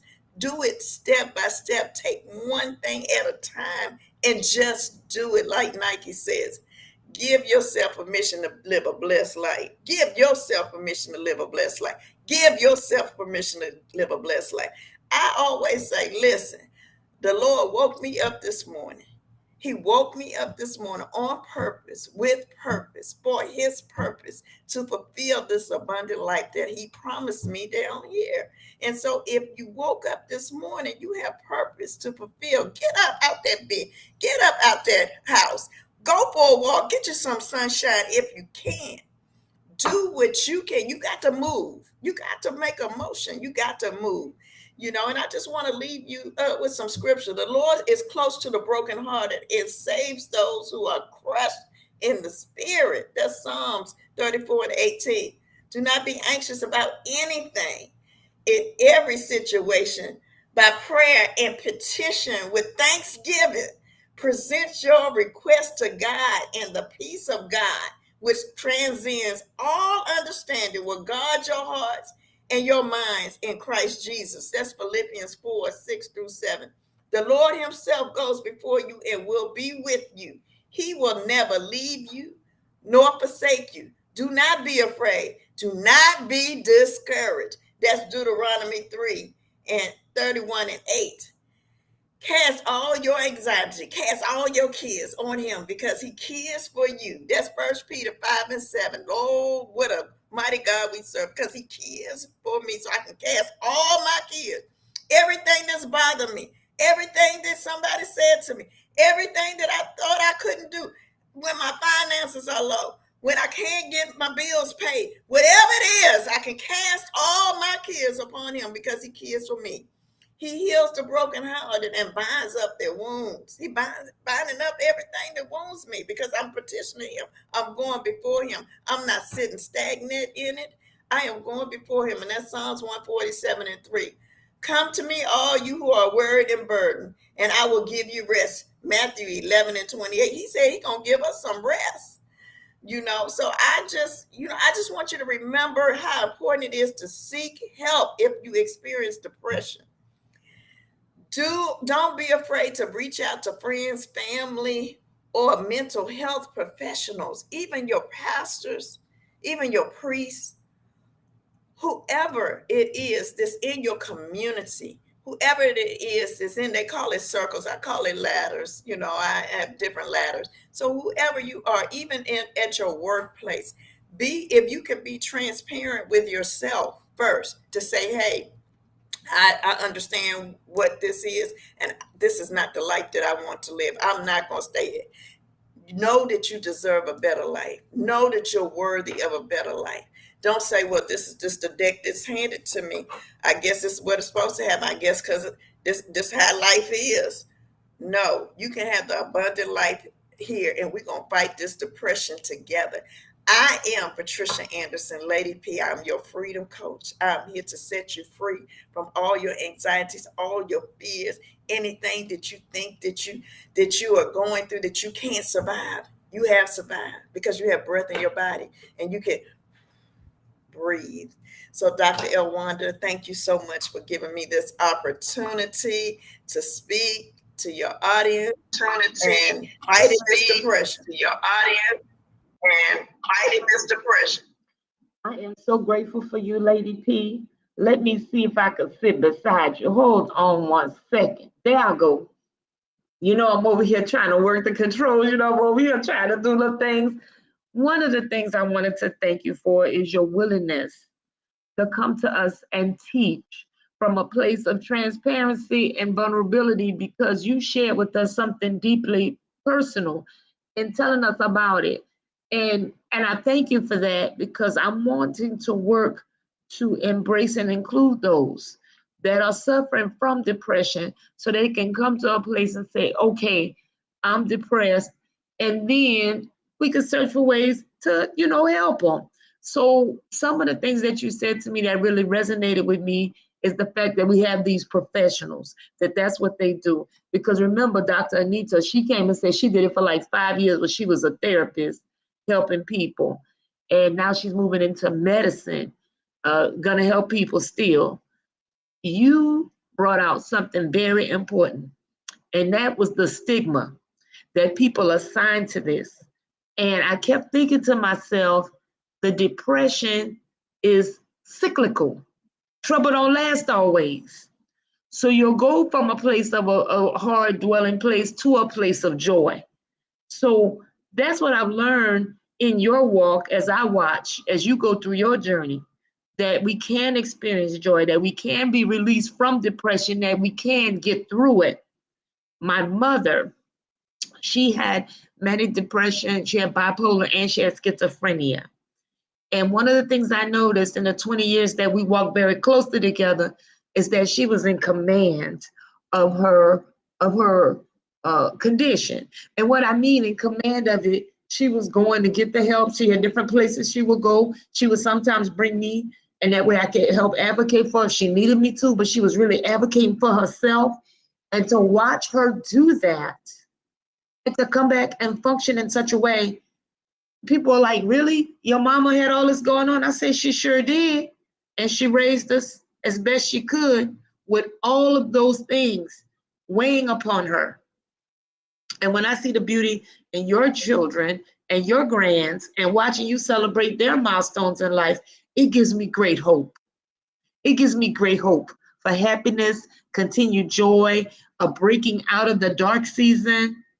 That's what it does for me when I hear you talk about that, Lady P. That's what it does for me. And I like what you just said. You say it's a choice. I choose today to be happy. I'm making a conscious choice, a decision that mine today is going to be good.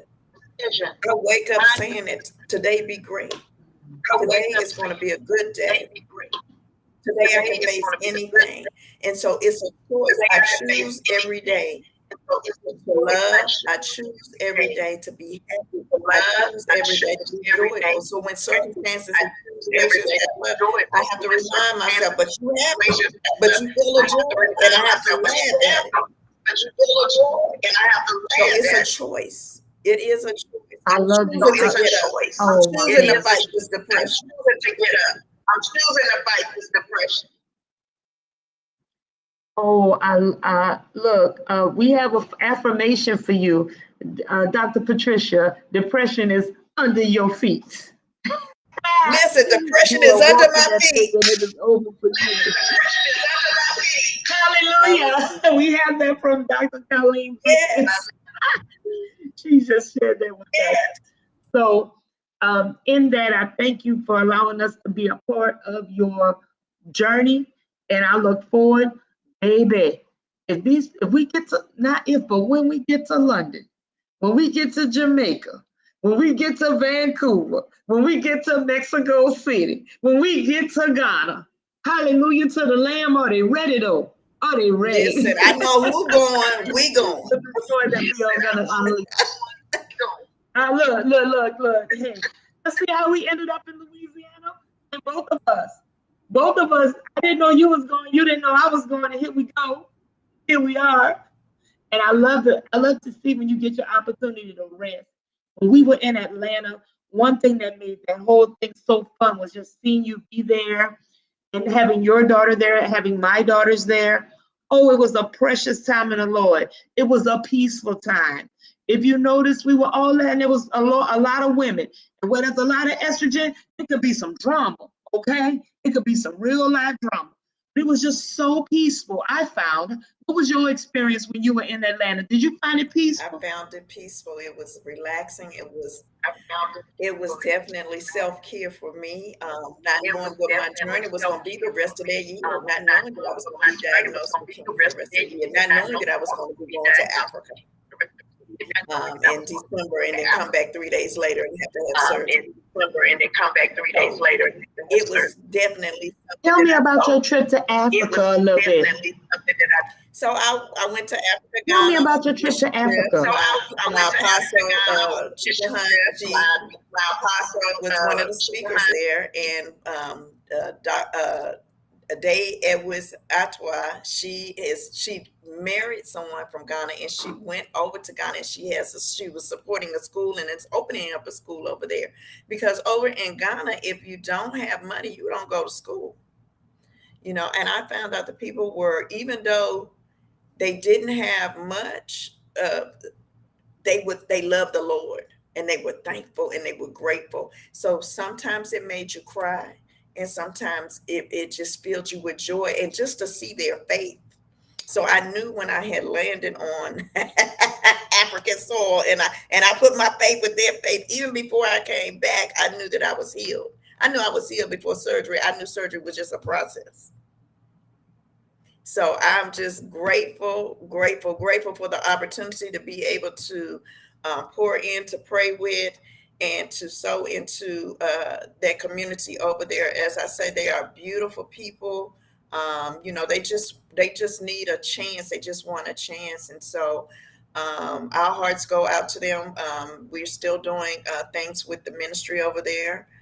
We are partnering with a church that's over there who it does go out and do mission work. And so we're just grateful for the opportunity. Like I said, we understood the assignment, and the assignment was mission work. We weren't there on vacation, although we enjoyed a couple of the sites, but we were there to minister to the people that were there. And so the group of people that we went with were all across from the United States. We had one of the, I think she was from Nigeria, but she lives in Ireland. One of the apostles, she came from there. And so we had people from everywhere, pretty much every state that you could think of that came out to help with this mission and to help Dr. Day. It was Atwa with her vision for opening up a school. And so they are going back in October. She has a mission trip in October. They are going back in October.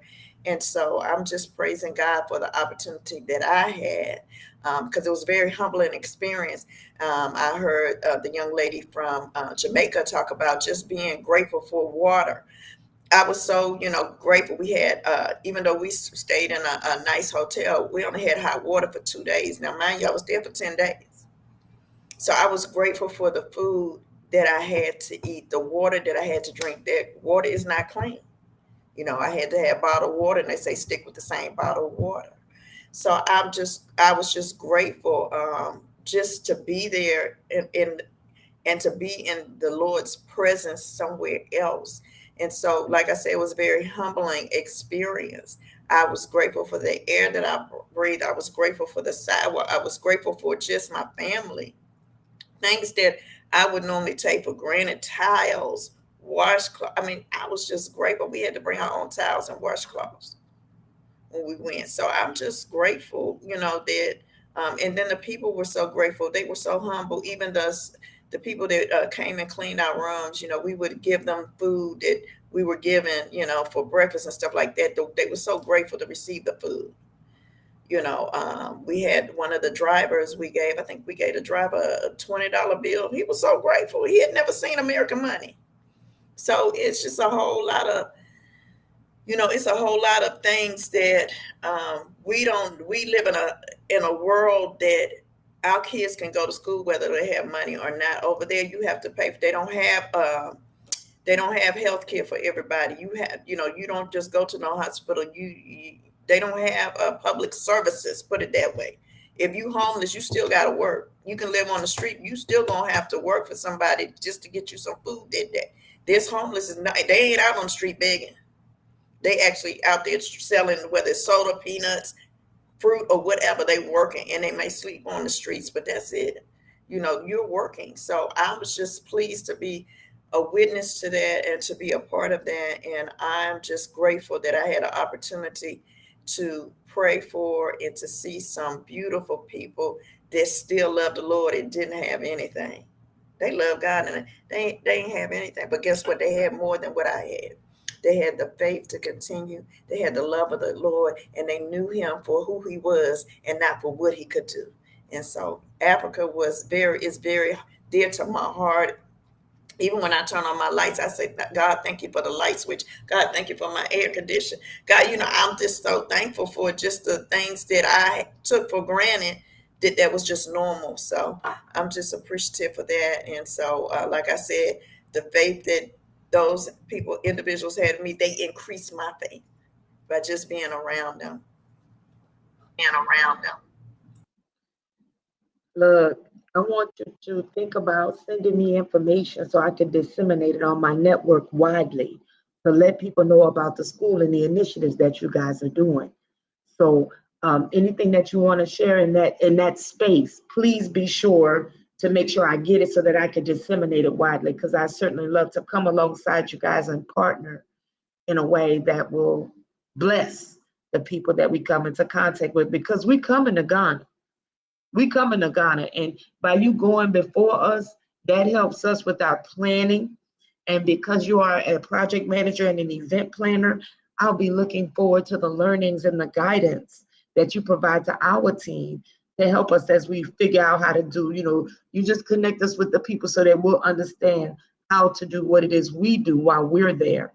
So thank you so much for being willing to share that with us. And I just look forward to us tying up again and being there. And I know I had a good time with you in Atlanta. I can only imagine that 10 times anywhere else in the world. Yes, I'm looking forward to it. Definitely looking forward to London. Can't wait for the information. Can't wait to get it started. Can't wait. London, here we come. London, here we come. And Esther came on this morning and gave us a talk about her work. And it's so, how would I say it? It's fascinating, the work that she's doing. So I'm going to send you a link so you can see her talk, which was a little bit earlier this morning because we got up around, well, I've been up early, but her talk started at 8 o'clock our time, which is 1 p.m. their time. So I was able to get her and have her come and talk to us about what she'll be doing for us as our London ambassador.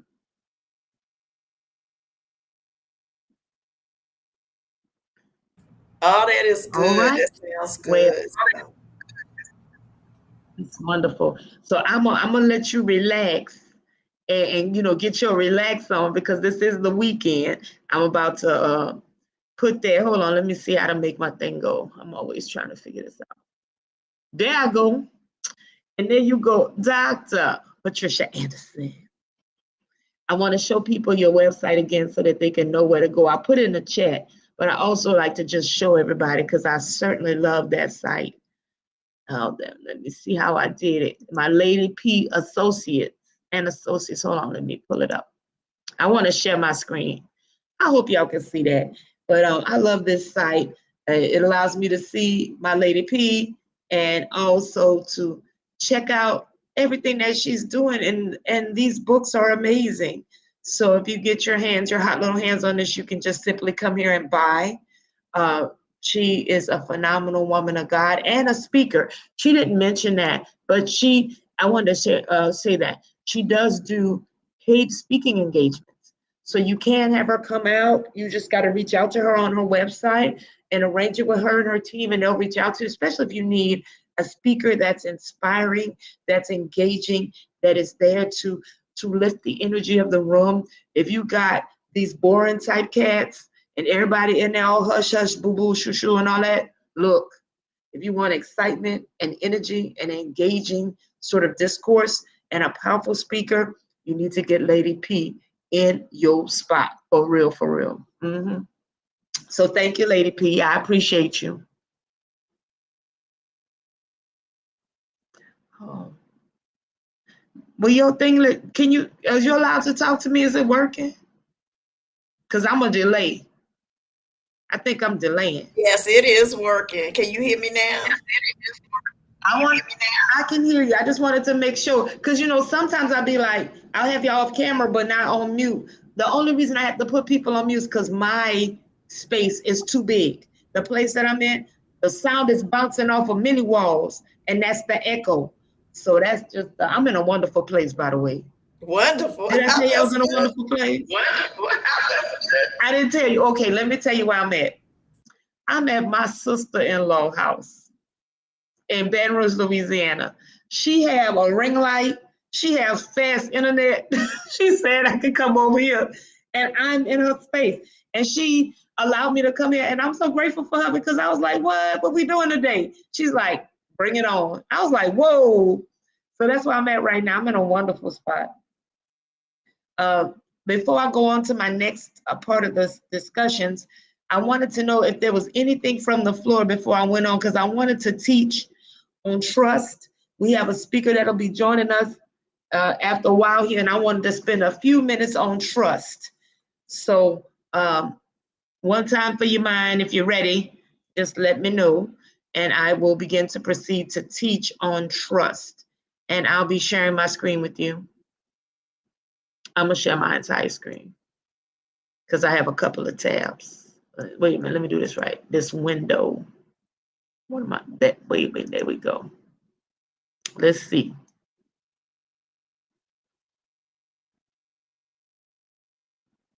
It's gonna be like the Matrix for a minute.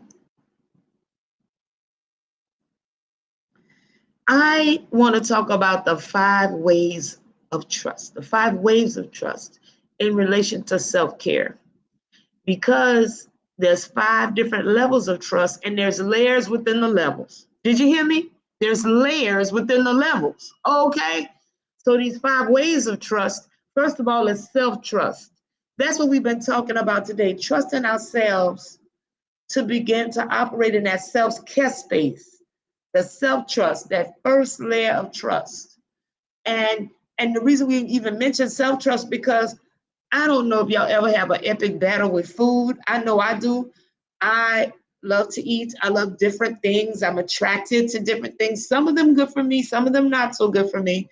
So I'll be like, you know, can I trust myself around this chocolate cake that's looking at me, winking and thinking? Can I trust myself with these 1,000-layer cookies? I got a hold to one the other day that I was like, oh Lord, I just had one bite and I said, God, I can't even mess with this no more. The cake was there was like a little cookie. It had raspberries on it and cream cheese. It was like a raspberry cheesecake cookie. And I had one bite and I was like, Lord, thank you for that. But I know I can't mess with that. I can't trust myself with that cookie. Okay, cannot.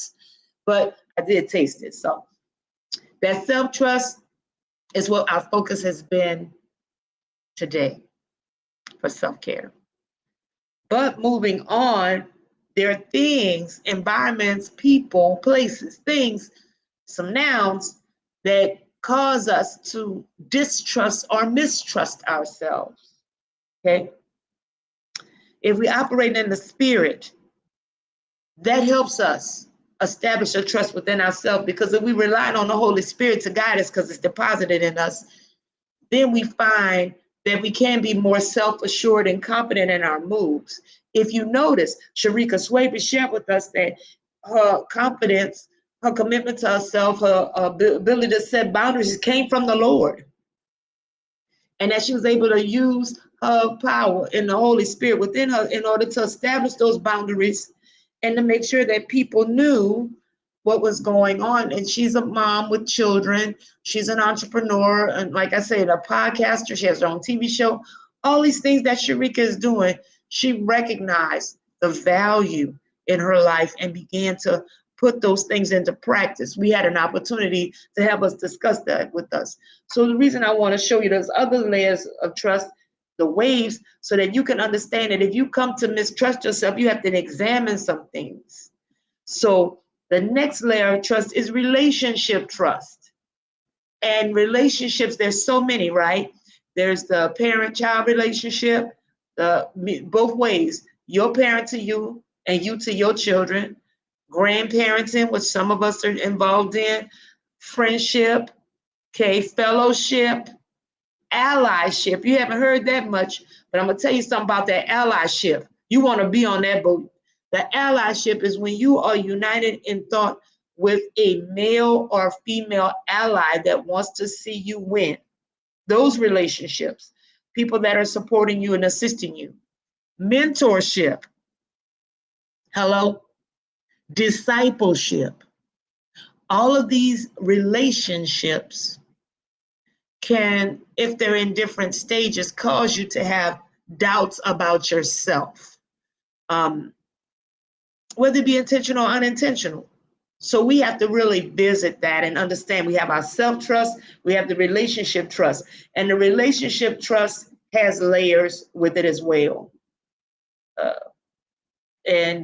I just want to break those down real quick, the 4 layers of relationship trust. You have the one web identity trust where I know you based on your activities. I've met you before. I have some familiarity you based on your identity, who I know you to be. I can trust you there. There's that trust where I can give you a fiduciary trust, where I can give you my PIN number and my card, or where I can bring you into my finances and that you won't rob me or do me nothing. There's the fiduciary trust.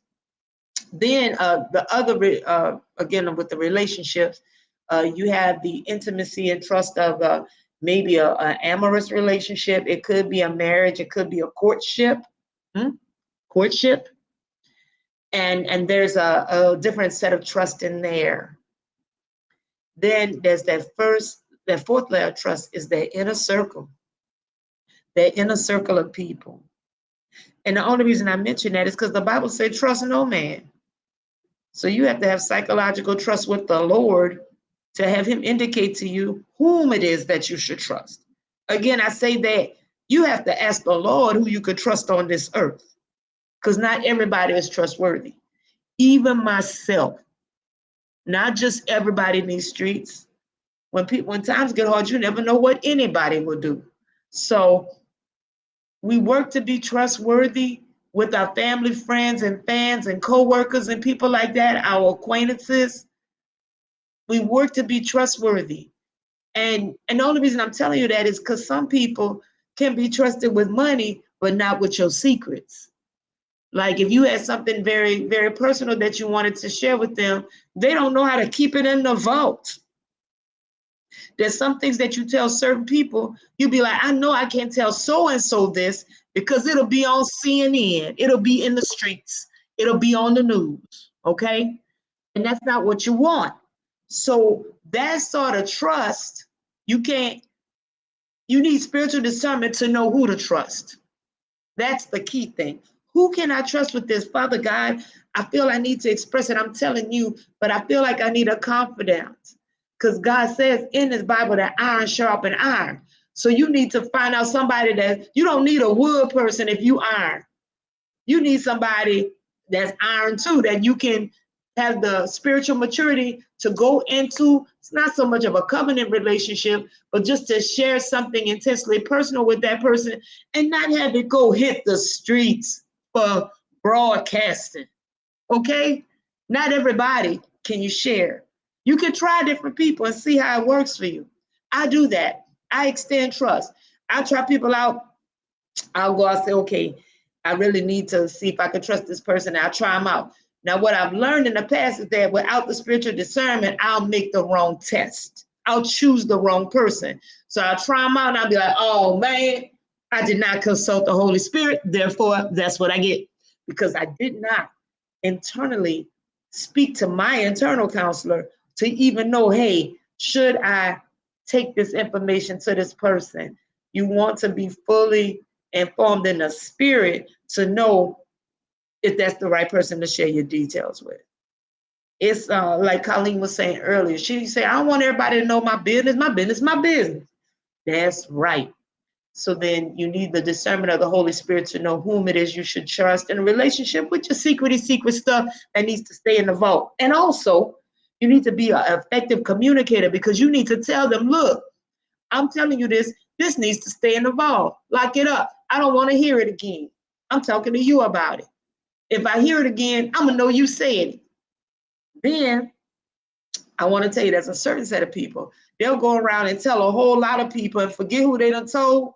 And then they come back to you like you done said it, but they done told 6 or 7 people, and you're not the one that done spread it. You have to get them clear on that, okay? Especially if they come back to you and be like, did you tell so? No, I ain't tell them nothing. If they know, it's because you know, or they know because you told somebody else. Don't come over here, because once you tell me, you say it's a secret, that's what it will remain. It stops here.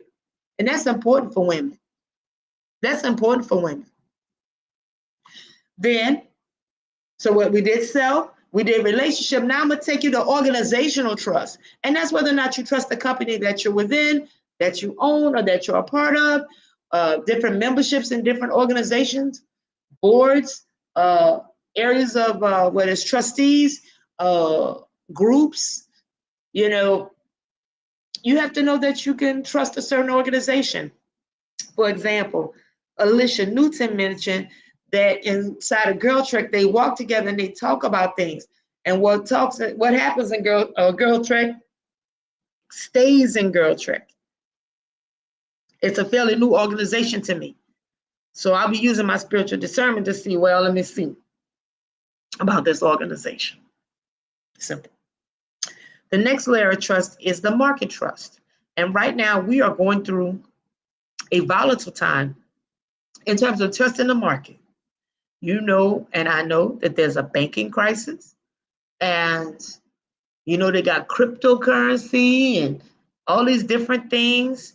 And because that's available now, the market is kind of shaky. The market is kind of, you don't know who to trust in the market. It's always been that way, but it seems to be elevated and amplified as of late. So you have to have spiritual wisdom and discernment with the marketplace of who you could trust. And as you're building relationships with your clients, your customers, your kinfolk, your co-workers, that market trust becomes invaluable, because trust is social currency. When you have trust with some people, again, like I say, it's social currency. And then the last one is societal trust. And you know that the world is at war.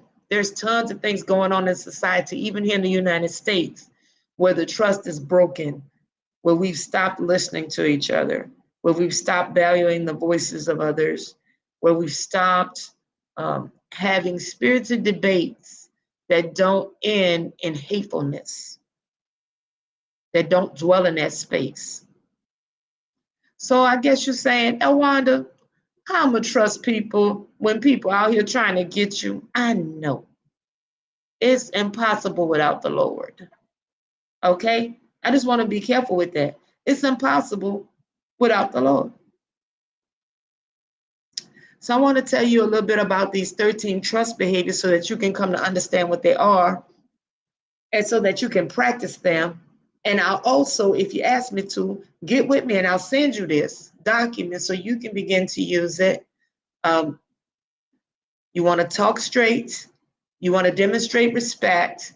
You want to create transparency, right wrongs, show loyalty, deliver results, get better, confront reality, clarify expectations, practice accountability, listen first, keep commitments, and extend trust.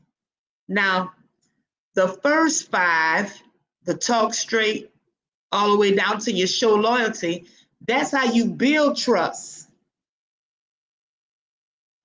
The second 5, from deliver results all the way down to practice accountability, is how you sustain trust or rebuild trust after it's been broken. Let's say you've broken somebody's trust. Let's say you done messed that up. Or let's say someone done messed up the trust with you. This is how you establish or reestablish the trust if you decide to go that route. If you decide to trust somebody again that's betrayed you, you have a way forward. You could have these 5 different things that are happening that are gonna build it back up if that happens. If you decide to mend the trust, or if you're attempting to keep it and sustain it, if that makes any sense to you. Then lastly, these are the repairing of trust. Repairing trust. You listen first. Let's say I said something wrong. Maybe I said an ill word to you or something I should not have said, or maybe I did a revealing.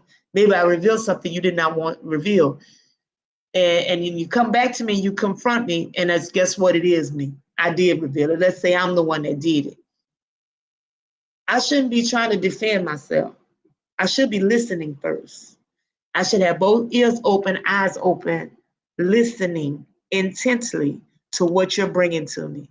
And that listening in the moment with intention, you can't be multitasking on your cell phone. You can't be over here reading these papers. You gotta be in the moment, listening to them with your whole self. Bring your whole self to that conversation. Then you want to keep commitments, which is honor your promises. And then lastly, extend trust. Extend trust yourself. So I have these trust cards. I won't bring you through them until I'll bring you through each and every one when there's more time, but I want to give you a couple of other things. Trust is built on 2 key principles: character and competence. Do you have the right, mindset, and can you do it? People get trust messed up because they gave their trust to someone that wasn't competent, or they gave their trust to somebody that lacked character. That's what it is. When your trust gets broken, it's because of that. And with the character, that's why I say you have to use spiritual discernment, because you have to see what their intent is and what their integrity look like. Some will go down intent. You know that they're caring. You know that they're transparent and that they're open. Basically, they're not going to fake you out to take you out. These people with the character, they're intentional. I would say a greater degree of mindfulness when it comes to you. They care, and they also have this transparency working with them and openness. So when you talk to them, they have credibility. Then you have the integrity side. You have that they're honest, that they're fair, and that they're authentic. Because what you don't want is no faker. You don't want that. You want somebody that's real with you. You want somebody that's gonna be complete with you. And when people talk about transparency, honesty and authenticity are part of transparency as well.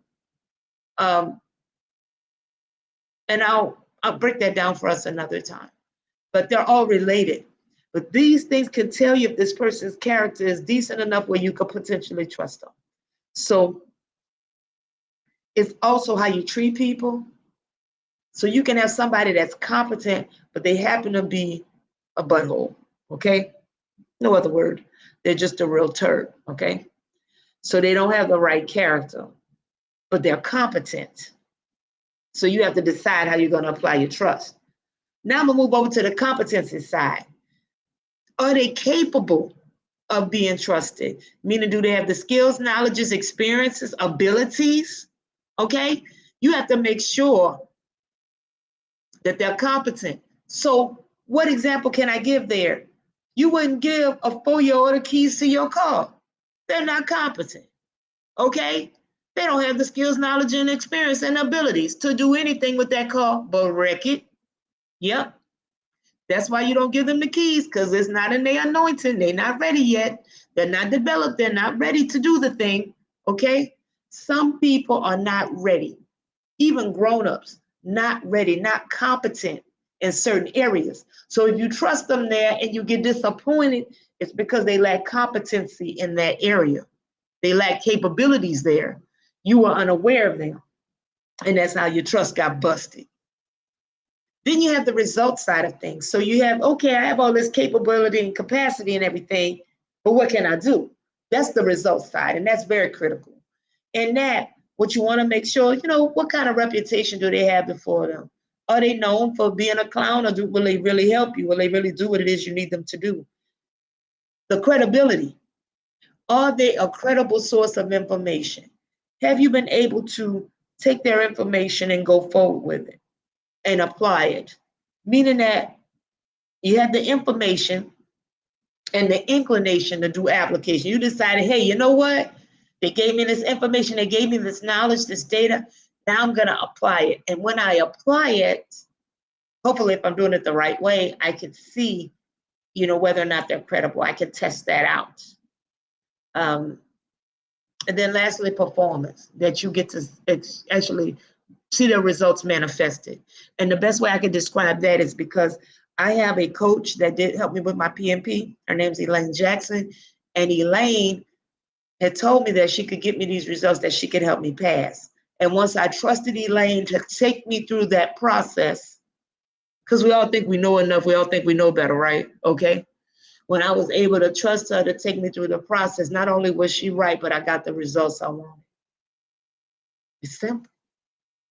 So when you trust the right person, you can have good things occur.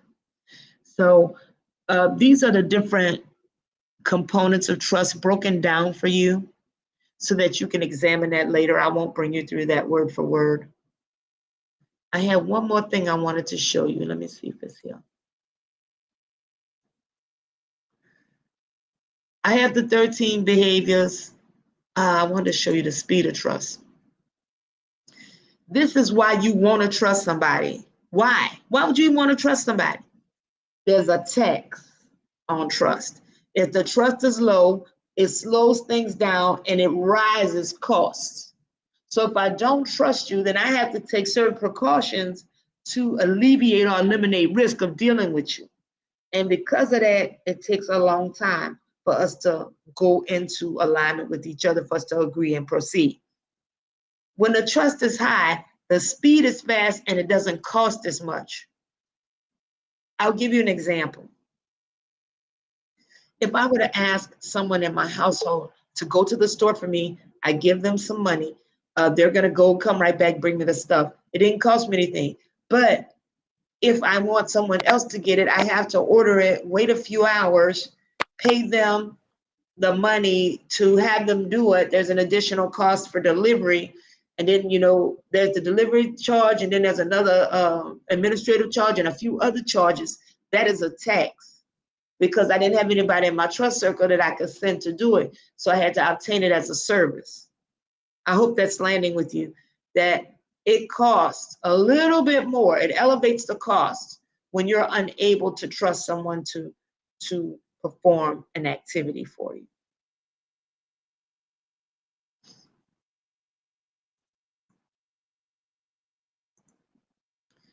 I hope that was very useful to you. And I hope that was something that could maybe potentially be of great value to you. I'm going to check the chat. Let's see. What are we talking about? Oh, what are we talking about? Social currency and trust is crucial. You are right. Colleen, I wanted to ask you, any of the speakers that are here, if they wanted to take the floor, because our next speaker will be talking to us at 1:15. She has not quite arrived yet.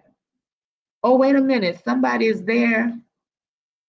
Oh, they told us to have a good day. They're in the chat. I'm just looking right here to see who all I can see. And I'm checking the chat.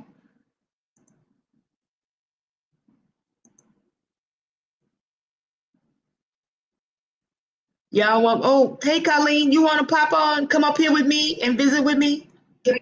Can I grab you? So. Can I grab you? Okay, great. Okay. I'm gonna mute my microphone so you can talk to us a little bit. I'm gonna mute. Okay. Okay, hello everyone. What a wonderful, wonderful, restful Saturday. Yeah, self-care Saturday.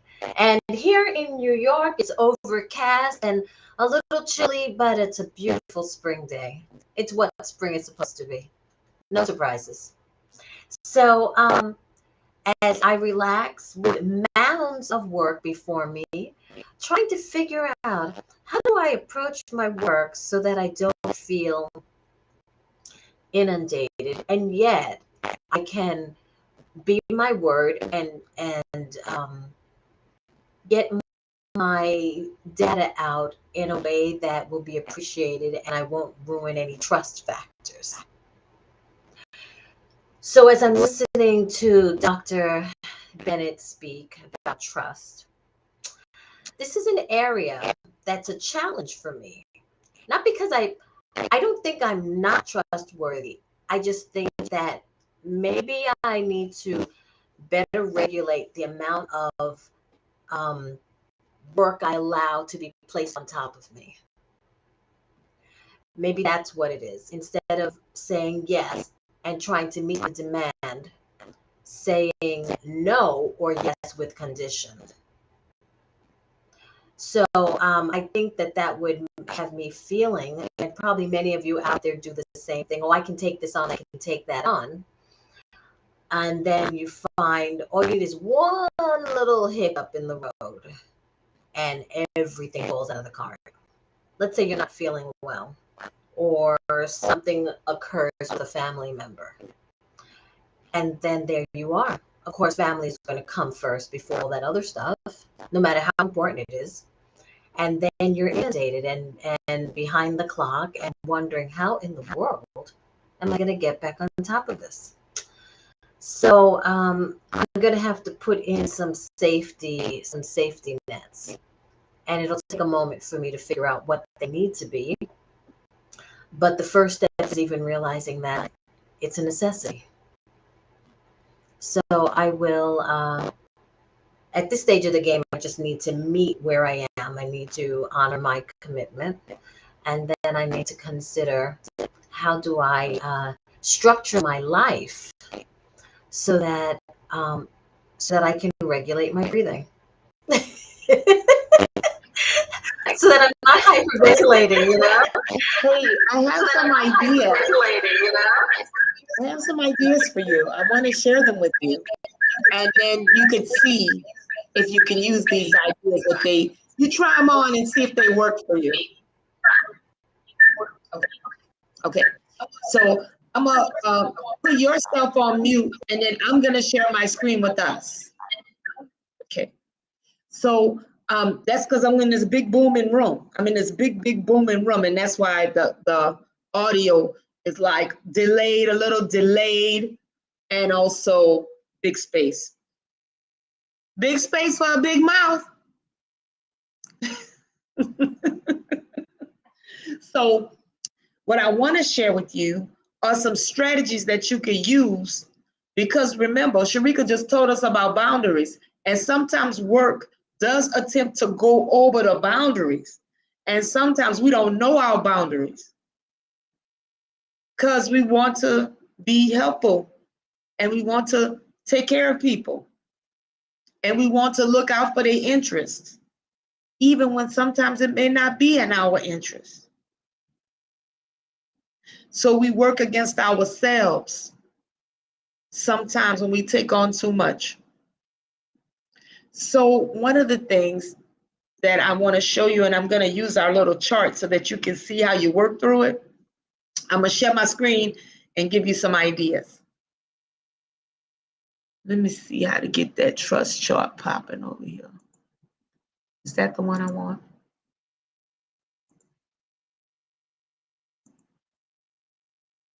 So before I had said, well, when people, when the trust goes down, then the price goes up. But what I wanted to talk to you about is how do you make that trust work for you? Because you need to get a solution to your question.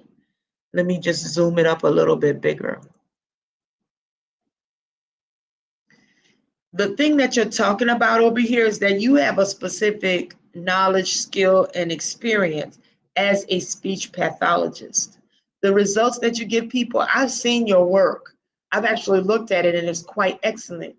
It is detailed, exacting, and you spend a lot of time, energy, and effort on making sure the quality is very high. I've seen the quality. These things that you do take time. You don't just laxy-daisy do it. You don't just, throw something together. You actually have a very intentional plan and process that you apply to what it is you do. And because of that, it will take you longer than you would like it to, because you have your own set of quality in your mind of what you need it to be. That could be very different from their expectations. This quality is the hallmark of it is your brand. It speaks without you. Your work represents you well when you're not there.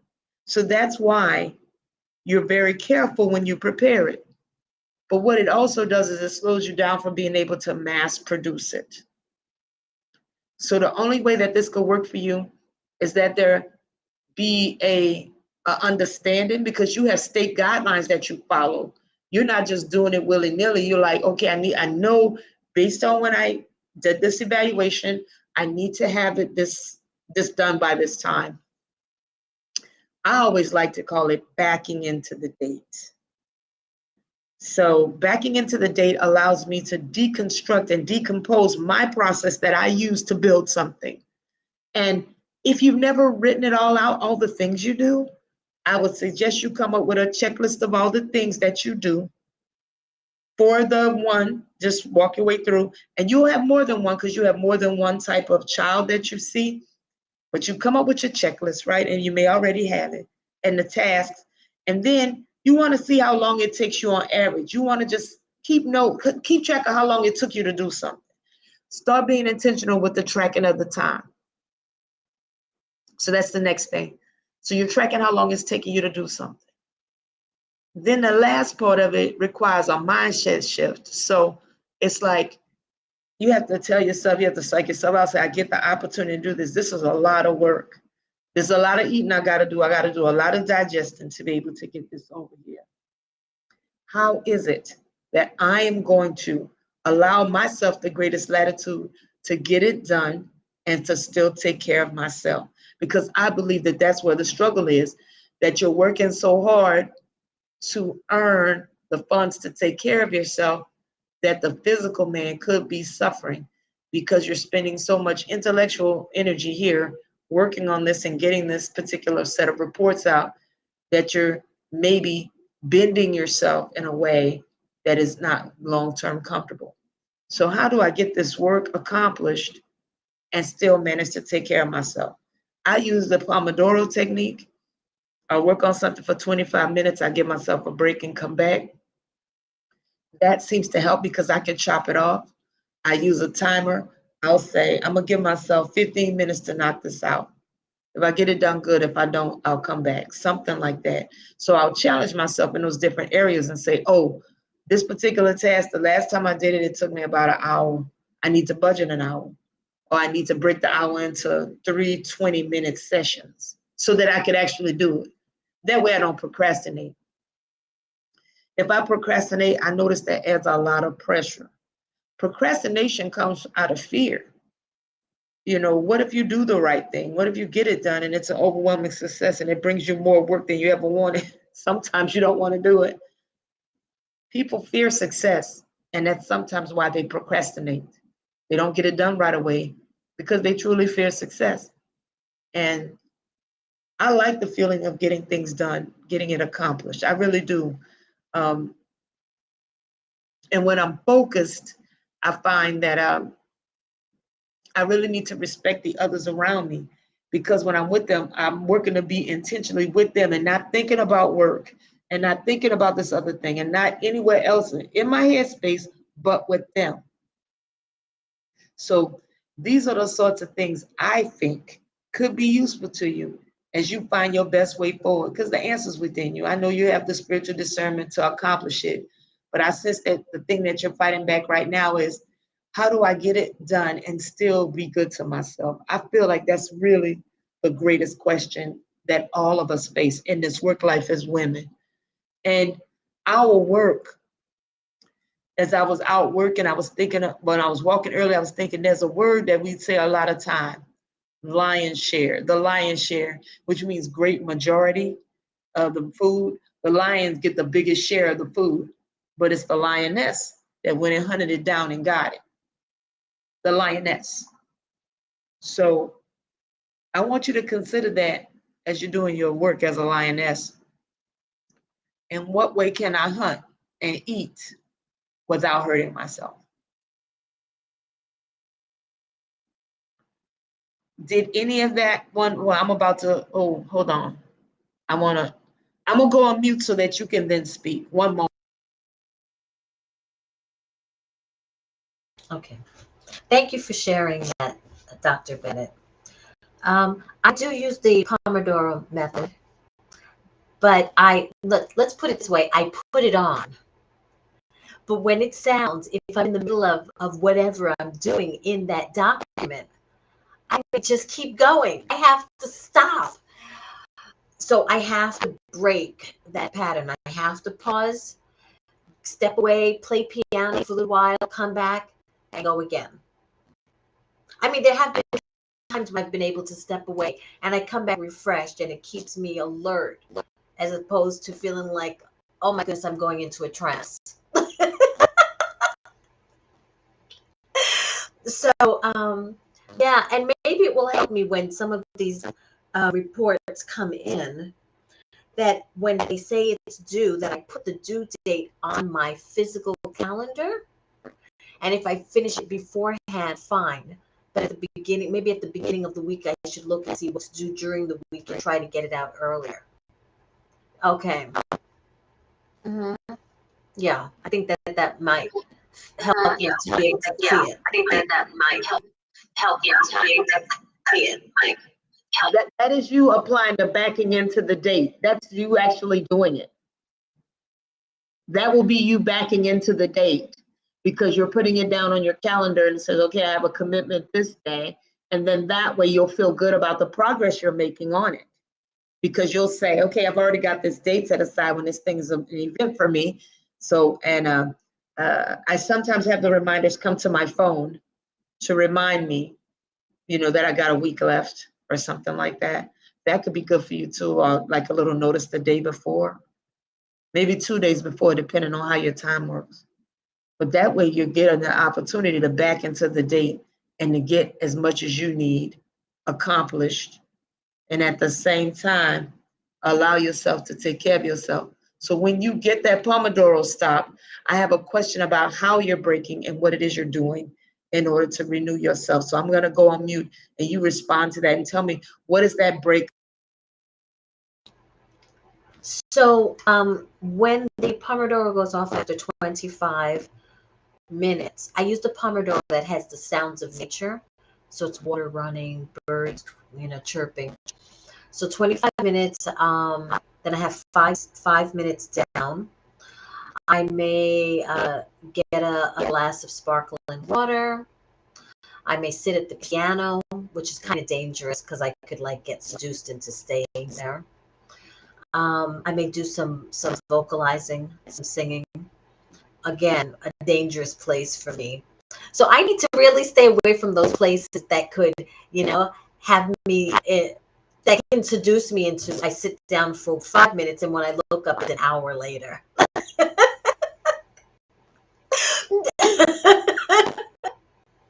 Yeah.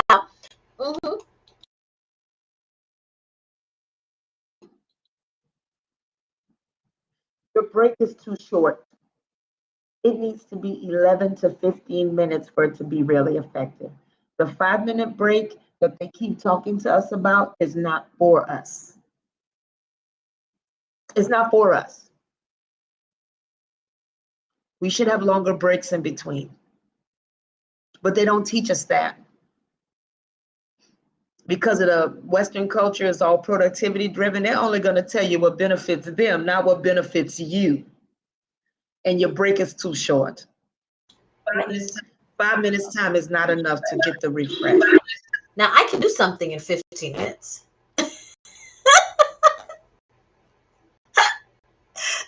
Yeah, I can do something in 15 minutes. Absolutely.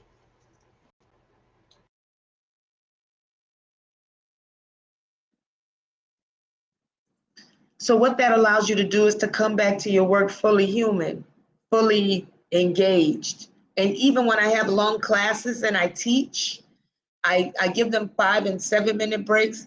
And then as the day goes on, I make the break longer. I make the break longer for them. They may not sense me doing that. I'll go, okay, 9 minutes, guys, 9 minutes this time. Okay, guys, 11 minutes this time. Come back in 11 minutes. The only reason I give them a time that's odd is so they remember to come back when they should and that they're not lollygagging. Because sometimes I'll say, okay, guys, I need you back in 12 minutes and 14 seconds. And they'll go, what? 12 minutes? What is that? I don't even know what 12 minutes is like. Well, how does 12 minutes even feel? What is that? But it's a game in their mind. I'm like, yeah, 12 minutes, 14 seconds. I need to see your face again. Come back here. We'll do the work together. And that way, and you need to do that for yourself, because when you do a lot of work from home like me right now, and you got to be your own cheerleader and caregiver in that moment. I'm telling you this because I know I sit too long. I know this. I can get on the computer and I can sit down for 6 hours straight or longer. And that's not right. I've got to be more intentional. Oh, our guest is here. Okay, you're going to meet somebody incredible, Colleen. Are you ready to meet someone incredible? Yes, I am. All right. Hold on. Hello, Dr. Mary Alexander Lee. How are you?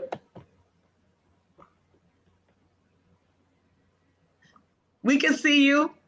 Can you see us?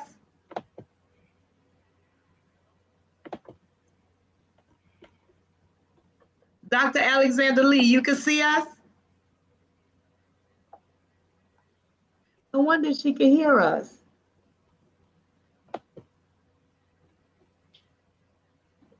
Hold on. I don't know if she can hear us. Oh, we can hear you though. And I can see you. She looks like she's trying to figure it out. That's okay, but you can be. All right. Well, Dr. Lee, Alexander Lee, I'm gonna change the screen a little bit so that and Colleen, I'm gonna. Oh, she dropped off. Give me 1 second. Someone's at the door. When she comes back on.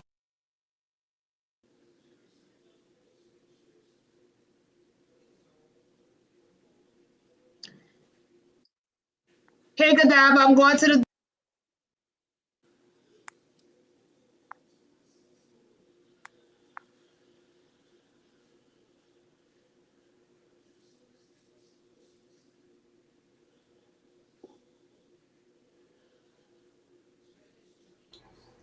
Hello, participants and speakers. Thank you for your patience while Dr. Bennett works this out in this day of technology. And we're not necessarily technicians experienced in this. Your patience is appreciated. Yes, Wanda is back.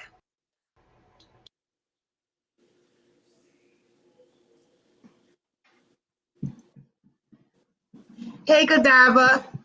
Good afternoon. I want you to meet Colleen Becton. She's a speech pathologist from New York that has joined the Enclave to help us. And we have Dr. Mary Alexander Lee. And you're going to talk right after Dr. Lee. Okay. So, Colleen, before you go, I wanted you to sing your song that you had for us this morning. I'm going to go on mute. Me and Godiva going to go on mute. What happened to your music? No, it wasn't a song I was singing. It was a song I was. No, it wasn't a song I was singing. It was a song I was playing. Oh, okay. Can you play it on your Alexa?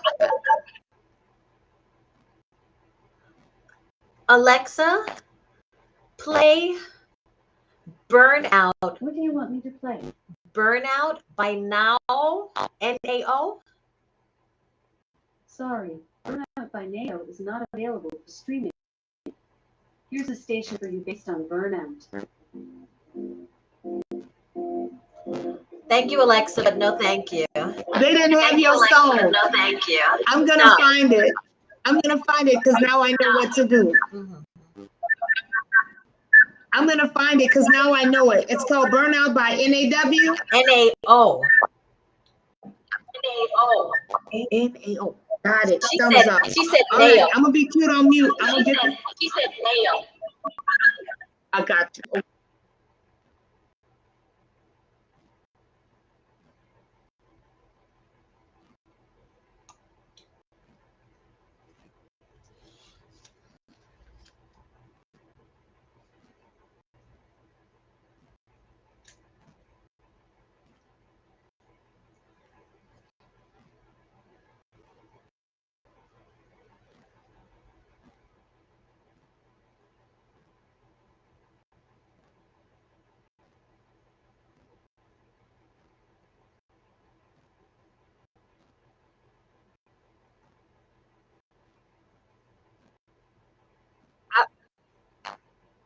I went and got the song and I realized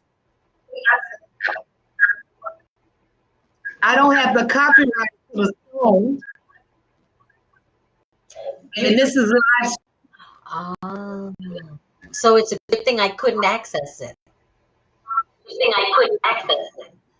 That's probably why it was not helping us. Yeah, well, we have to be grateful. Thank God. Well, we have to be grateful. Thank God. Well, I thank you, and I'm appreciating you. And I'm gonna put the song in our chat so people can know where to get it, so they can hear it. Yeah, it's Spotify. So I'm gonna do that. Burnout. Okay. I have it on YouTube. I'm gonna drop the YouTube in here. Okay. All right. I'm gonna put my mic on mute. I'm gonna allow Godiva to introduce herself. I'm gonna put my mic on mute and get Godiva to introduce herself. Hi, everyone. My name is Godiva Anderson. I am a realtor in Texas, and I have a nonprofit, Paper Pencil Pen. I'm a mother and a grandmother of 6, mother of 3. And I'm glad to be here.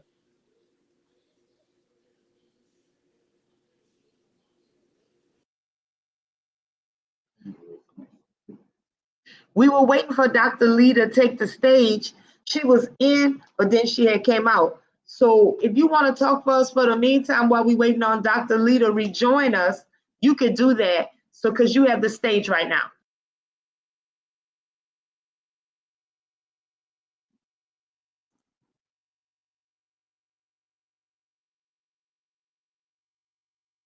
I'm sorry, I was on mute.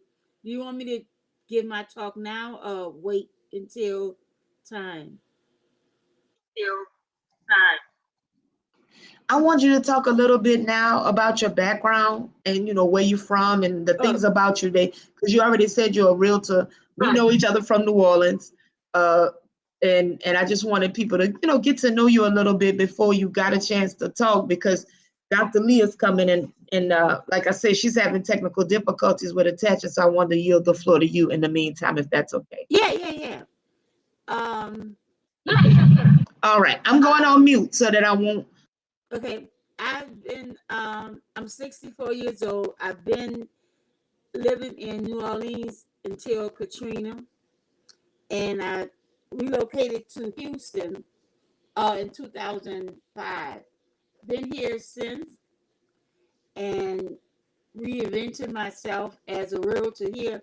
I'm a broker in New Orleans, and started a nonprofit, Paper Pencil Pen. I help a lot of people with real estate and with the Paper Pencil Pen, where I give out free customized school supplies. And I help really a lot of college students. I give school supplies from pre-K through college, and sometimes people don't know how to ask for help, and I have been successful in allowing them to come on their own, and I make sure I help them what they need, not the usual, 3-bedroom house or a backpack full of school supplies. I make sure everyone has what they need. It's kind of hard for me to talk about myself. I don't know why, but it is a joy to help someone and see that light in their eyes, that someone cares and someone actually want to help them free. So I enjoy my life a lot, just with that. And I definitely will check out burnout, because it can happen to anyone. It has happened to me. I had to just stop for a moment. Well, the Lord stopped me for a moment. He gave me the flu, and I had no choice but to stop. But it is my purpose, my joy, my joy every morning waking up, that I know I can get out of the bed and actually help someone, whereby if it's the real estate or the school supplies, or just listening to them, because people call and ask certain questions or whatever of me. I'm not a psychiatrist or anything like that, but for some reason people come to me, and I'm just glad to be of sound mind that I can help anyone. And I think that's about it. I want to let you. Look, I ain't gonna keep messing with you. I just wanted to love on you. Hold on a second while I do this. I gotta learn how to do this thing. Hold on. I love this platform because it gives us an opportunity to be together when we're not in the same room. And I want to tell you something with Colleen. Colleen and I, we meet weekly. It's like we have a Bible study together that Colleen is the leader of. And Colleen, I just want you to kind of tell people a little bit about your leadership work that you're doing. This is incredible, Gaddafi. You're gonna love this. Tell a little bit about what you do for us, Colleen. The Bible study is called Fertile Soil, and it was birthed out of the illness that my brother encountered, and that eventually took his life. But during the walk with him through his illness, well, through the illness, it wasn't his illness, but through the walk with him, I began praying with him on a regular basis, and then I started doing voice therapy with him because he lost his voice from all of the radiation and chemo. And although I'm a speech pathologist and I have studied in that area of my profession, I never practiced in that area, but because my brother needed it and it wasn't a service they were providing in Atlanta, I stepped to the plate and thought I'd try my hand. And his voice came back. And he was shocked. His wife was shocked. I mean, I was surprised because I didn't think it was going to come back that fast. And then I don't practice in that specific area of voice therapy. So I started praying with him. And then he started praying with friends of his. And I thought, oh my goodness, what is going on? And as he started to decline, I went to Atlanta and called family and friends, and we surrounded his bed, and his minister came in and blessed and anointed him with oil. And we prayed. We started at 11:30 at night because, late in the midnight hour, God's going to turn it around. And so we started praying at about 11:30 at night and finished maybe 1:32 in the morning. And I left Atlanta that next day because it was, late at night. So the next day I left Atlanta, and the following day he was walking, which was amazing because he had become so small that when you looked at the bed, you couldn't make him out for the sheets. That kind of look when someone is so depleted. And I saw this picture, but I couldn't imagine, like, when was this taken? But it was taken the following day. We kept praying, and the next week, everyone came together again, and went into prayer. The next day, he was speaking. And I thought, oh my goodness. And it was amazing. Like, we were praying for the hand of God to move. But it's amazing. Do we not see enough miracles that when we see one, we're shocked? Like, what was that? So we continued every week. We just continued to pray. Whether he was up to being on the call or not, it was in the air. So even if he wasn't, present to speak, he could at least hear what was happening. And he happened to pass on a day when we gather. So we met still that same evening that he passed.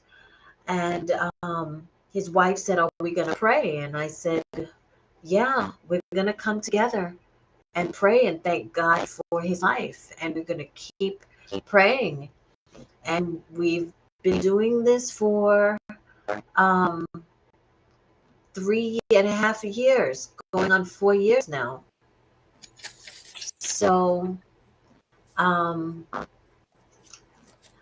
what we do in Fertile Soil is we dig into the word. We read the word, and each person on the call will use whatever translation of the Bible they prefer. And as we're going through the text, each person is reading a verse from their specific Bible. We pass it off one to the other. And then we pause and we dig into the meat of it to understand the history of when it occurred, what the biblical references may mean, what the language that was spoken may mean, that will give us more interpretation as to what that text is really telling us. And we grow and we laugh and we torment over understanding, and we grow and we keep growing, and we are Fertile Soil. And the name, I chose the name because I believe that the word that we are receiving is the seed that's planted in us, and we are the soil. So the seed gets planted, and then we will reap a harvest. So here we are.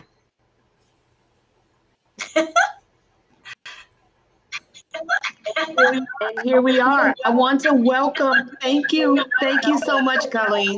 There's a little bit of a delay in my speech. So once I say something, it echoes to y'all. But I wanted to echo that I'm enjoying Fertile Soil. I go there on Sunday evenings, and we've been doing it for a few years, and I enjoy it. And we have a guest that is a member of Fertile Soil that will be coming to us today. So What time I had told you, Liz? I don't even remember what time we had said. I don't even remember. 3:30. Remind me what. 3:30. What time it is now? It's 2. Okay, It's 2:30 okay. my time, so another hour. Oh, great. Well, I want you to settle in. I'm waiting for Dr. Mary Alexander Lee. She got on with us, but then her technology didn't work. It was treating her bad. I don't know what happened to my friend. She was on there, and then she fell off. But I didn't push her down. She got out on her own. I ain't kick her out. I wanted to think I don't love her because I do. She was gonna bring us a message today. Hopefully. Oh, Dr. Mary Alexander Lee, I see you. Can you see me? Yes. Hold on. Now I see you. Hello. Hi, can you hear me? You can talk. Can you hear me? Absolutely. And we could, yes. You didn't know we could hear you before. I couldn't hear you all, so I had to go and change to the computer and everything. I don't know what was going on. Well, I am glad to see you. Everybody wave to Dr. Lee, and then Dr. Alexander Lee. I gotta be careful there. And then I'm about to make y'all go to the side, and then I'm gonna talk to her. Hold on. Don't y'all hold on. Let me see how I'm doing this, because I'm learning. Okay. How do I do this? I remember now. So if you go off the screen, that's because I just put you on the sidelines right quick. Okay. Dr. Mary Alexander Lee, I am delighted and excited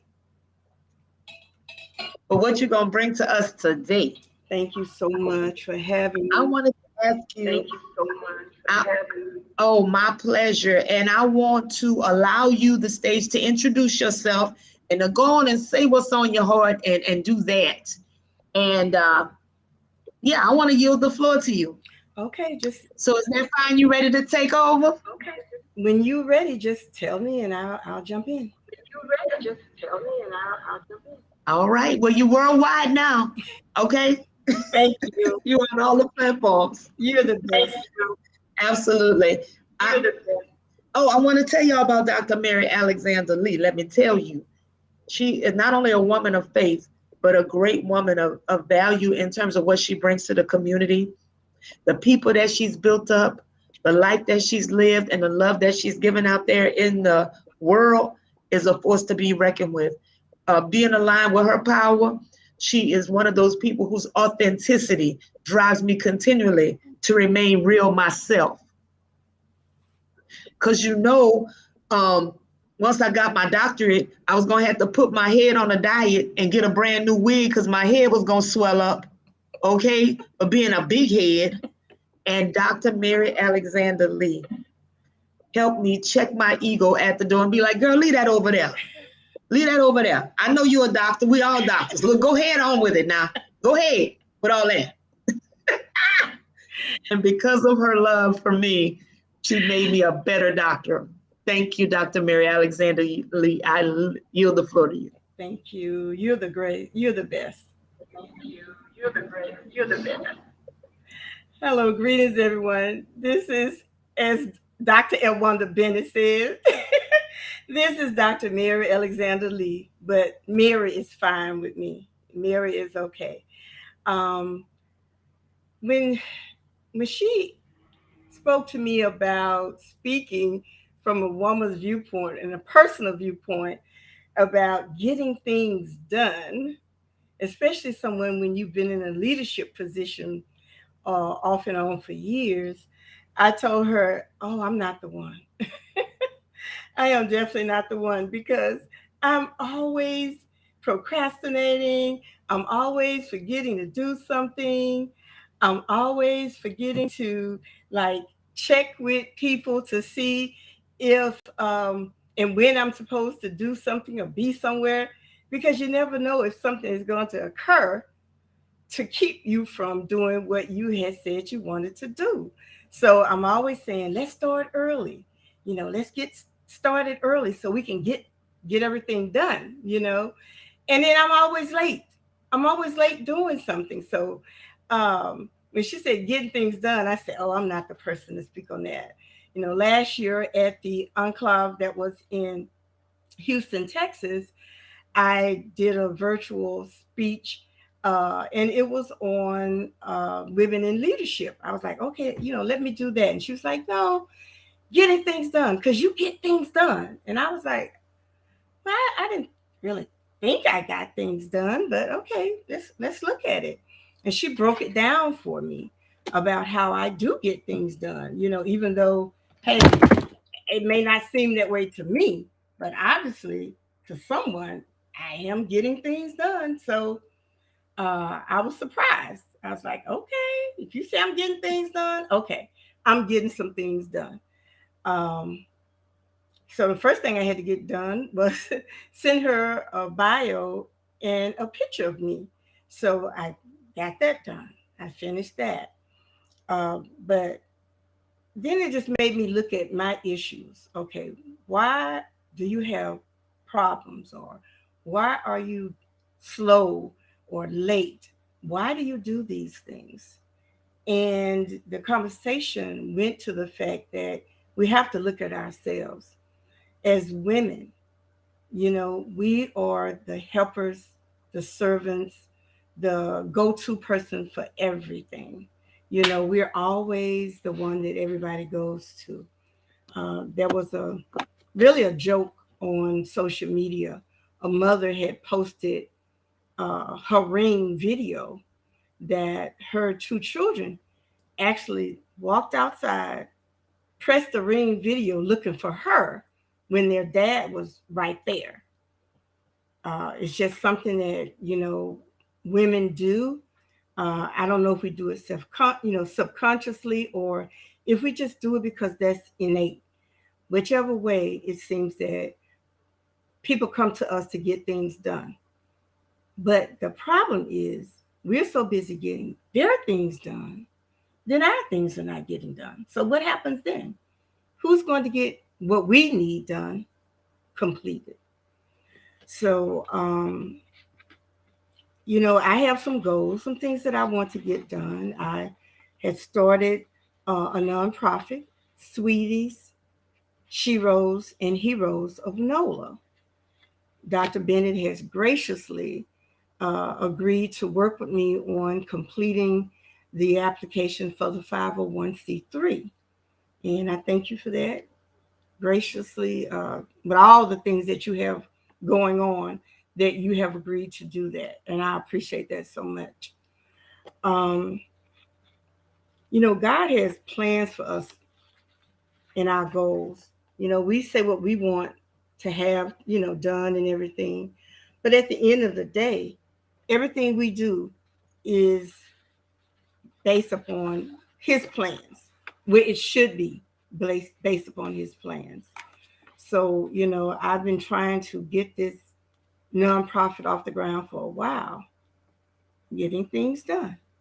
But in the midst, you know, he sent some people to me to assist me. And I thank him for that, because now, you know, because of them, I will be getting things done. I'm going to keep saying that a lot, because that's what we're talking about, getting things done. So I'm going to be saying that a lot, getting things done.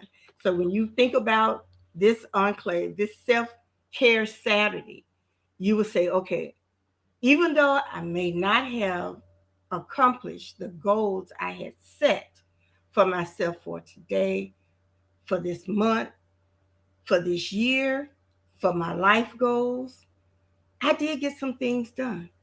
And I thank Dr. Bennett for reminding me of that. Sure, there's a lot of things I still need to get done, but she reminded me of all the things that I have completed. It took me 10 years to complete my doctorate. I started right before Katrina, August 2004. I didn't graduate until May of 2014. Now, mind you, there were some, you know, devastating things that occurred before August 2004. My mother died October 17, 2002. And when I said, other than God, my best friend on this earth was my mother. Loved Johnny May Smith Alexander beyond infinity. She was a phenomenal woman. She made it to the ninth grade education at a time where they were not educating children, especially not Black children. And then she took the education that she learned and she shared it with others. And then fast forward, she planted those seeds in all of her children. Every one of us attended college, even though we may not have all graduated. We did go. We tried. We did our best to get that education past the high school. But she was so thankful that we got high school graduations because that wasn't something that she was able to do. So she enrolled in a GED program and she made it to the 12th grade. She didn't complete in time to take these, the GED exams to get her GED. But we know had she lived, she would have gotten her GED, her 12th grade education. And kudos to my mom for planting those seeds in there for us. Also, my mother died, then my daughter who has sickle cell disease, who rest in peace, Tamika Rochelle. She died March 13, 2017. And that's the reason why we named the nonprofit after her. Her nickname is Sweetie. So it's Sweeties, Sheroes, and Heroes. The Sheroes came about because of my mother, Tamika, and my sisters who are deceased, and all of the women in our lives. So that's the Sheroes. And the Heroes came about because of Tamika's, the men in our lives, because they have been our heroes and been their protectors, carriers, everything for us over the years. So we want to honor them as well. So that's where Sweeties, Sheroes, and Heroes of NOLA. And she loved New Orleans. So that's why I had to put NOLA in there. She loved New Orleans. No matter what, this was her city. So like I said, it took me 10 years to get that doctorate.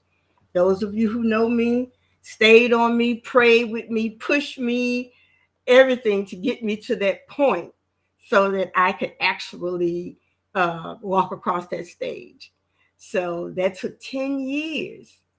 That's another whole story. So we're not even going to talk about that. But like Dr. Bennett said, I did get it done. Okay. And then following that, there was the, what was it? Hurricane Katrina. That was in 2005. So that set us back, all of us back, with getting things done. Okay, then we had to try our best to make ends meet wherever we were, finding homes, finding a place to stay, getting medical attention, getting our prescriptions refilled. So all of these things we had to do in the quest to getting things done. So, but we did. It took us a while more than others, but we did. We did. We got some things done. Thanks to God, we did get some things done. Okay, and then we came forward through Katrina. We had Gustav. We had, so many different hurricanes and tornadoes since then. And even last year, we had Ida. So it's just always one thing after another. Personally, I am still in the process of doing some work on my house following Hurricane Ida last year. It's minimal work, but it's tedious because trying to get people to come out to do the work. So I just want us to make sure that we're looking at God's plan for us when we're trying to get things done. One thing that I know that it's hard for me to get things done is that I tend to focus on other people and what they desire, what they want. or what their needs are. And I will put that at the forefront of what I desire, what I want, and what my dreams are. That's a flaw with me internally that I am working on. I'm constantly working on that. And I think that's what prevents a lot of women from going forward and doing things, because we always hear in the back of our mind or someone saying to us, you're being selfish. Why are you doing that? You're being selfish. So with that thought in our brain, so we're like, what in the world is going on? Why in the world would I want to be selfish? You know, I've been blessed, so I can't be selfish. So why am I doing this? So we have to make sure we understand what God's plan is for our lives. That's not being selfish. Putting yourself first, self-care, taking care of yourself. If you are doing what takes for you to be healthy, emotionally, spiritually, physically, then you are stronger for yourself so you can help others. How can you help someone else if you are not feeling well, if you are sick, if you are overstressed, if you are, freaking out over things that are occurring in your life, but you have taken on the extra burden of helping other people because you hear in your mindset, oh, am I being my brother's or my sister's keeper? He or she, they ain't heavy. That's my brother. Okay, yes, we know all of that. But if your legs are swollen, your feet are hurting, how can you carry someone on your broken back? How can you carry someone on your weakened legs? You have to get your strength. And our strength comes from the Lord. So we have to go to him. We have to look at him. We have to realize that what he's saying is, I am your strength. I am there for you. But until we reach out to him and grab onto his hand and get this strength, then we can't be there for anyone else. How can I help you if I can't help myself? And then after I finish doing this for you, that for you, this for someone else, that for someone else, I'm here drained and my work isn't done. Things that I've told someone that I was going to do, I didn't get a chance to do that for them because I was too busy helping someone else. Trust me, do not take from this, oh, don't help anyone. She said, don't help people. No, that is not what I'm saying. I am saying that God strengthened us. Remember, iron sharpens iron. But if I don't have iron, how can I sharpen you when I can't even sharpen myself? So even when you go on a plane, the first thing a flight attendant tells you is put on your mask first, especially in case of you having to assist someone else. Put your mask on first so you can be there for someone else, especially if you're traveling with an elderly person or a child or someone else on the plane may need your assistance. So in other words, strengthen you. Get your strength. Your strength comes from the Lord. Get your strength so that you can help someone else. Please don't take from this that I'm saying don't help anyone. No, I'm saying today is self-care Saturday. But it can be self-care Sunday, Monday, Tuesday, Wednesday, Thursday, Friday. Yeah, I like that song too. But anyway, that's another story. At the end of the day, you cannot be there for someone if you're not there for yourself. Case in point, I'm going to use myself. Those of you who know me know that I am a habitual procrastinator when it comes to me. Okay, when it comes to me and my things. Family members know I'm usually late for stuff. So they will tell me if something is at 2 o'clock, they'll tell me be there at 1:30, 1 o'clock, so I can be on time. Now, mind you, I was also in the military. I was in the Navy Reserve. I wasn't late for anything in the Navy Reserve. Never, never. I was on time, everything. But see, in the military, they teach you, one, being on time is late. So we had to be up at 4 o'clock. I guarantee you, our bunk was up and ready at 3:30 a.m. We gathered everybody.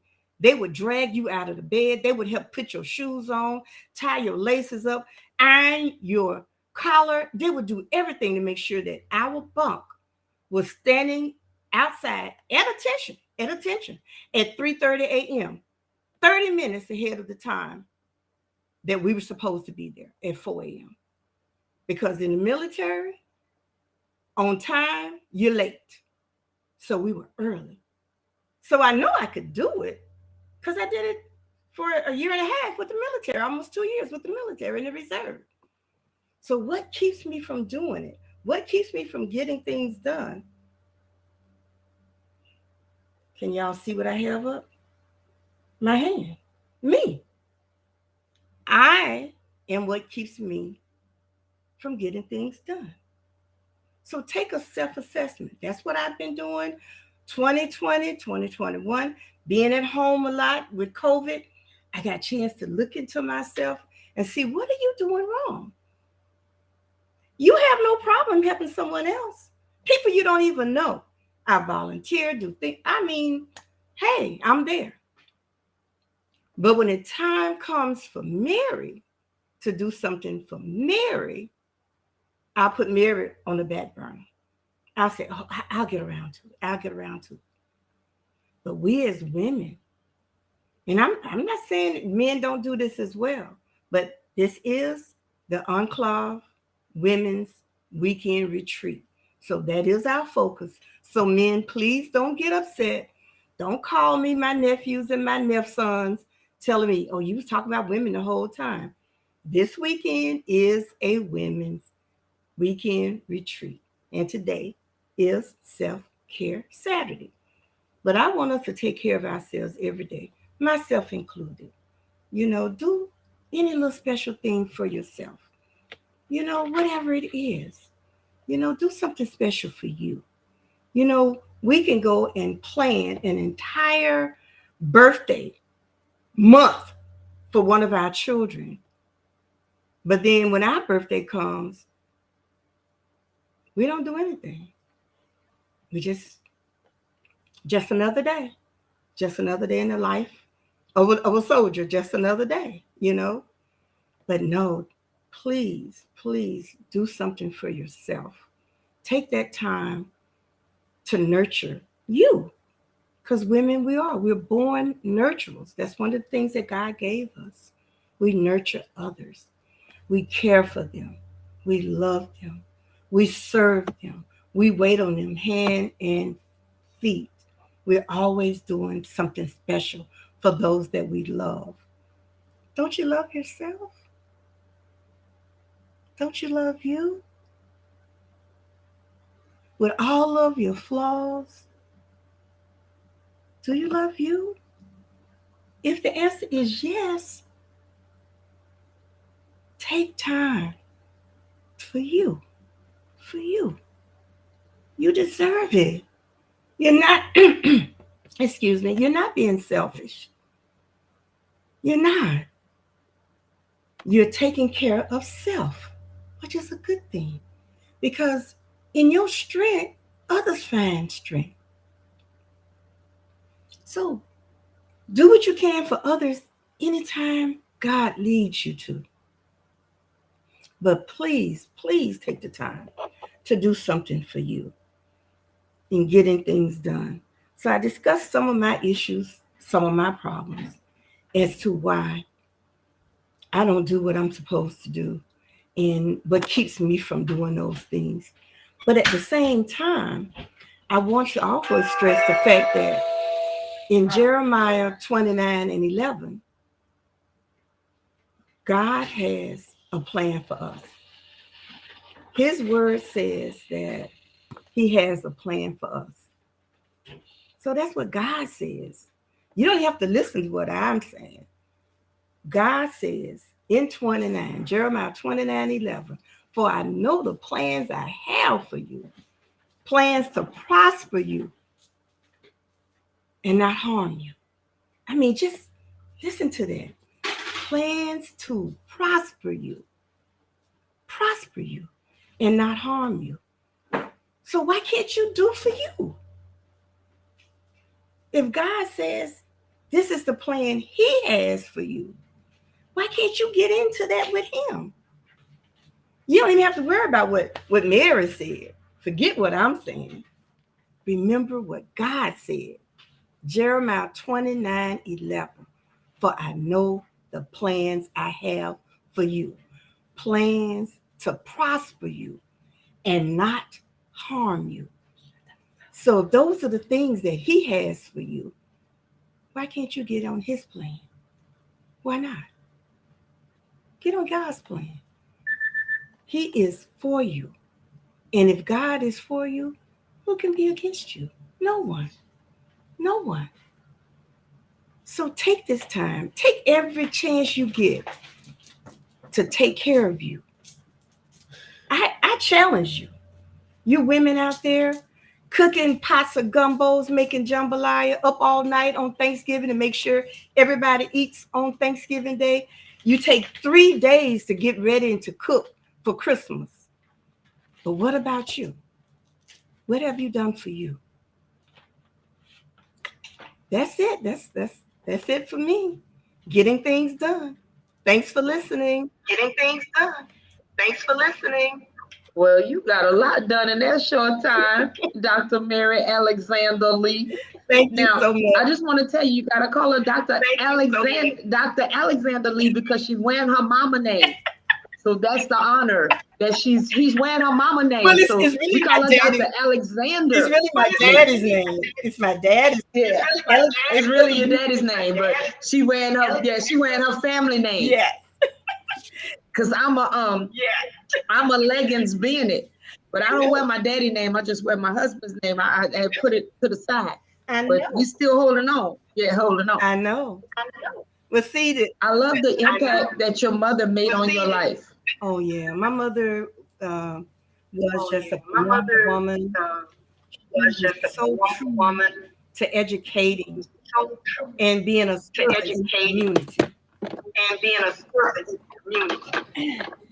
See, this is my motivation now. Hold on, who that is you got? You got somebody right there? What you got right there?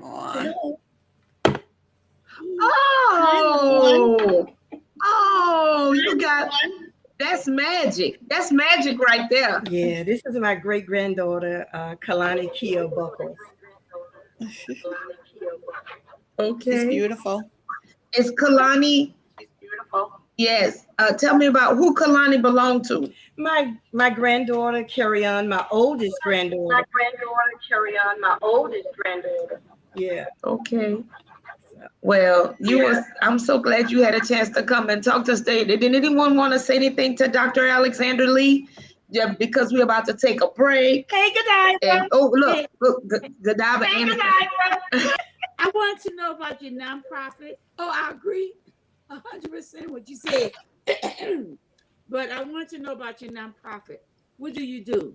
Okay, what we want to do is be advocates in education, I guess awareness people. We want to get out in the community and get people to understand that sickle cell is not just a disease that affects the African American community.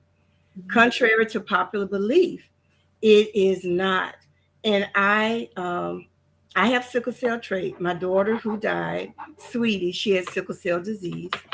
And so I grew up thinking that it only affected, African Americans because no one told me any different.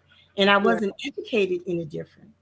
But by God allowing me to be the mother of this fantastic, aggravating, loving, giving young lady. She was just phenomenal in my life. She pushed all of my buttons on a daily basis. But yes, but I loved her. She loved me. We were just I just loved her. But basically, doing my research, I found out that it also affected other Asians, Native Americans, Middle Eastern, and also some Caucasian races because of the fact that of the blending of the blood. Mm-hmm. See, at the end of the day, it's not about race. Mm-hmm. And that's what people keep focusing on, race. And it's not race. And it's not ethnicities. It's the blood. Yeah.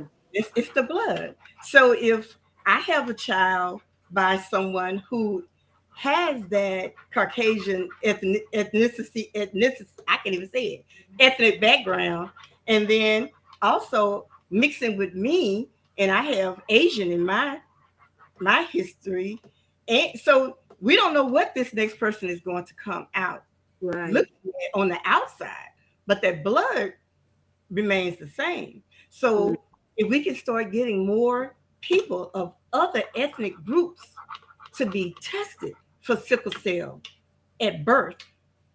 Mm-hmm. They said they test all children, but that's not happening. No. Because if it was happening, then we wouldn't have Asian children who may have sickle cell disease and they don't know why this child is sick. Right, misdiagnosed. They're misdiagnosed, that's right. Mm-hmm. And that's what we want to do. Sweeties wants to get this word out. We're going to do some fundraising. Our first fundraiser will be in September because September is Sickle Cell Awareness Month. Yes. And we're going to do something again in October because that's my daughter's birthday was October the 8th. So we're going to have something back to back. And I'm already partnered with the Sickle Cell Association of Southeast Louisiana. Miss Erin Fulbright, she's the director, and she has already connected with me, and I just thank her so much. And I'm also reaching out to other local agencies here in New Orleans. We're going to do the first annual Swedish Sickle Cell Stroll. That's it's going to be in September.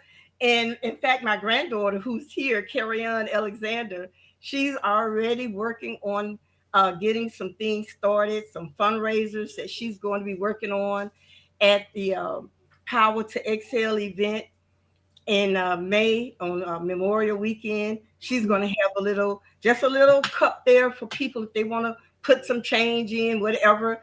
There are cards if they want us to contact them so that we can do some events together. We just want to get the word out that sickle cell does not discriminate. And don't forget about sponsorships. Yes, ma'am. I see that hand going over there, Miss Liz. I see you, Miss Liz. Don't forget about sponsorships. They will help you out a lot. Mm-hmm. And once you get your 501c3, there's a lot of grants out there for health issues. Yes, and Dr. Bennett is helping me with that. Successful. What I wanted to ask you is I don't know much about sickle cell. Please forgive me. Oh, that's okay. That's what we're here for. But like I have hypogammaglobulinemia, which falls under a primary immunodeficiency disease, which is also rare. Mm-hmm. What does sickle cell fall under? Like what category does that fall under? Do you know? When you look at it from CDC, it's going to be what they call a blood disorder. And it's a blood disorder, but at the same time, it's also a disorder that cripples you internally. Because once the blood is flowing and it stops, so then it becomes a cardiovascular disease because the blood, your heart, they have strokes.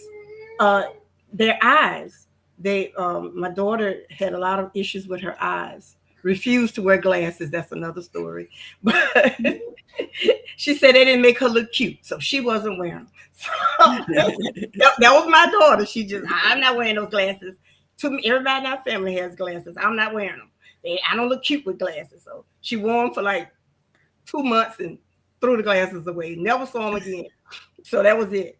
So it can be a brain, because she had issues with her brain at times.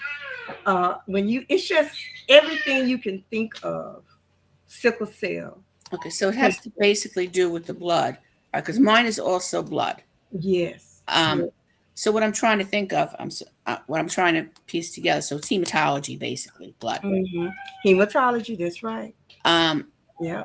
So, like, if you were to go before legislation, and I can never say the word properly, I apologize. It's okay. But if you were to go with them underneath the hematology, there might be grants there. Right. There are. And also with grants.gov, they have some grants.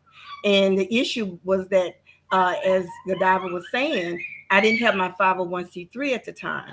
And now that Dr. Ben is going to be working with Mary and get Mary on track with that 501c3. But even in the meanwhile, very few, not very few, several people have contacted me, and they have their 501c3s. One of them in particular is Katherine Johnson, and she's here in New Orleans with high voltage. And she and I are going to partner together. So we will be able to, anyone who want to make donations, they can make them to her, and we'll still be working it together.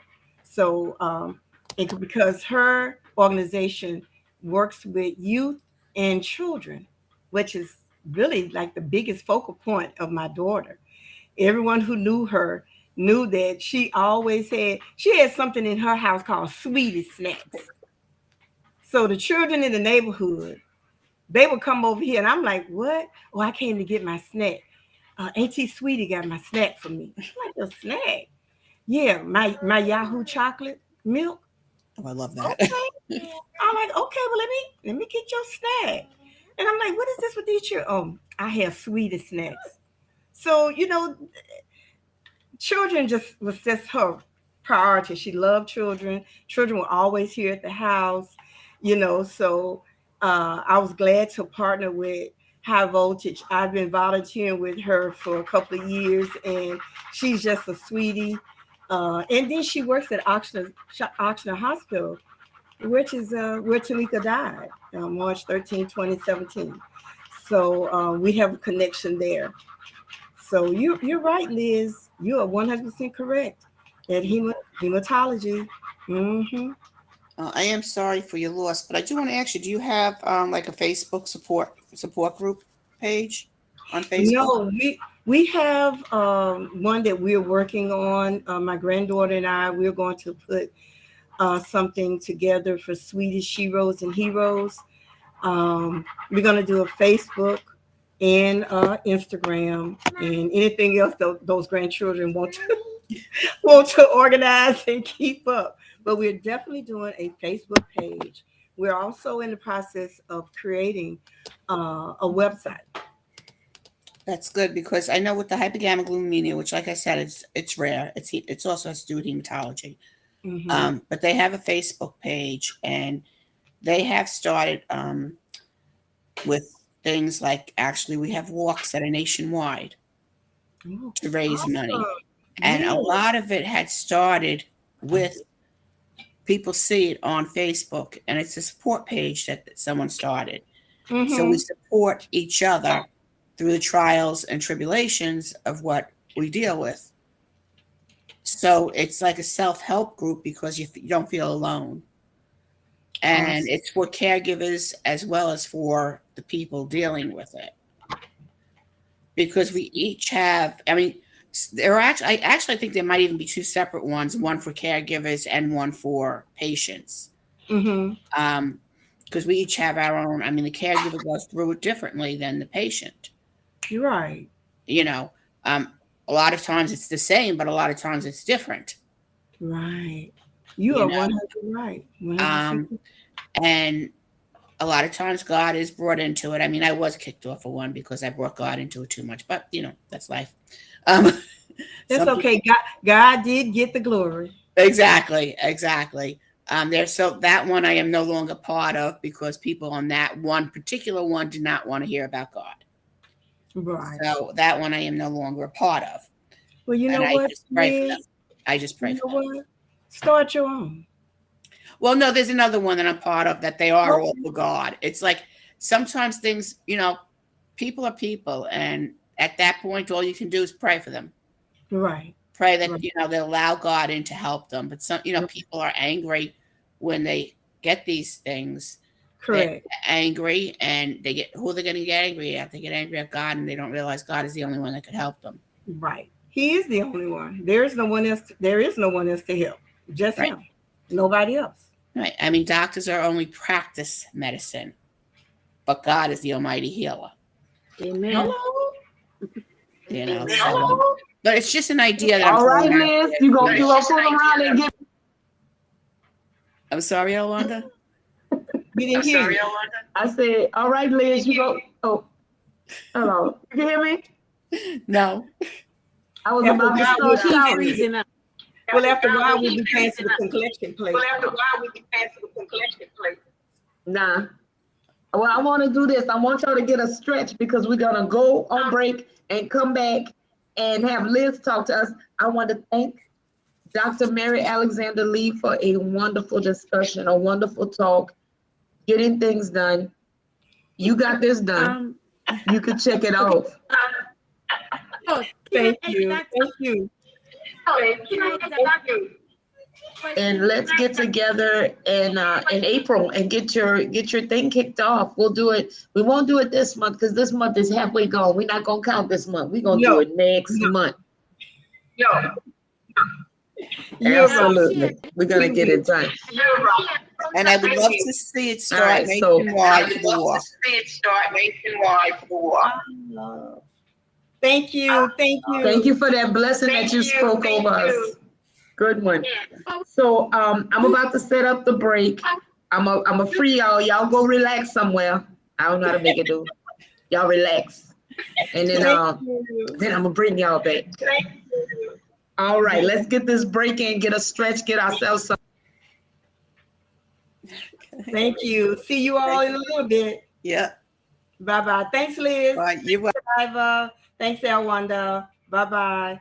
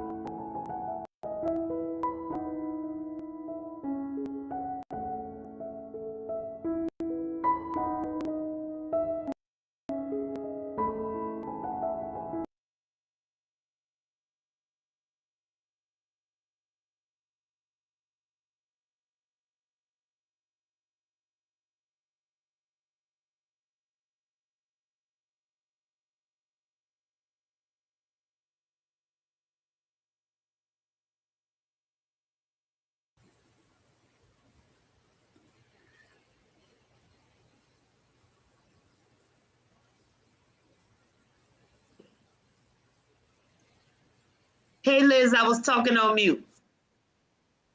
Hi, how you doing? I am well. I would like to. Are you ready to speak? Because I wanted to bring you up. I was eating a juicy salad and I got carried away. Oh, I'm sorry. No. I got carried away. I had to make. I was getting down. I said, "Oh, the timer."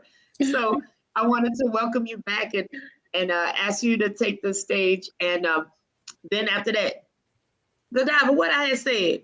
You after Liz, right? I don't remember what I said. Hold on. Yeah, I should be after Remind her. me what I said, Godiva. I'm texting You have the list. Okay, good. Okay. Thank you for keeping me straight. I appreciate it because I needed that extra help to stay straight, right? Y'all gonna help me get it done. Y'all gonna help me. Yes, we are. That computer's talking to me. I don't respect it. You're doing a great job, Elwanda. Good afternoon. Well, thank you. Good afternoon and welcome to all. First of all, I'm gonna release you to your assignment. I'm gonna take you off the screen for a little bit, Godiva. So get ready to come back in a few minutes. After Liz. Hello, Liz. I wanted to welcome you and thank you for coming to the Enclave.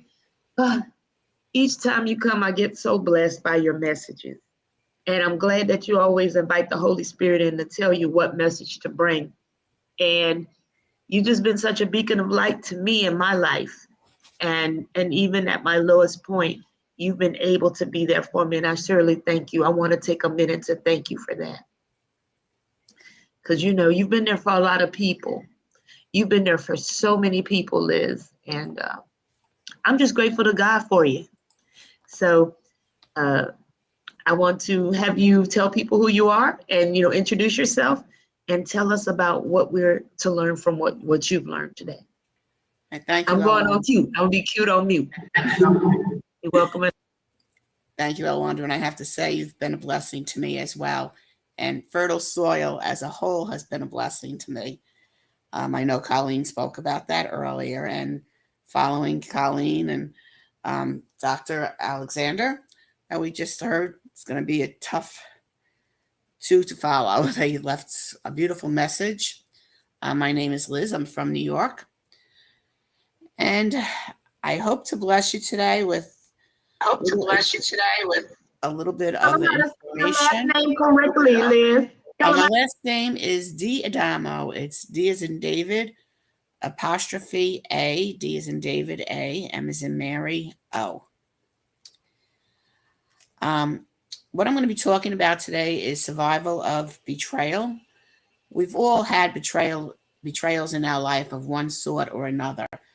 Usually when I do things like this, I start out by defining the word. I try to bring it down to, for myself, I do this to bring it down to, I guess, easy contents as possible, and then raise it up from there. And of course, I bring God into it because we can't do anything without God in our lives. And we can't get through any difficulties without bringing it to God. So I'm talking about surviving betrayals, and the definition of betrayal is the violation of a person's trust or confidence. I'm going to give you a few examples of betrayal, and I'm doing it in a relationship because it's just easier to work that way for me. So I'm going to be using the word partner, but of course, there's many different people that can betray you in your life. It could be a family member, it could be a friend, it could be a coworker. But the way that most people betray is by not showing up on time, being always late, or not showing up at all. Not being there when you're hurting or when you're sick. Not contributing to the well-being of the family or the relationship. Not keeping promises. Keeping secrets. Lying. Saying that they're going to do something and not doing it. I find the best way to cope with these feelings of betrayal is first to sit before God and bring it to Him. Acknowledging the betrayal. I am great at blaming myself for everything, so I have to always remember to try to be honest with myself And the only way I can really do that is to bring it to God, which I usually forget to do because I'm too busy blaming myself for it. So I got to remember to do that first. Sit with my feelings, reflect on the relationship, what it was before the betrayal. Do I want to try to repair it? Can I trust that person again? And trust is a big part, because trust is something earned. We don't automatically just trust everyone in our lives. Trust is earned. It's not something you just deserve because you know the person. You have to learn to trust each other. And a lot of times when betrayal takes place, that trust is damaged. So you have to rebuild that trust. Are you able to rebuild that trust? Can I fully forgive the way God forgave me at the cross? This is a must. We have to forgive. Matthew 6:14 says, "For if you forgive men their trespasses, your heavenly Father will also forgive you." The biggest part of surviving betrayal is forgiveness, which is the hardest thing for any of us to do. The only way I can do it is putting it at the foot of the cross. I mean, every time I have to forgive someone, I really have to go into deep prayer and meditation, and I have to actually put it at the foot of the cross and ask Jesus to help me to heal my heart, because I can't do it. I can't heal my heart. Only Jesus can heal my heart of the hurt and pain that I feel. And then I have to also pray about, do I want to try again, or just take a break? And what does God want me to do? Because in the end, it's all about what God wants me to do and what God's plan is for me. And I have to take the time to grieve. Because even if I want to try again, there's still a loss that's there. So you have to grieve what you lost. And then practice self-compassion. Yeah. How do I practice self-compassion? How do I be kind to myself? I can be kind to others, but why can't I be kind to myself? It's not that easy. So I have to remind myself, I don't always have to be perfect. I don't always have to have a stiffer upper lip. I don't always have to be the strong one. I'm allowed to cry. I'm allowed to feel pain. I'm allowed to hurt. I need to stop criticizing myself. Stop pointing out my shortcomings, because I'm not perfect. And no one is. I'm allowed to make mistakes. Most importantly, I have to remember Jesus made me who I am, and He is the one that loves me most. We all have dealt with betrayals of one kind or another in our lives. We feel angry, hurt. Sometimes this anger makes us depressed. I guess the biggest betrayal I ever dealt with in my life was when I was engaged to be married. I had everything in place. Then I found out he was married in Italy, and I was the other woman. You can only imagine what I felt like at that time and what that was like for me. I didn't know Jesus at that time, but now I do, and now I know how to deal with things like that. And now I know that I have to bring everything to Him, to Jesus first. 2 Corinthians 12:10 tells us that this is why, for Christ's sake, I delight in weakness, in insults, in hardship, in persecutions, in difficulties. For when I am weak, I am strong. I try to remember when I hurt, but to bring it to God, to give me strength, to pray to God, to give me strength. But I can't do this on my own. I just can't. I have to bring it to Christ. This is so difficult, and so many times I forget to do that. All I want to do is lay in bed and cry, instead of remembering to close my eyes and talk to the one who loves me the most and is always there for me. When we forget to pray because we are so hurt and we don't know how to pray, we don't know what to say because All we're thinking about is the pain that we're feeling. All we have to do is to just say the name of Jesus. Just keep calling Jesus. And eventually the words will come to us, or our spirit will pray for us and jump in. That's all we have to do. I'm going to read something right now that's actually comes from David Gorzak. It's a commentary. And this says so much about when Paul wrote this. Paul was at such a level of spiritual strength and maturity that God had to deliberately introduce a thorn into the flesh. Most of us provide our own thorns, and an honest look shows us enough weakness to make us constantly and totally rely on the grace and strength of Jesus. Yet, even if we were to grow to the spiritual strength and maturity of Paul, God would say to us, well, I need to keep you depending on me and everything. Here is something to depend on me for. This is a place of victory, not of discouragement. God needs to remind us to depend on him for everything, and all of our trials and tribulations will be used to glorify God. So we always have to remember to look up to God. We always have to do this for him.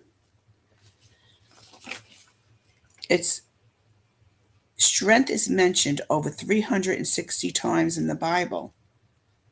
And we always have to, and we forget to look for Jesus to strengthen us all the time. My favorite verse in the Bible is I can do all things through Christ who gives me strength. I sometimes forget to turn to this verse when I'm emotionally hurting. I haven't figured out that part yet, but it is the truth. I do get on my knees when I am emotional. I pray to Jesus to keep me away from the dark road of depression. I know that path all too well, and Satan is a liar. I know Satan attacks me at my weak points, and Satan knows my weak points. He knows all of our weak points. He knows how to attack us and pull us away from God. And this is why we have to put on the armor of God every day, because Satan is out there to destroy us. So you might ask, why must I go through all this? Well, I think 1 Peter 5:8-10 just says it the best. Stay alert. Watch out for your great enemy, the devil. He prowls around like a roaring lion looking for someone to devour. When I feel I am being attacked, I say out loud, Satan, stand behind me, for I am a child of God, and I am blessed by the blood of Jesus Christ. 1 Peter 5:9, stand firm against him and be strong in your faith. Remember that your Christian brothers and sisters all over the world are going through the same kind of suffering you are. Verse 10, in his kindness, God called you to share in his eternal glory by means of Christ Jesus. So after you have suffered a little while, he will restore, support, and strengthen you. He will be you. He will be you on. He will be beside you on a firm. He will set you on a firm foundation. But what does this mean? God tells us that all our trials and tribulations will be used one day to glorify him. He wants his eternal glory to entrail in the glory of purified character. And it is the glory of perfect humanity. It is the glory of complete victory. It is the glory of being honored by the one true King. It is the glory of the immediate, constant presence of God. It is the glory of the enjoyment of God himself. Yes, we will have betrayal in life. Some people we would never expect. People change, and so do we. We are strong women in Christ. Never give up. Rest if you must, but stay in prayer. Even if you can't, just call on the name of Jesus. Even if you are at your weakest moments and you don't have the strength, just call on the name of Jesus. Remember all the strong women in the Bible that some people would think God would never use.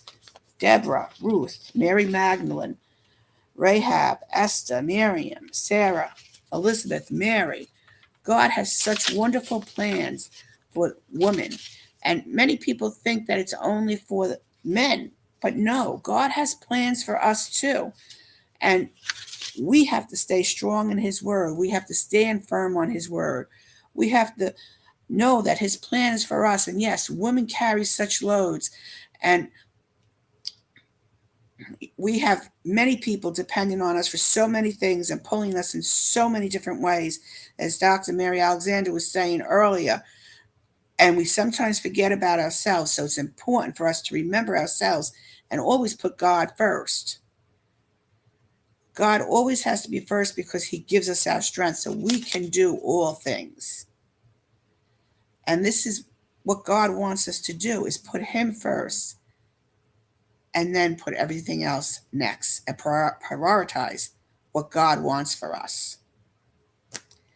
Well, I hope this strengthens some people, and I hope some people and find this good. Find this good. That is what I needed to hear today. Let me tell you, because sometimes you get too worried and caught up with the life stuff. Life stuff, I would say. Hold on, let me see what I'm doing here. You know, I'm still working this platform. One of the things that you said that stuck with me, Liz, is about how sometimes you get so angry or so upset or so disappointed by the betrayal that you'll forget to pray. You'll say that often, you forget to bring Jesus into it. Do you think that is, I think it happened to everybody, but I put you on too, Godiva, because I want you in this discussion as well.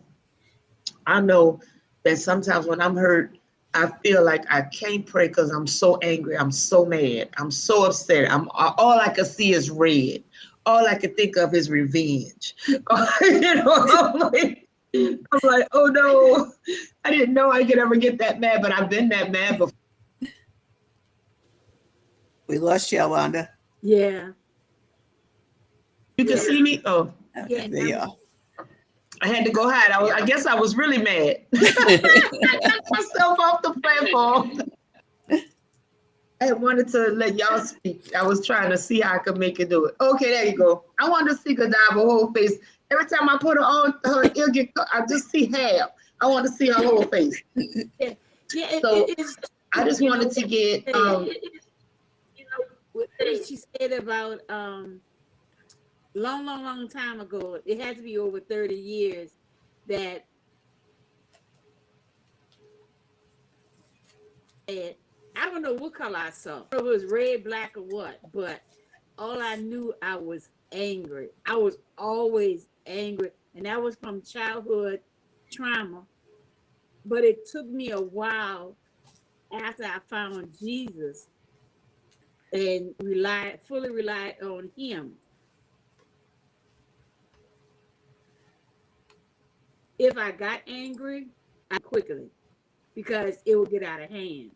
But that wasn't an overnight thing. That was years of praying, years of, looking at my aunt who introduced me to Jesus, to understand that why she had her candle, because she went to that altar. She was very, and she couldn't do things that she really wanted to do, but I saw that Christ in her, and I saw how she handled things. When she got angry, she just got silent. At the time, she was doing, but until I got older, she was praying, and she had this one thing. But it took me to walk with Christ when I really prayed, and I had a prayer. I realized she sleep with her Bible under her pillow. And I'm like, you're going to mess up the book. Why are you doing that? Don't worry about it. I know where it's at. That's what she always say. But I still didn't understand it. But when I got really fully relied on God, I'm like, Oh, when she needed a word, she just had to reach for it. She didn't have to get out of the bed to look for her Bible. It was right there. And the thing about it, I was like, this woman had all she had was so wise, years. And one time she did algebra and didn't even know she was doing algebra. And I always say, Auntie, that was my great aunt. I said, Auntie, you don't understand how smart you are. Oh, girl. Teasing, had the same clothes on all the time. That was back in those days. But I'm like, but God have you. God has really educated you and you didn't even know it. But we do forget to pray. Once that anger get on us, we forget. But it took me another when I was going through my divorce and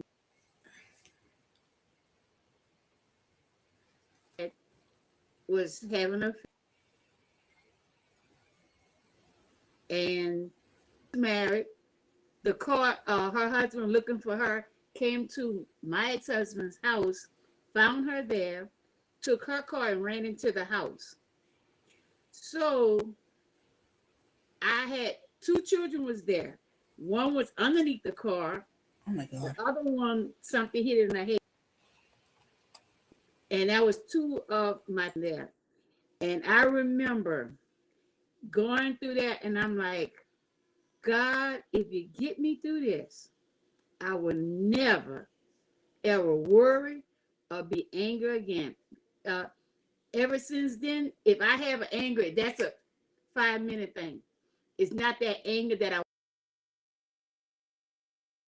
but when you have that, when you know God for yourself, and nobody don't have to tell you about him, you will get through anything, no matter how bad it was. I could have, a lot of people were thinking that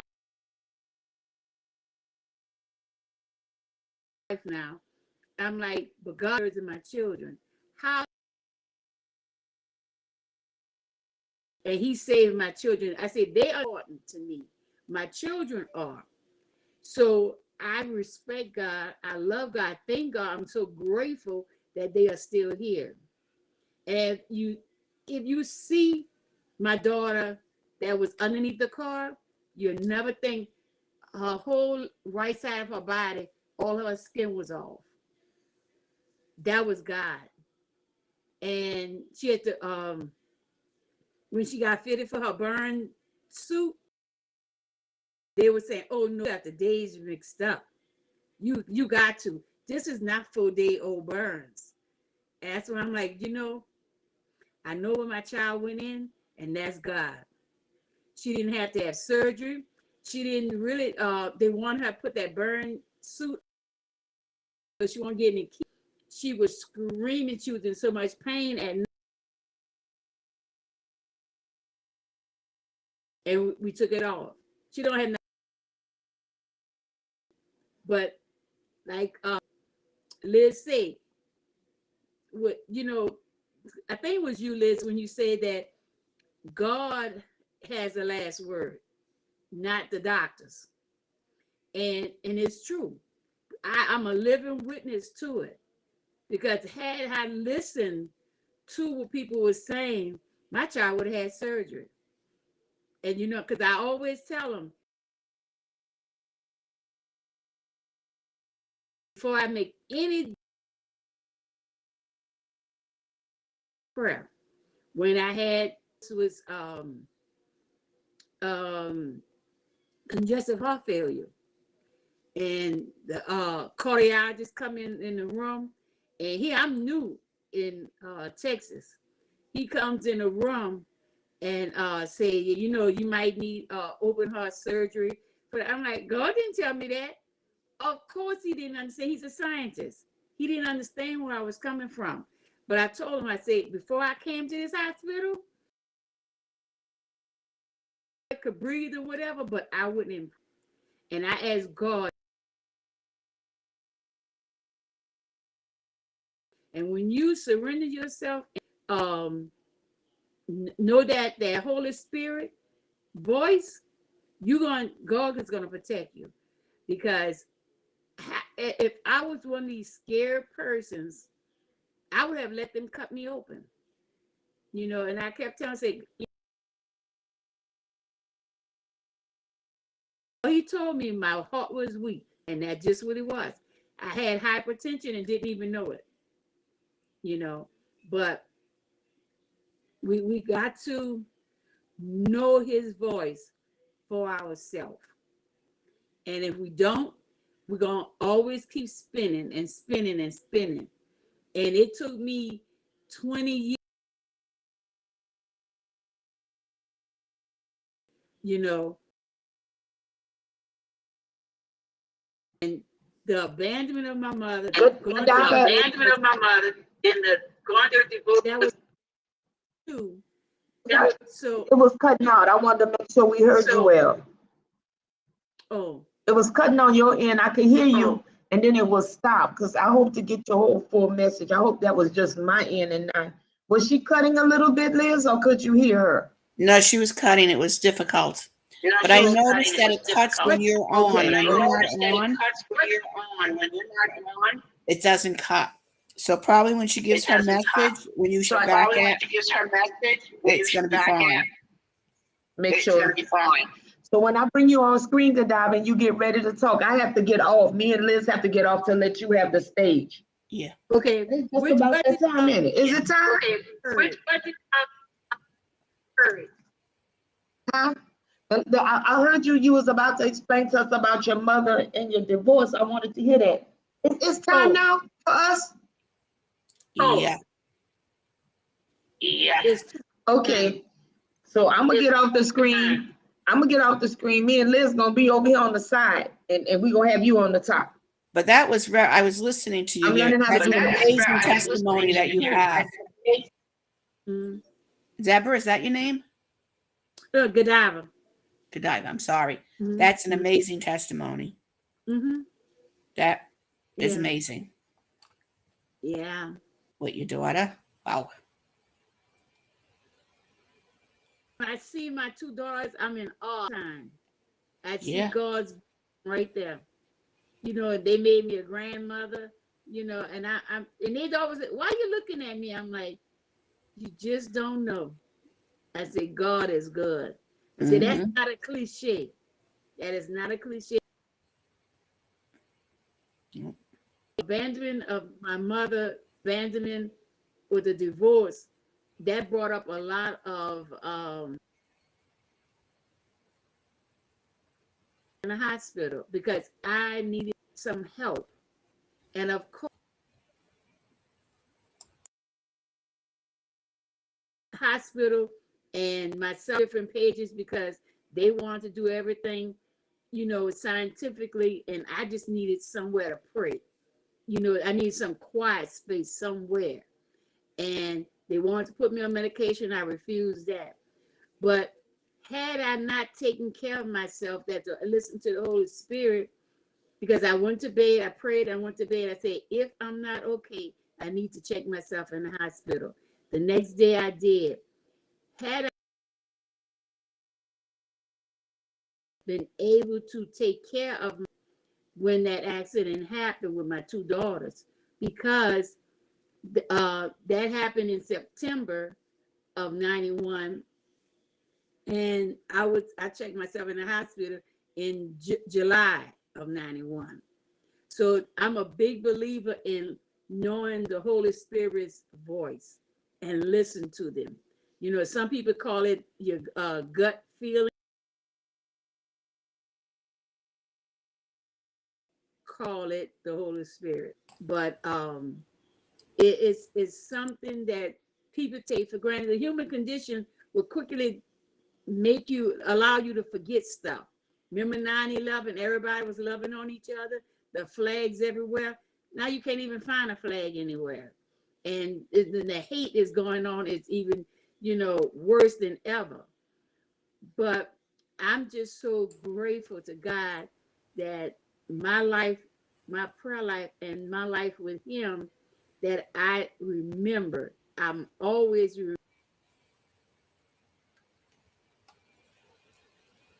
never forget it, because I went to the anger from the betrayal.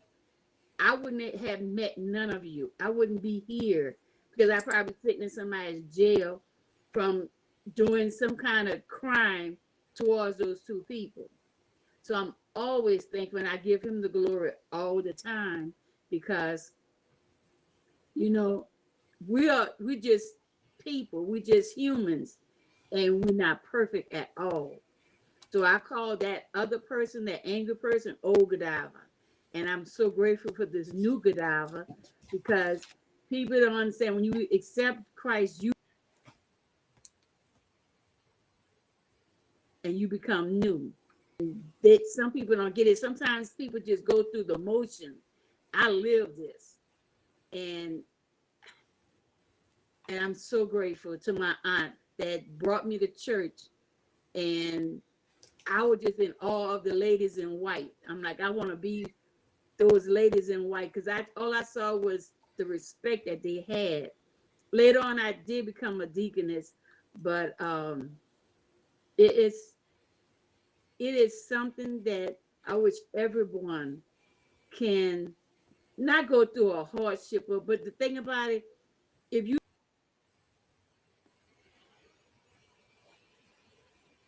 how good God is, you need the pain, you need the suffering, so you can rely on Him. You need to be that Job, or sometimes I call female Job, Jobette, because if you don't know the struggle, you won't know how good God is. How He's going to protect us from the moment we wake up, to the time we go back to sleep. Very true.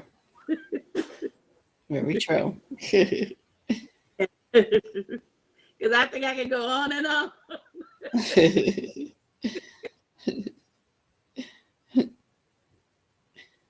I think Wanda must have been kicked off. I don't know. I don't know where she went. Yeah, she might have. Yeah. She might have. No, I was being cute on mute. I'm back. I'm here. You can hear me? Yes, we hear you now. Yes, we hear you now. I was cute on mute. I was just talking. What I was saying is that you have a great lesson for us today, and you help solidify in our mind what Liz was teaching, but you have something to share with us today. Oh, hello? Yeah, I hear you now. You can hear me? Yeah, I hear you now. It's like cutting. I think it's the internet, because I would hear you and then yours would drop a little bit too.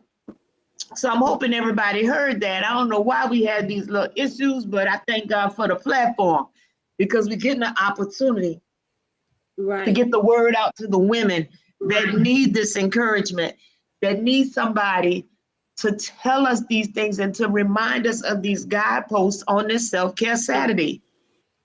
One of the things of dealing with our emotions is prayer. And one of the ways of dealing with our problems is prayer. It is an effective strategy. Yeah. And it's been proven time and time again. Yeah. Especially dealing with anger. Yes. I was proven. I erupt. I'm an erupter. I'm like a volcano. I may not shoot no lava every day, but there's one day I erupt and everything catch on fire. Because I'm so angry. Because most of the time I'm very happy. So when I do get mad, it's not good. It's never good. It's a red alert. It's a natural disaster. It is a debacle whenever I get super, super angry. So I used to be like the way of walking in peace. I used to be like that. Yes. People had got to lying to me, Godiva. They wouldn't even tell me the truth. They wouldn't tell me the truth because they know that if I heard the truth and I found it out, it was going to be a major scene. Yeah. Yeah. So they would lie to me. They would just rather lie to me than deal with me in my anger. They would run away. Not good. Yeah. Well, my family like, you knock it down. But they would, That's my problem. I hold on to my anger and then I explode. Mm-hmm. In that explosive anger, I would see the women, they got a show now called Snapped, where they done snapped and they done went off and did a crime. They were snapped. I don't watch that show because I think it's an idea show. I don't want no ideas. Exactly. But when they had the snap and they was telling me what it was about, I said, oh no, I don't need to watch that show. I don't need that in my spirit realm because that, you know, it can happen to anybody. right. We all human. Right. We all human. I remember when last year, this time, well, I should say March 27th of last year, when Chris Rock got smacked in the face by the Will Smith, and it was on the television, and everybody was buzzing and talking about him. And I kept saying, ooh wee, I'm the same way. I'd have waited. It'd have been hot. It'll probably been my best day. It could have been my graduation day, but I was gonna get that lick. I'm telling you, he was saying the wrong thing. I would smack, and I understood where he was in that moment because he had done really snapped. Mm-hmm.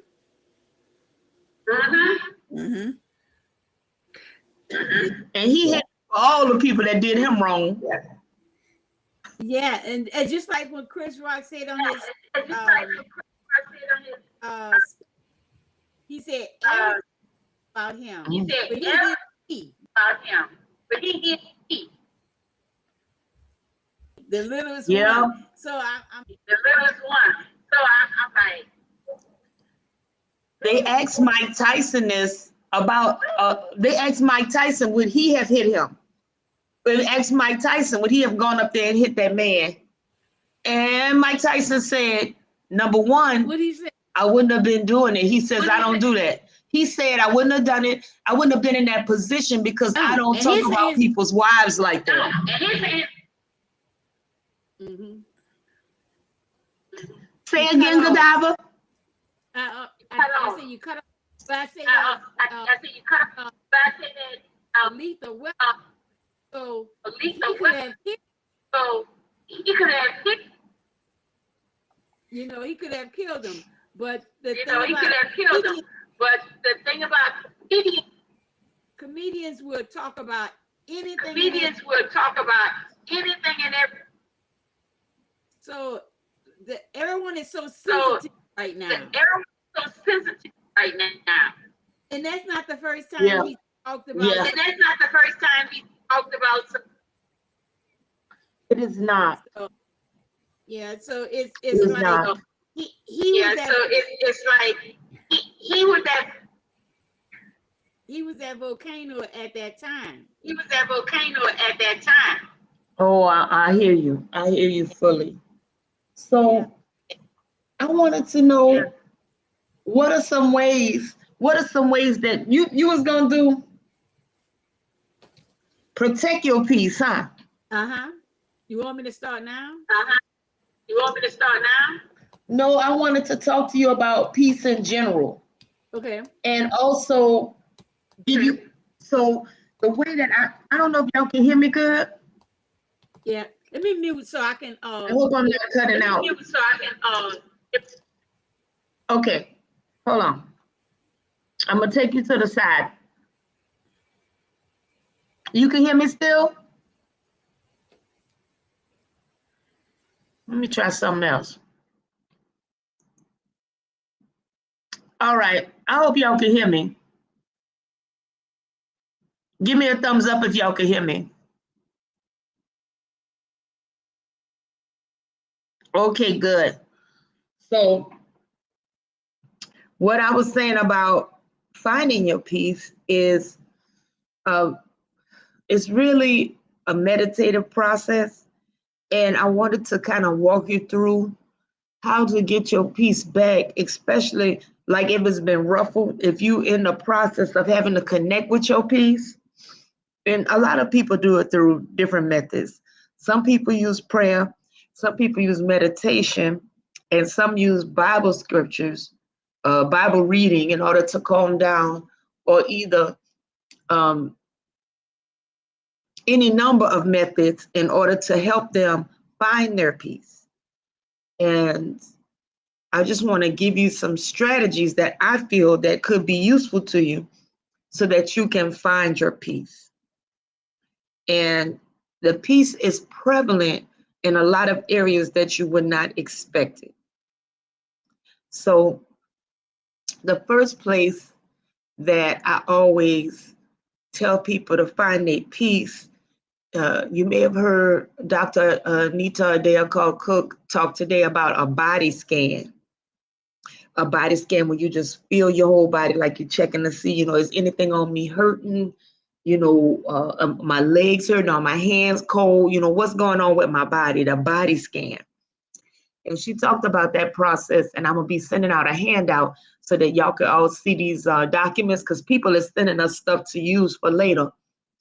But one part of the body scan that I learned was different than what Anita was telling us, because in that one, she's telling us to check for any differences or pain in our body, any tension, any sort of soreness or anything like that, any sort of disease, any sort of thing in your body that's hurting on you.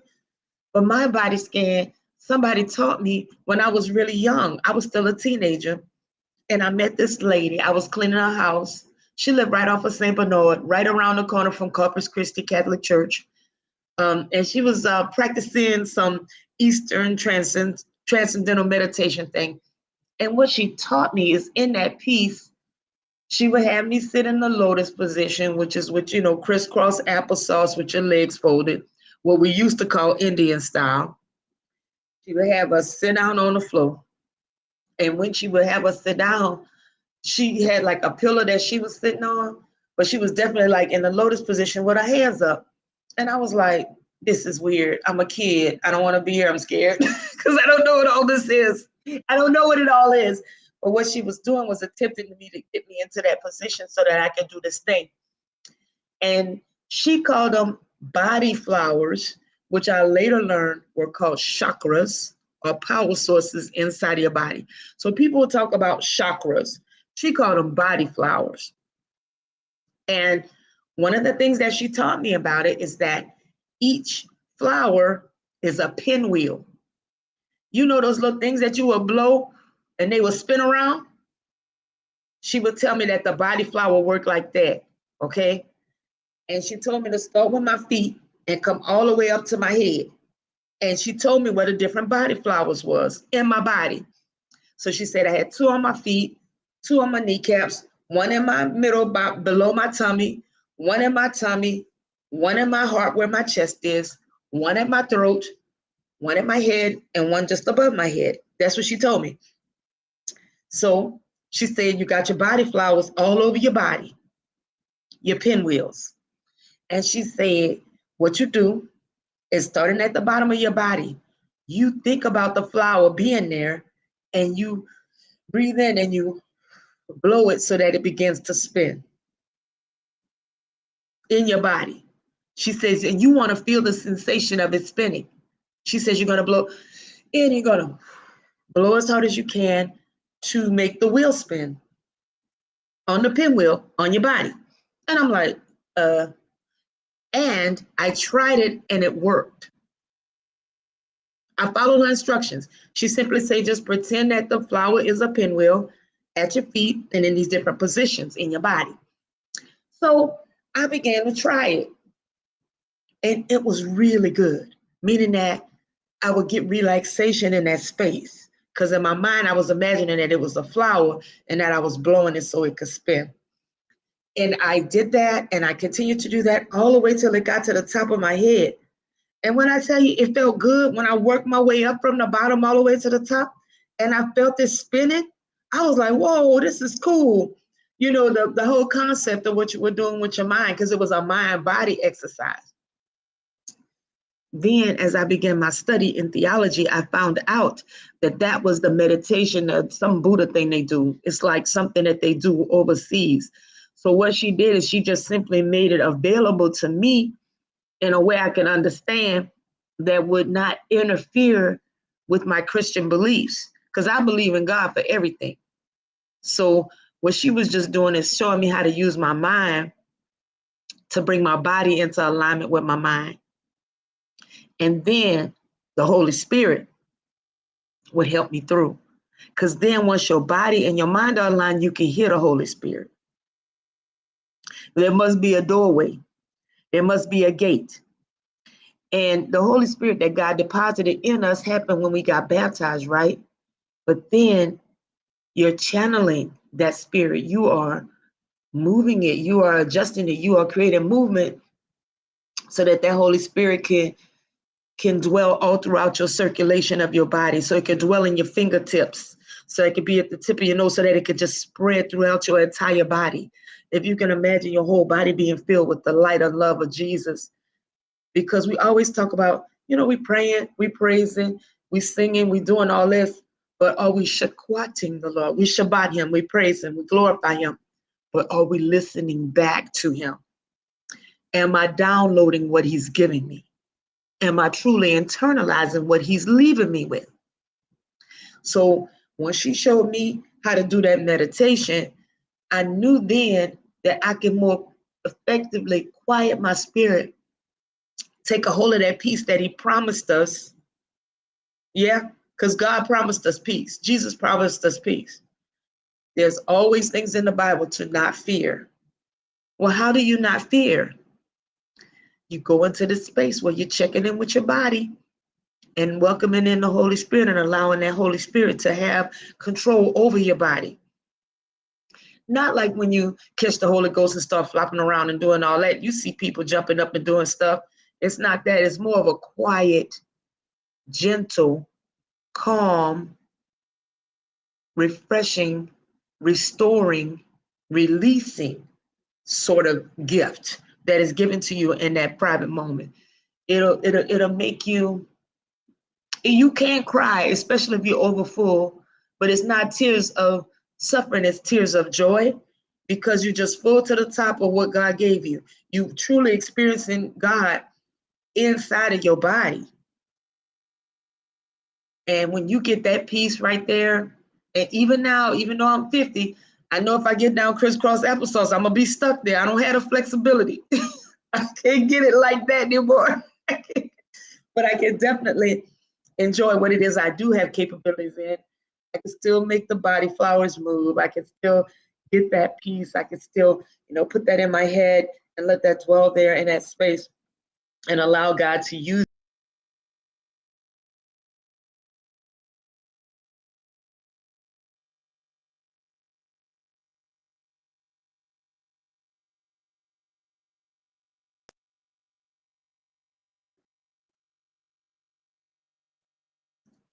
You'll things do work differently for you. You will see an opportunity to truly express what God has given you to the world once you're able to quiet your spirit in such a way that you can enjoy his peace and practice that meditational move. That's one of my strategies for finding the peace. Once I find the peace, that's one way that I do. Another way that I find peace is in reflection and in remembering.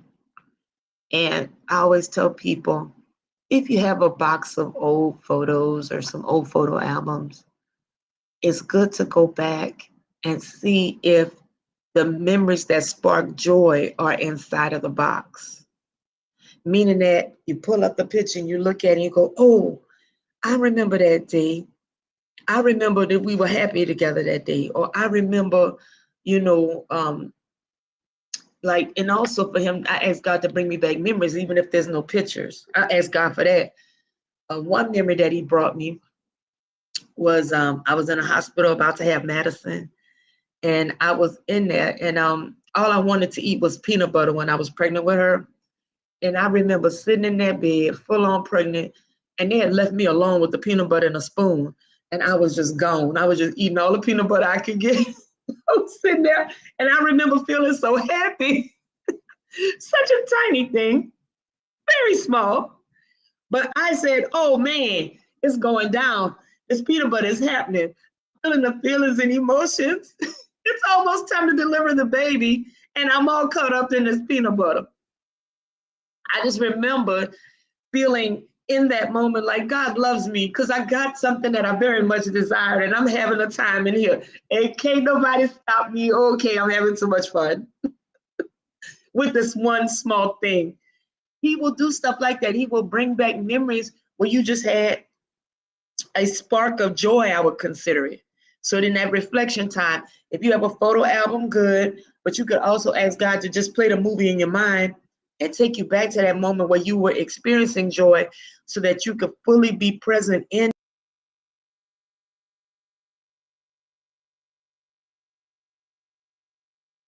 part of your past. Sibling. We go back and over and over and over in our mind, play back when somebody made us mad, or play back when somebody offended us, or play back when we got cut off, or play back a mean thing that happened, like a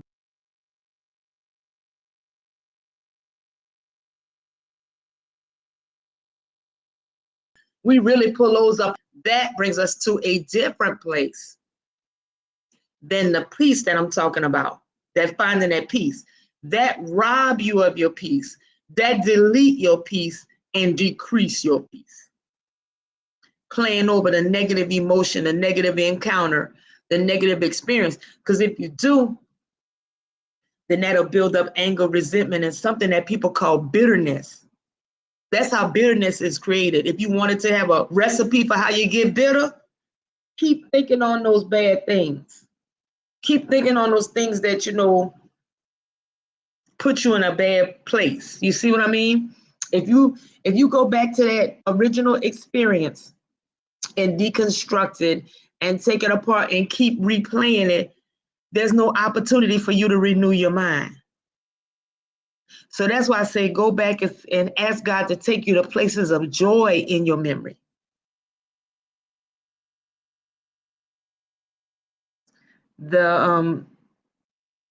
The day I buried my mom, we came to New Orleans because we did a service for her in Houston. We did a service for her in New Orleans.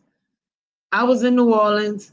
Darnell had brought me there. I wasn't myself, obviously, because I was like, there was lots and lots of people, hundreds of people. And I just, I was still weird. I was still weird because, I was just weird. And that day of the actual service, I had the biggest bit of joy that I could ever say I've encountered in my whole life. I went there. My friend Hope Duplashane was there. I've known her since grade school. It was great to see her. But then my brother, whom I had not seen since I was a child, was there at the funeral. And I didn't call him. I didn't make him aware. I didn't tell him. I didn't get word to him. I didn't even know how he found out. But he was there. And he's my hero. And so I saw him that day, and I was so delighted and happy. And he brought my sister-in-law. Her name is Rena. He brought her. And I was like, whoa. It was like in one day, I had one of the lowest experiences, and then I had one of the highest experiences. Because you couldn't tell me, my brother, I just said, all I know is that he was there like by magic. And I got to experience the joy of seeing him again and being reconnected with him after many years. Many years. I hadn't seen him since before I had my daughter Nunu, and she was 30 at that point. So that reunion, that time, that joy that I experienced at seeing him, it just helped me get through the next phase of my encounter. It helped me find peace. It truly helped me find peace. And I used to wonder why people would, go to weddings, funerals, anniversaries, but now I understand why. Because seeing somebody that you care about there matters more than the actual event, I think sometimes. Seeing someone that you hadn't seen in a long time, there's sometimes joy unlocked in that. I don't know if that happens to anyone else, that you see someone and you haven't seen them in a long time and you feel a great feeling of happiness because you get to see them again. That is the peace. So those are my little different ways of finding peace.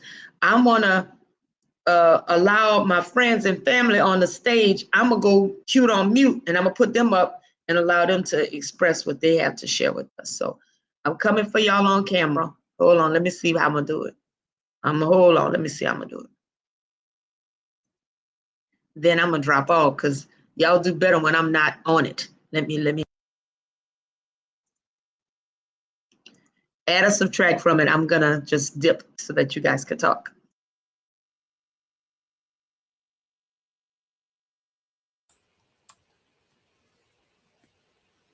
Hi, Godiva. Yes, what you're saying is true.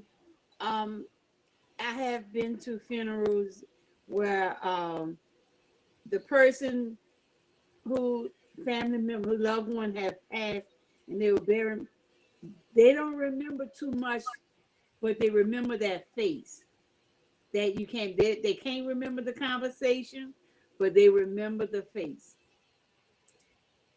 Yeah, it is true. You remember the good times. Look at the yeah.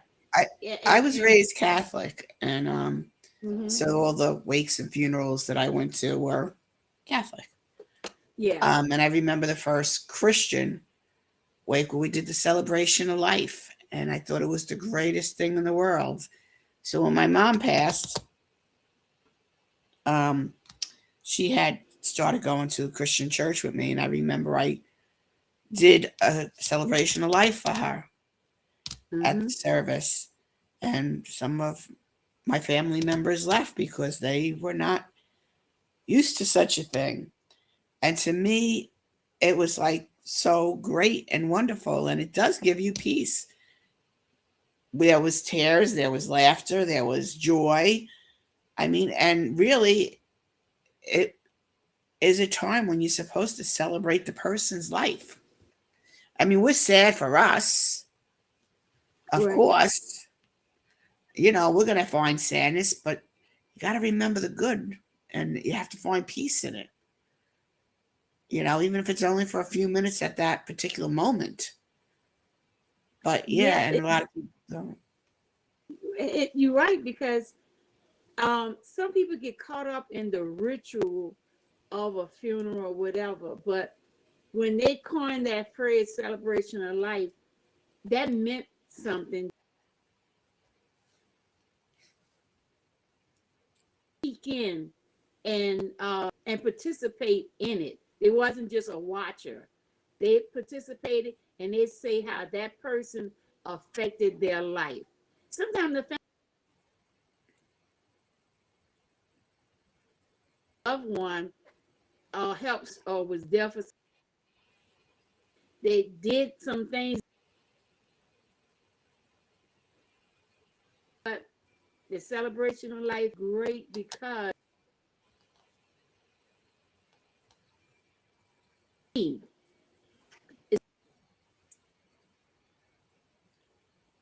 and your life. Sometimes forget about certain things, and when someone starts talking about it, say, "Oh yeah," and then that spark of joy comes in. You know, quickly. Yeah. Us to accept. Yeah, it's true. You always remember when I was young. Not for the dead, living. And to me, when I heard that, it was like, okay, I need to enjoy my life a little bit more, you know, because it's not promised to me tomorrow. And I was much young when I heard that. Mm-hmm. Yeah. My last every day like this, you know. It's true, and we get so tied up in what has to be done and running and doing this and doing that, and we forget that today is called the present because it is a gift. Right. It is a gift. Right. I remember explaining that to my granddaughter, and she said, "Oh, so that's why you do the things that you do." So right now, if a child sees that I'm taking on the burden of the world for that negativity, you know, sometimes you got to tune out that TV with all that 24-hour news. That would depress you just in 1 hour. The first thing they come up with, that they have more negativity in the news than. Yeah, we have to spark more joy. Yeah. Members and our friends, everyone that we meet, put that smile on that person's face. But you never know what they're going through. Even if they dress well, you never know. No, you don't know. And that's why you always got to try to bring a smile to someone's face. And that's why even like the person in the store, in the supermarket, the person that's checking you out. Yeah. You ever had one to apologize to you because they think they're moving slow? And I'm like, sweetie, how long? This is the end of the day. You've been on your feet all day. If now, I'll stand with you. And she just started crying because she just had some bad news.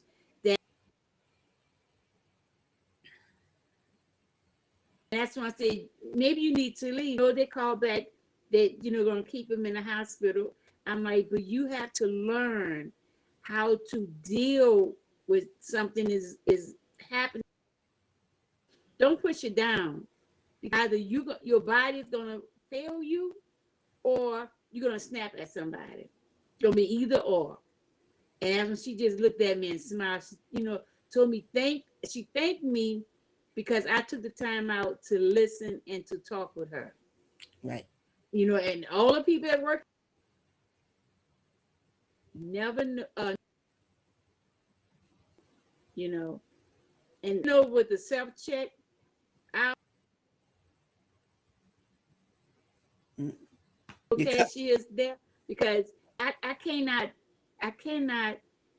forget people. I want to interact with people, and that nearly killed me during COVID. Oh my God, COVID almost took me out, and I didn't even have COVID. Just the thing there. Work from home, but that's fine. But one cannot. You remember they say it's gonna be 2 weeks, but I got.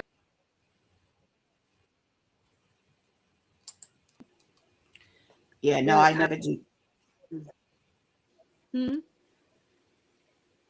cut off. What you say? I never do self checkout. I never do self checkout. I want a person because that person need that. And I tell them, I say, I can't. I want a person for more than one reason. First of all, that person is there for a reason. And we need to be friendly with people. We need to show people the Jesus that lives in us. So we need to be kind to each other. That's first of all. Second of all, self-checkout takes jobs away from people. Everyone's saying, well, they're in college and they can't find jobs. Well, how can they find jobs if robots and everyone's doing the jobs for them? Right. So that's, you can't do that. That's why these kids in college can't find jobs, because supermarkets used to be a great place for kids in college to go find jobs. Or high school, whatever. And how could they do it if everyone's doing it for them? And also special needs kids. A lot of times they used to do the bagging. Well, now they're not allowed to do the bagging because everyone brings their own bags, so you're not allowed to touch the bags. That's ridiculous. So now you have all these kids that had special needs that used to bag for you. I used to get great joy out of it. and you took their jobs away from them. Like that's mean. Yeah. So what are we doing as a country? We're taking jobs away from people, and how are you going to show God's love, and how are you going to show kindness or peace? Like these kids, there was this little girl. She wasn't a little girl. She was an adult, but she was a little girl. And she used to always put the eggs on the bottom. And I said to her one time, I would say to her, no, the eggs go on top. Oh, yes, she would tell me. I forgot. She was special needs. She was so cute. So she finally remembered to put my eggs on top. And she was so excited and so happy. And it gave her such joy. I was filled with peace that it gave her joy that she remembered to put my eggs on top. She accomplished something. She did. Yeah, she did. And after that, I mean, maybe that was the first time that she remembered. I don't know. But every time that I went, after that, I know now eggs go on top, like. She really wanted to serve. She wanted to be valuable. She wanted to contribute. And yes, of course she did. And it gave her peace. It gave me peace. It gave everyone around us, I would think, peace. I don't think there wasn't a smile in the place when she first did it on her own, and it was so, that was priceless. And the peace and joy that it gives me every time to think about it, that I think about the look on her face when she remembered the eggs go on top. Like that's priceless. You can't get that again. And now the poor child or anyone like her is never going to have that experience because we're not allowed to. Everyone has to self-bag. Well, you're not allowed to bag. So. Yeah.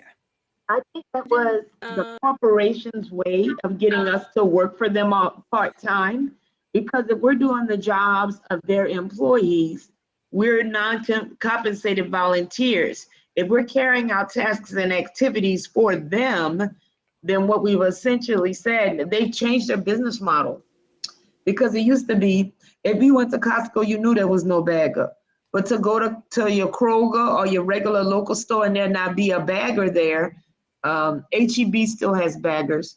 But, I remember liking that part of service, just like Liz described. I liked being served by them, and some of them would walk you to the car and also put your groceries in your car for you.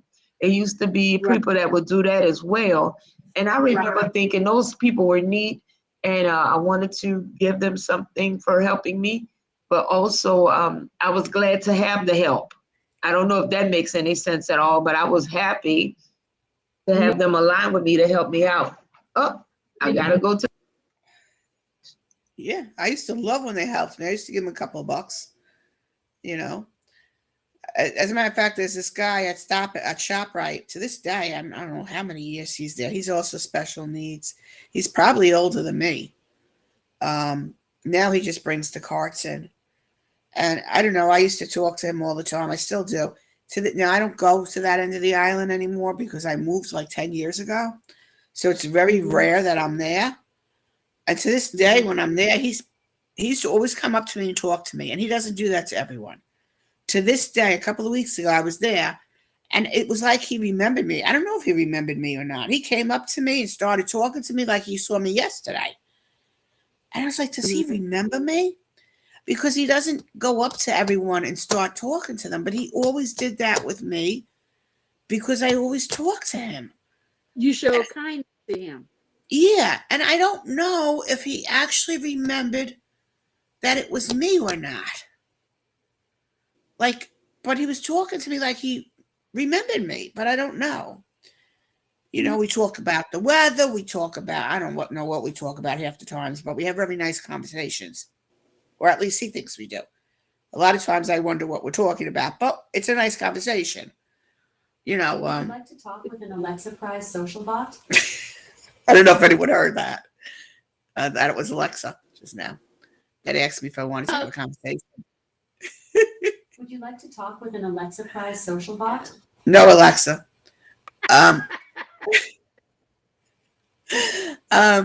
But, and it was like, I haven't seen this kid in so long. And he came right to me and started talking to me. And it gave me peace that he remembered me. Alexa, home. And it gave me such an understanding, such peace.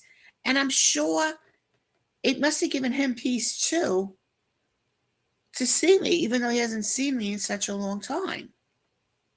Yeah. It was nice. It was really, really nice. It was nice. It was really, really nice. So, Godiva, I wanted to share something with you. You about to talk to us about peace? Your thing was cutting out. You could still hear me? You ready for me to see you though?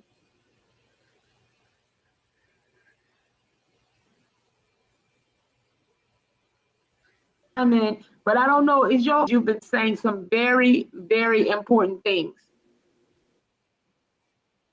Can y'all hear me? Or am I cutting out? Yes, I hear you. Am I cutting out? I hear you. I hear you, Wanda. Mm-hmm. All right. Godiva, talk so I can make sure that I can hear you.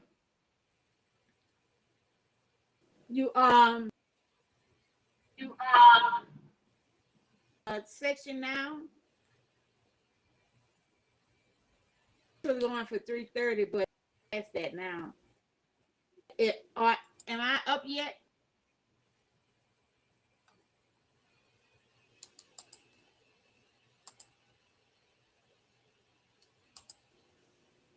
Take now until it's not.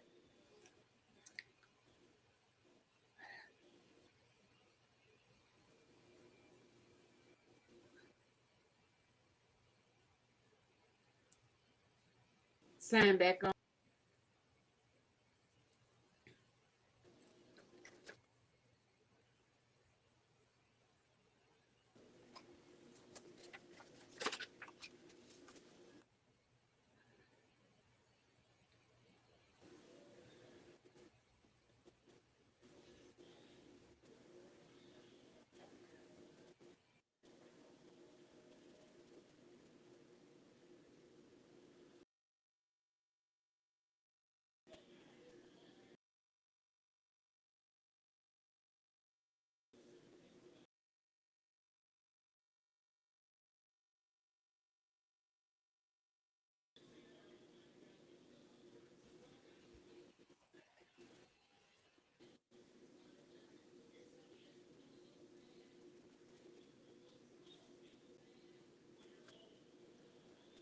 It was frozen, Godiva. You can hear me? Now I can, and I can see you also. Okay, I'm about to hide and let you have the floor. All right, let's see how we do. Oh, I wanted to ask you, you like Collins or Anderson? For my name? Anderson, huh? Yeah. Yeah, because I don't know why I had another name in my mind. Yeah. Okay. You got to keep me straight now. I need you. All right. Welcome, Godiva Anderson, to the floor. Mine is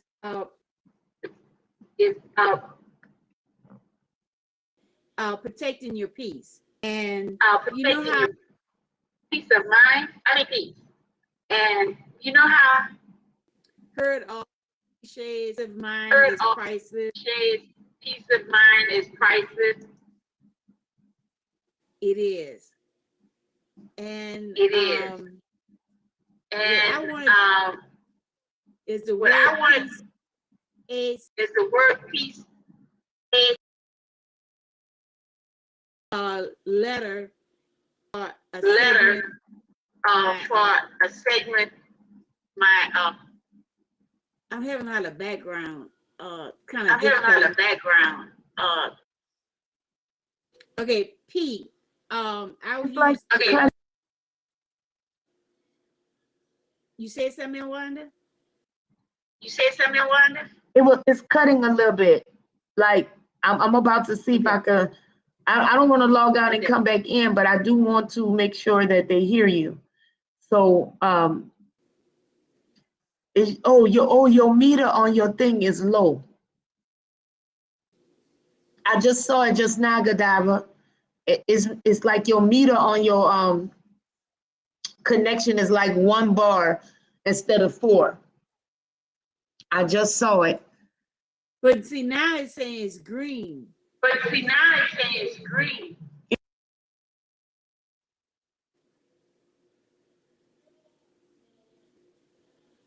There's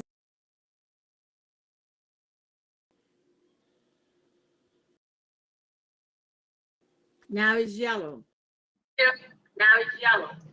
I see the same thing. Okay. Now I'm on my database of my data plan on my iPad, so I'm wireless. I don't know.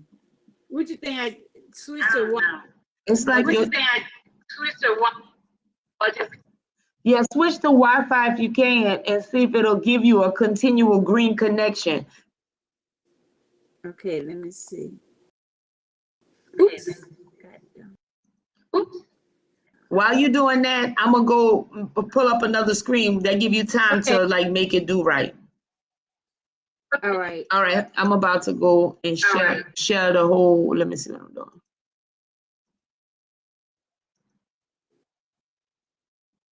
So I just want to review where we have been today with each other.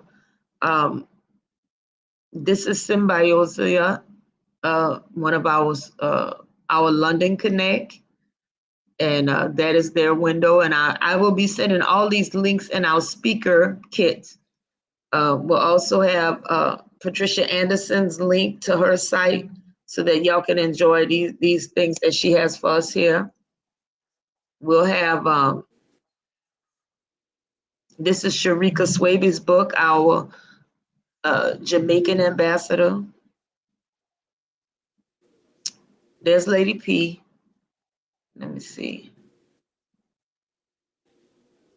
So you see Lady P's book, and then I'm coming back.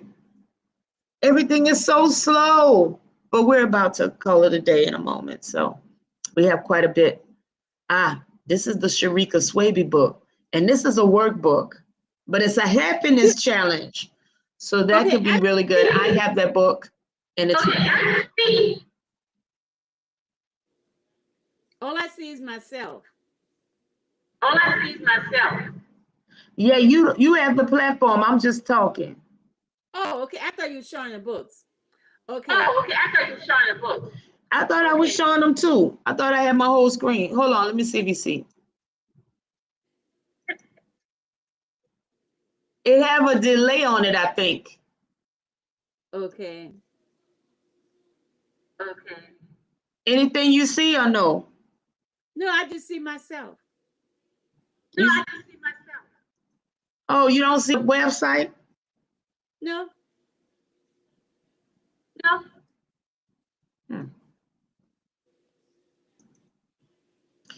Girl, it don't want to do me right. But I can hear you clearly. Are you ready to see? Yeah. Just talk to me a little bit. Let me see if it's working. Yeah, you can email. Talk is protected. Oh, great. Okay, then. Well, good. All right. Go ahead on, and I'm how we get rid of the feedback? I mean that feedback that I'm hearing. Well, I don't hear it anymore. Good. Okay. My talk is protecting your peace.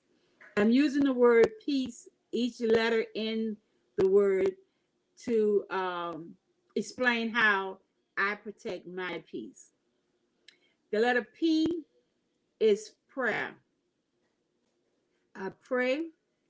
Some people may meditate. I do that also.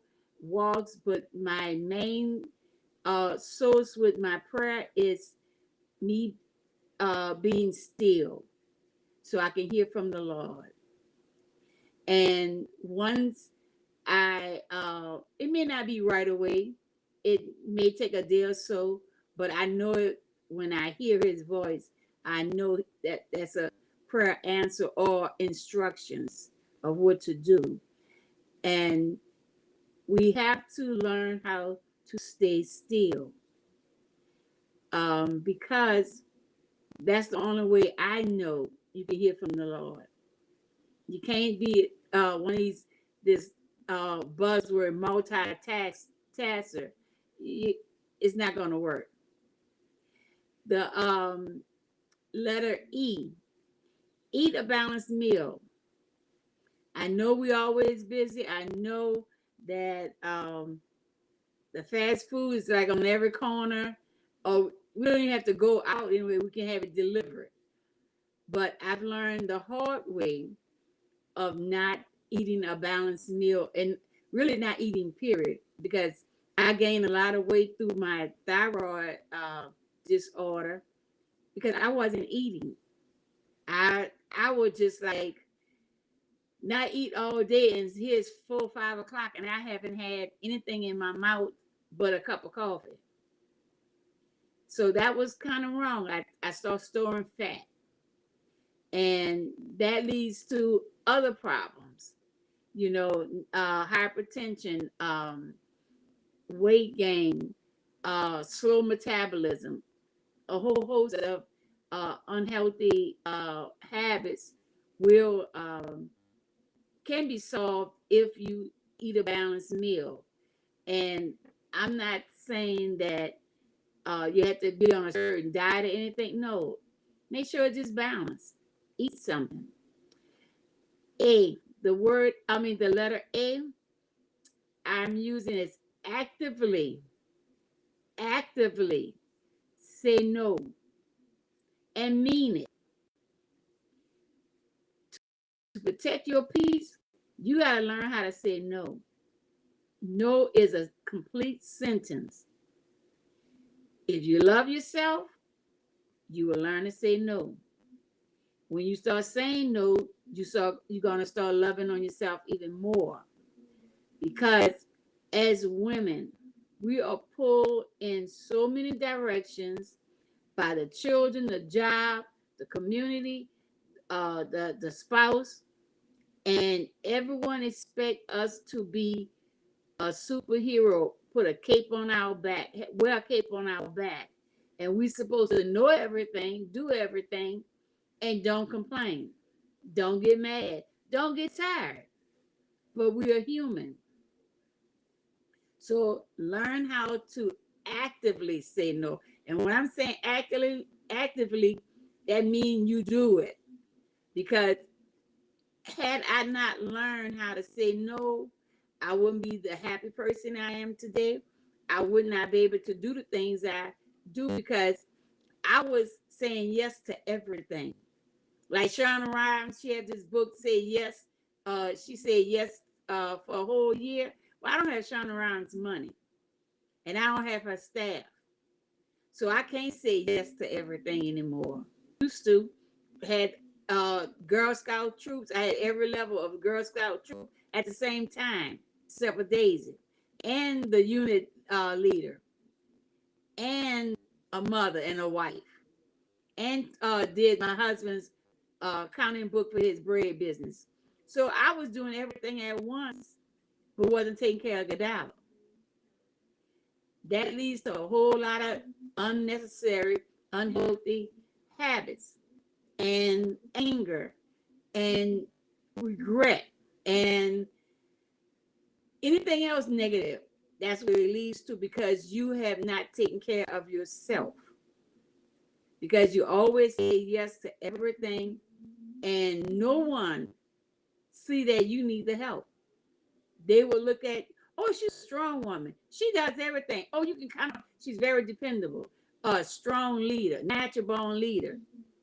But they don't understand you are deteriorating inside because you're doing so much and not having an off switch. Someone had called me the Energizer Bunny.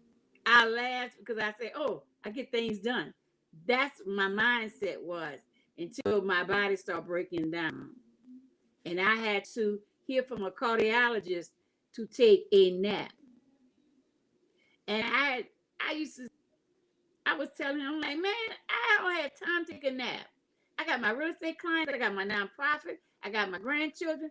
He said, you need to take a nap. And then I was watching television and I realized every executive in their office is a sofa. They take naps, but we just don't see them taking a nap. So that perspective had changed for me. So I started taking naps. The first nap, I woke up and I'm like, what have I been missing? All this time, I thought you'll be weak if you take a nap, if you stop in the middle of the day. So I schedule my naps. I don't answer the phone. I don't care who's calling. I don't answer that phone. Because if it's something that's really bad, Holy Spirit will tell me to answer that phone. I trust him that much. But I have people with different ringtones, so I know who it is, and I'll call them back. Sometimes I don't even hear the phone ring because I'm so conditioned to tune everything out so I can take my nap. And guess what? You take a nap, you would be more productive in a 15-minute to a 30-minute nap than you have stayed woke the entire day. C, create a space for yourself.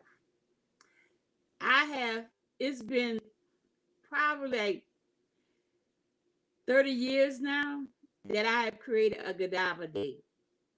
That is a day that Godiva do what she wants, whatever it is, whether it is a spa day, whether I go to the movies all day, whether I just get my nails done, whether if I just sit down and read a book, I just want to stay in the bed and look at TV and binge on Netflix, the whole day. It's whatever I want. And not to be unkind to anyone, I will announce my day. It's always a Saturday, once a month. I will announce it, tell, look, I'm not available. You already know it's a Godiva day. Because if you do not take care of yourself, how are you going to take care of anyone else?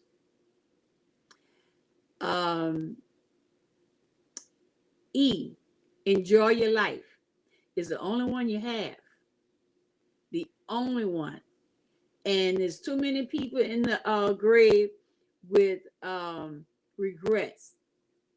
If it's enjoying your life the way you want to enjoy your life, whatever sparks joy for you. If you want to just hang out with the grandchildren or your children, that's fine. I had to learn that while watching how my children move around me. At Thanksgiving, the Thanksgiving dinner is not eaten until I bless the table. I didn't realize that my children was holding up Thanksgiving dinner every year for me. And I just noticed that a few years ago. And I thought they were just calling and say, when you coming? And I had no idea they hadn't eaten anything yet. That's enjoying my life. I'm being honored. We have to stop acting like we are mice in a maze and learn how to just slow down and enjoy our life. Because if we don't enjoy our life, we cannot have peace. Is priceless, and you have to protect it. And that's why I say you have to actively say no. Don't think it, say it. Yes, you will feel guilty. But guess what? Keep saying no. You're gonna start loving yourself more. You're gonna start like, okay, it's okay for me to say no. Because granted, think about it. People say no to you. So why you cannot say no? for whatever reason they say no, you still can say no. Protect your peace. When I'm a mother of grown children now, but I know how I feel being a mother of little ones. I have 3. And being involved in the community, in the school. Involved in the community, in the school.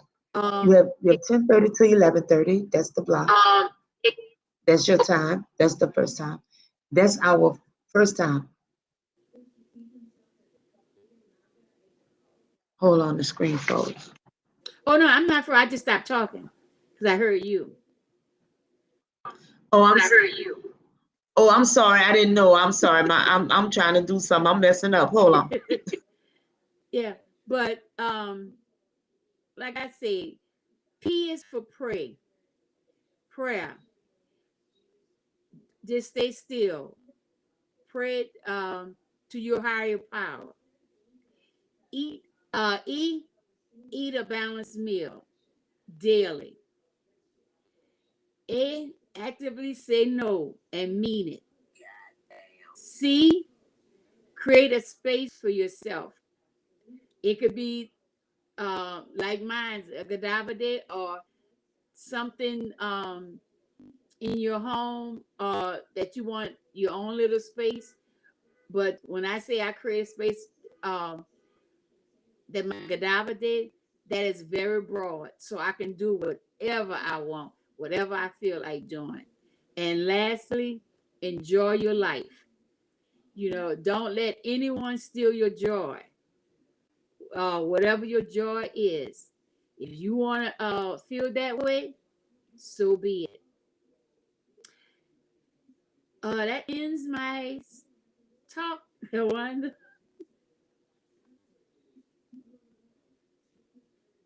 It's your time. Trying to get these times straight, Godiva. Huh?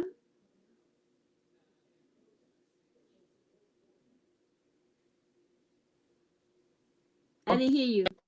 I heard you say, okay, Oh, yeah. you told me P for prayer, E for eat a balanced meal, A for actively say no, C for create a space, and E for enjoy your life.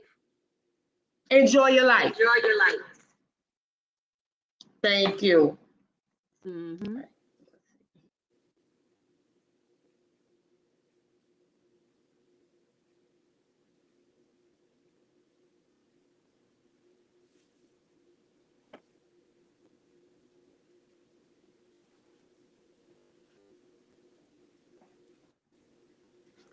Thank you for your patience with my process. Thank you, thank you. Hold on, let me see. Let me see if I'm doing it now. Hold on a sec. There we go. All right. So I want to thank you. I'm going to just want to make sure that there were not any closing remarks from my speakers before, because I'm about to shut it down because I had some more people, but they didn't show up. So I'm like, okay, let's call it a day. I'm ready. If they're ready, I'm ready. I had put everybody in the front and I had nobody at the back. That's how I did it. I made a mistake on my listing. So whatever that fabulous spreadsheet is, I'm happy. I'm going to find it again. And when I find my fantastic spreadsheet, let me tell you, it's going to be a different day. Me and my fantastic, fabulous spreadsheet, I just was relying on that. Now I'm working off of paper. I'm not doing a good job on that.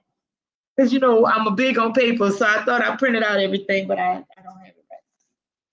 So I will try again. First of all, I wanted to say thank you to everyone that participated in the Enclave this year for 2023. We will be back for Spiritual Sunday. And on Spiritual Sunday, we're going to have some connections with some writing exercises. We're going to make poetry. We're going to write. We're going to do a creative exercise with each other. And also just talk about spiritual things. Now today, by our self-care, we were talking about the spirit. But more importantly, on tomorrow, we'll be increasing our connection with the Most High.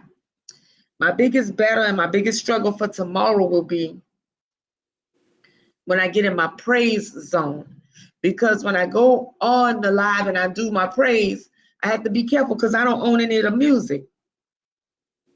So I don't want them to shadow ban me and throw me off the internet because I got my praise music on and my praise jams. So hopefully we'll find a way around that because I'm not a singer.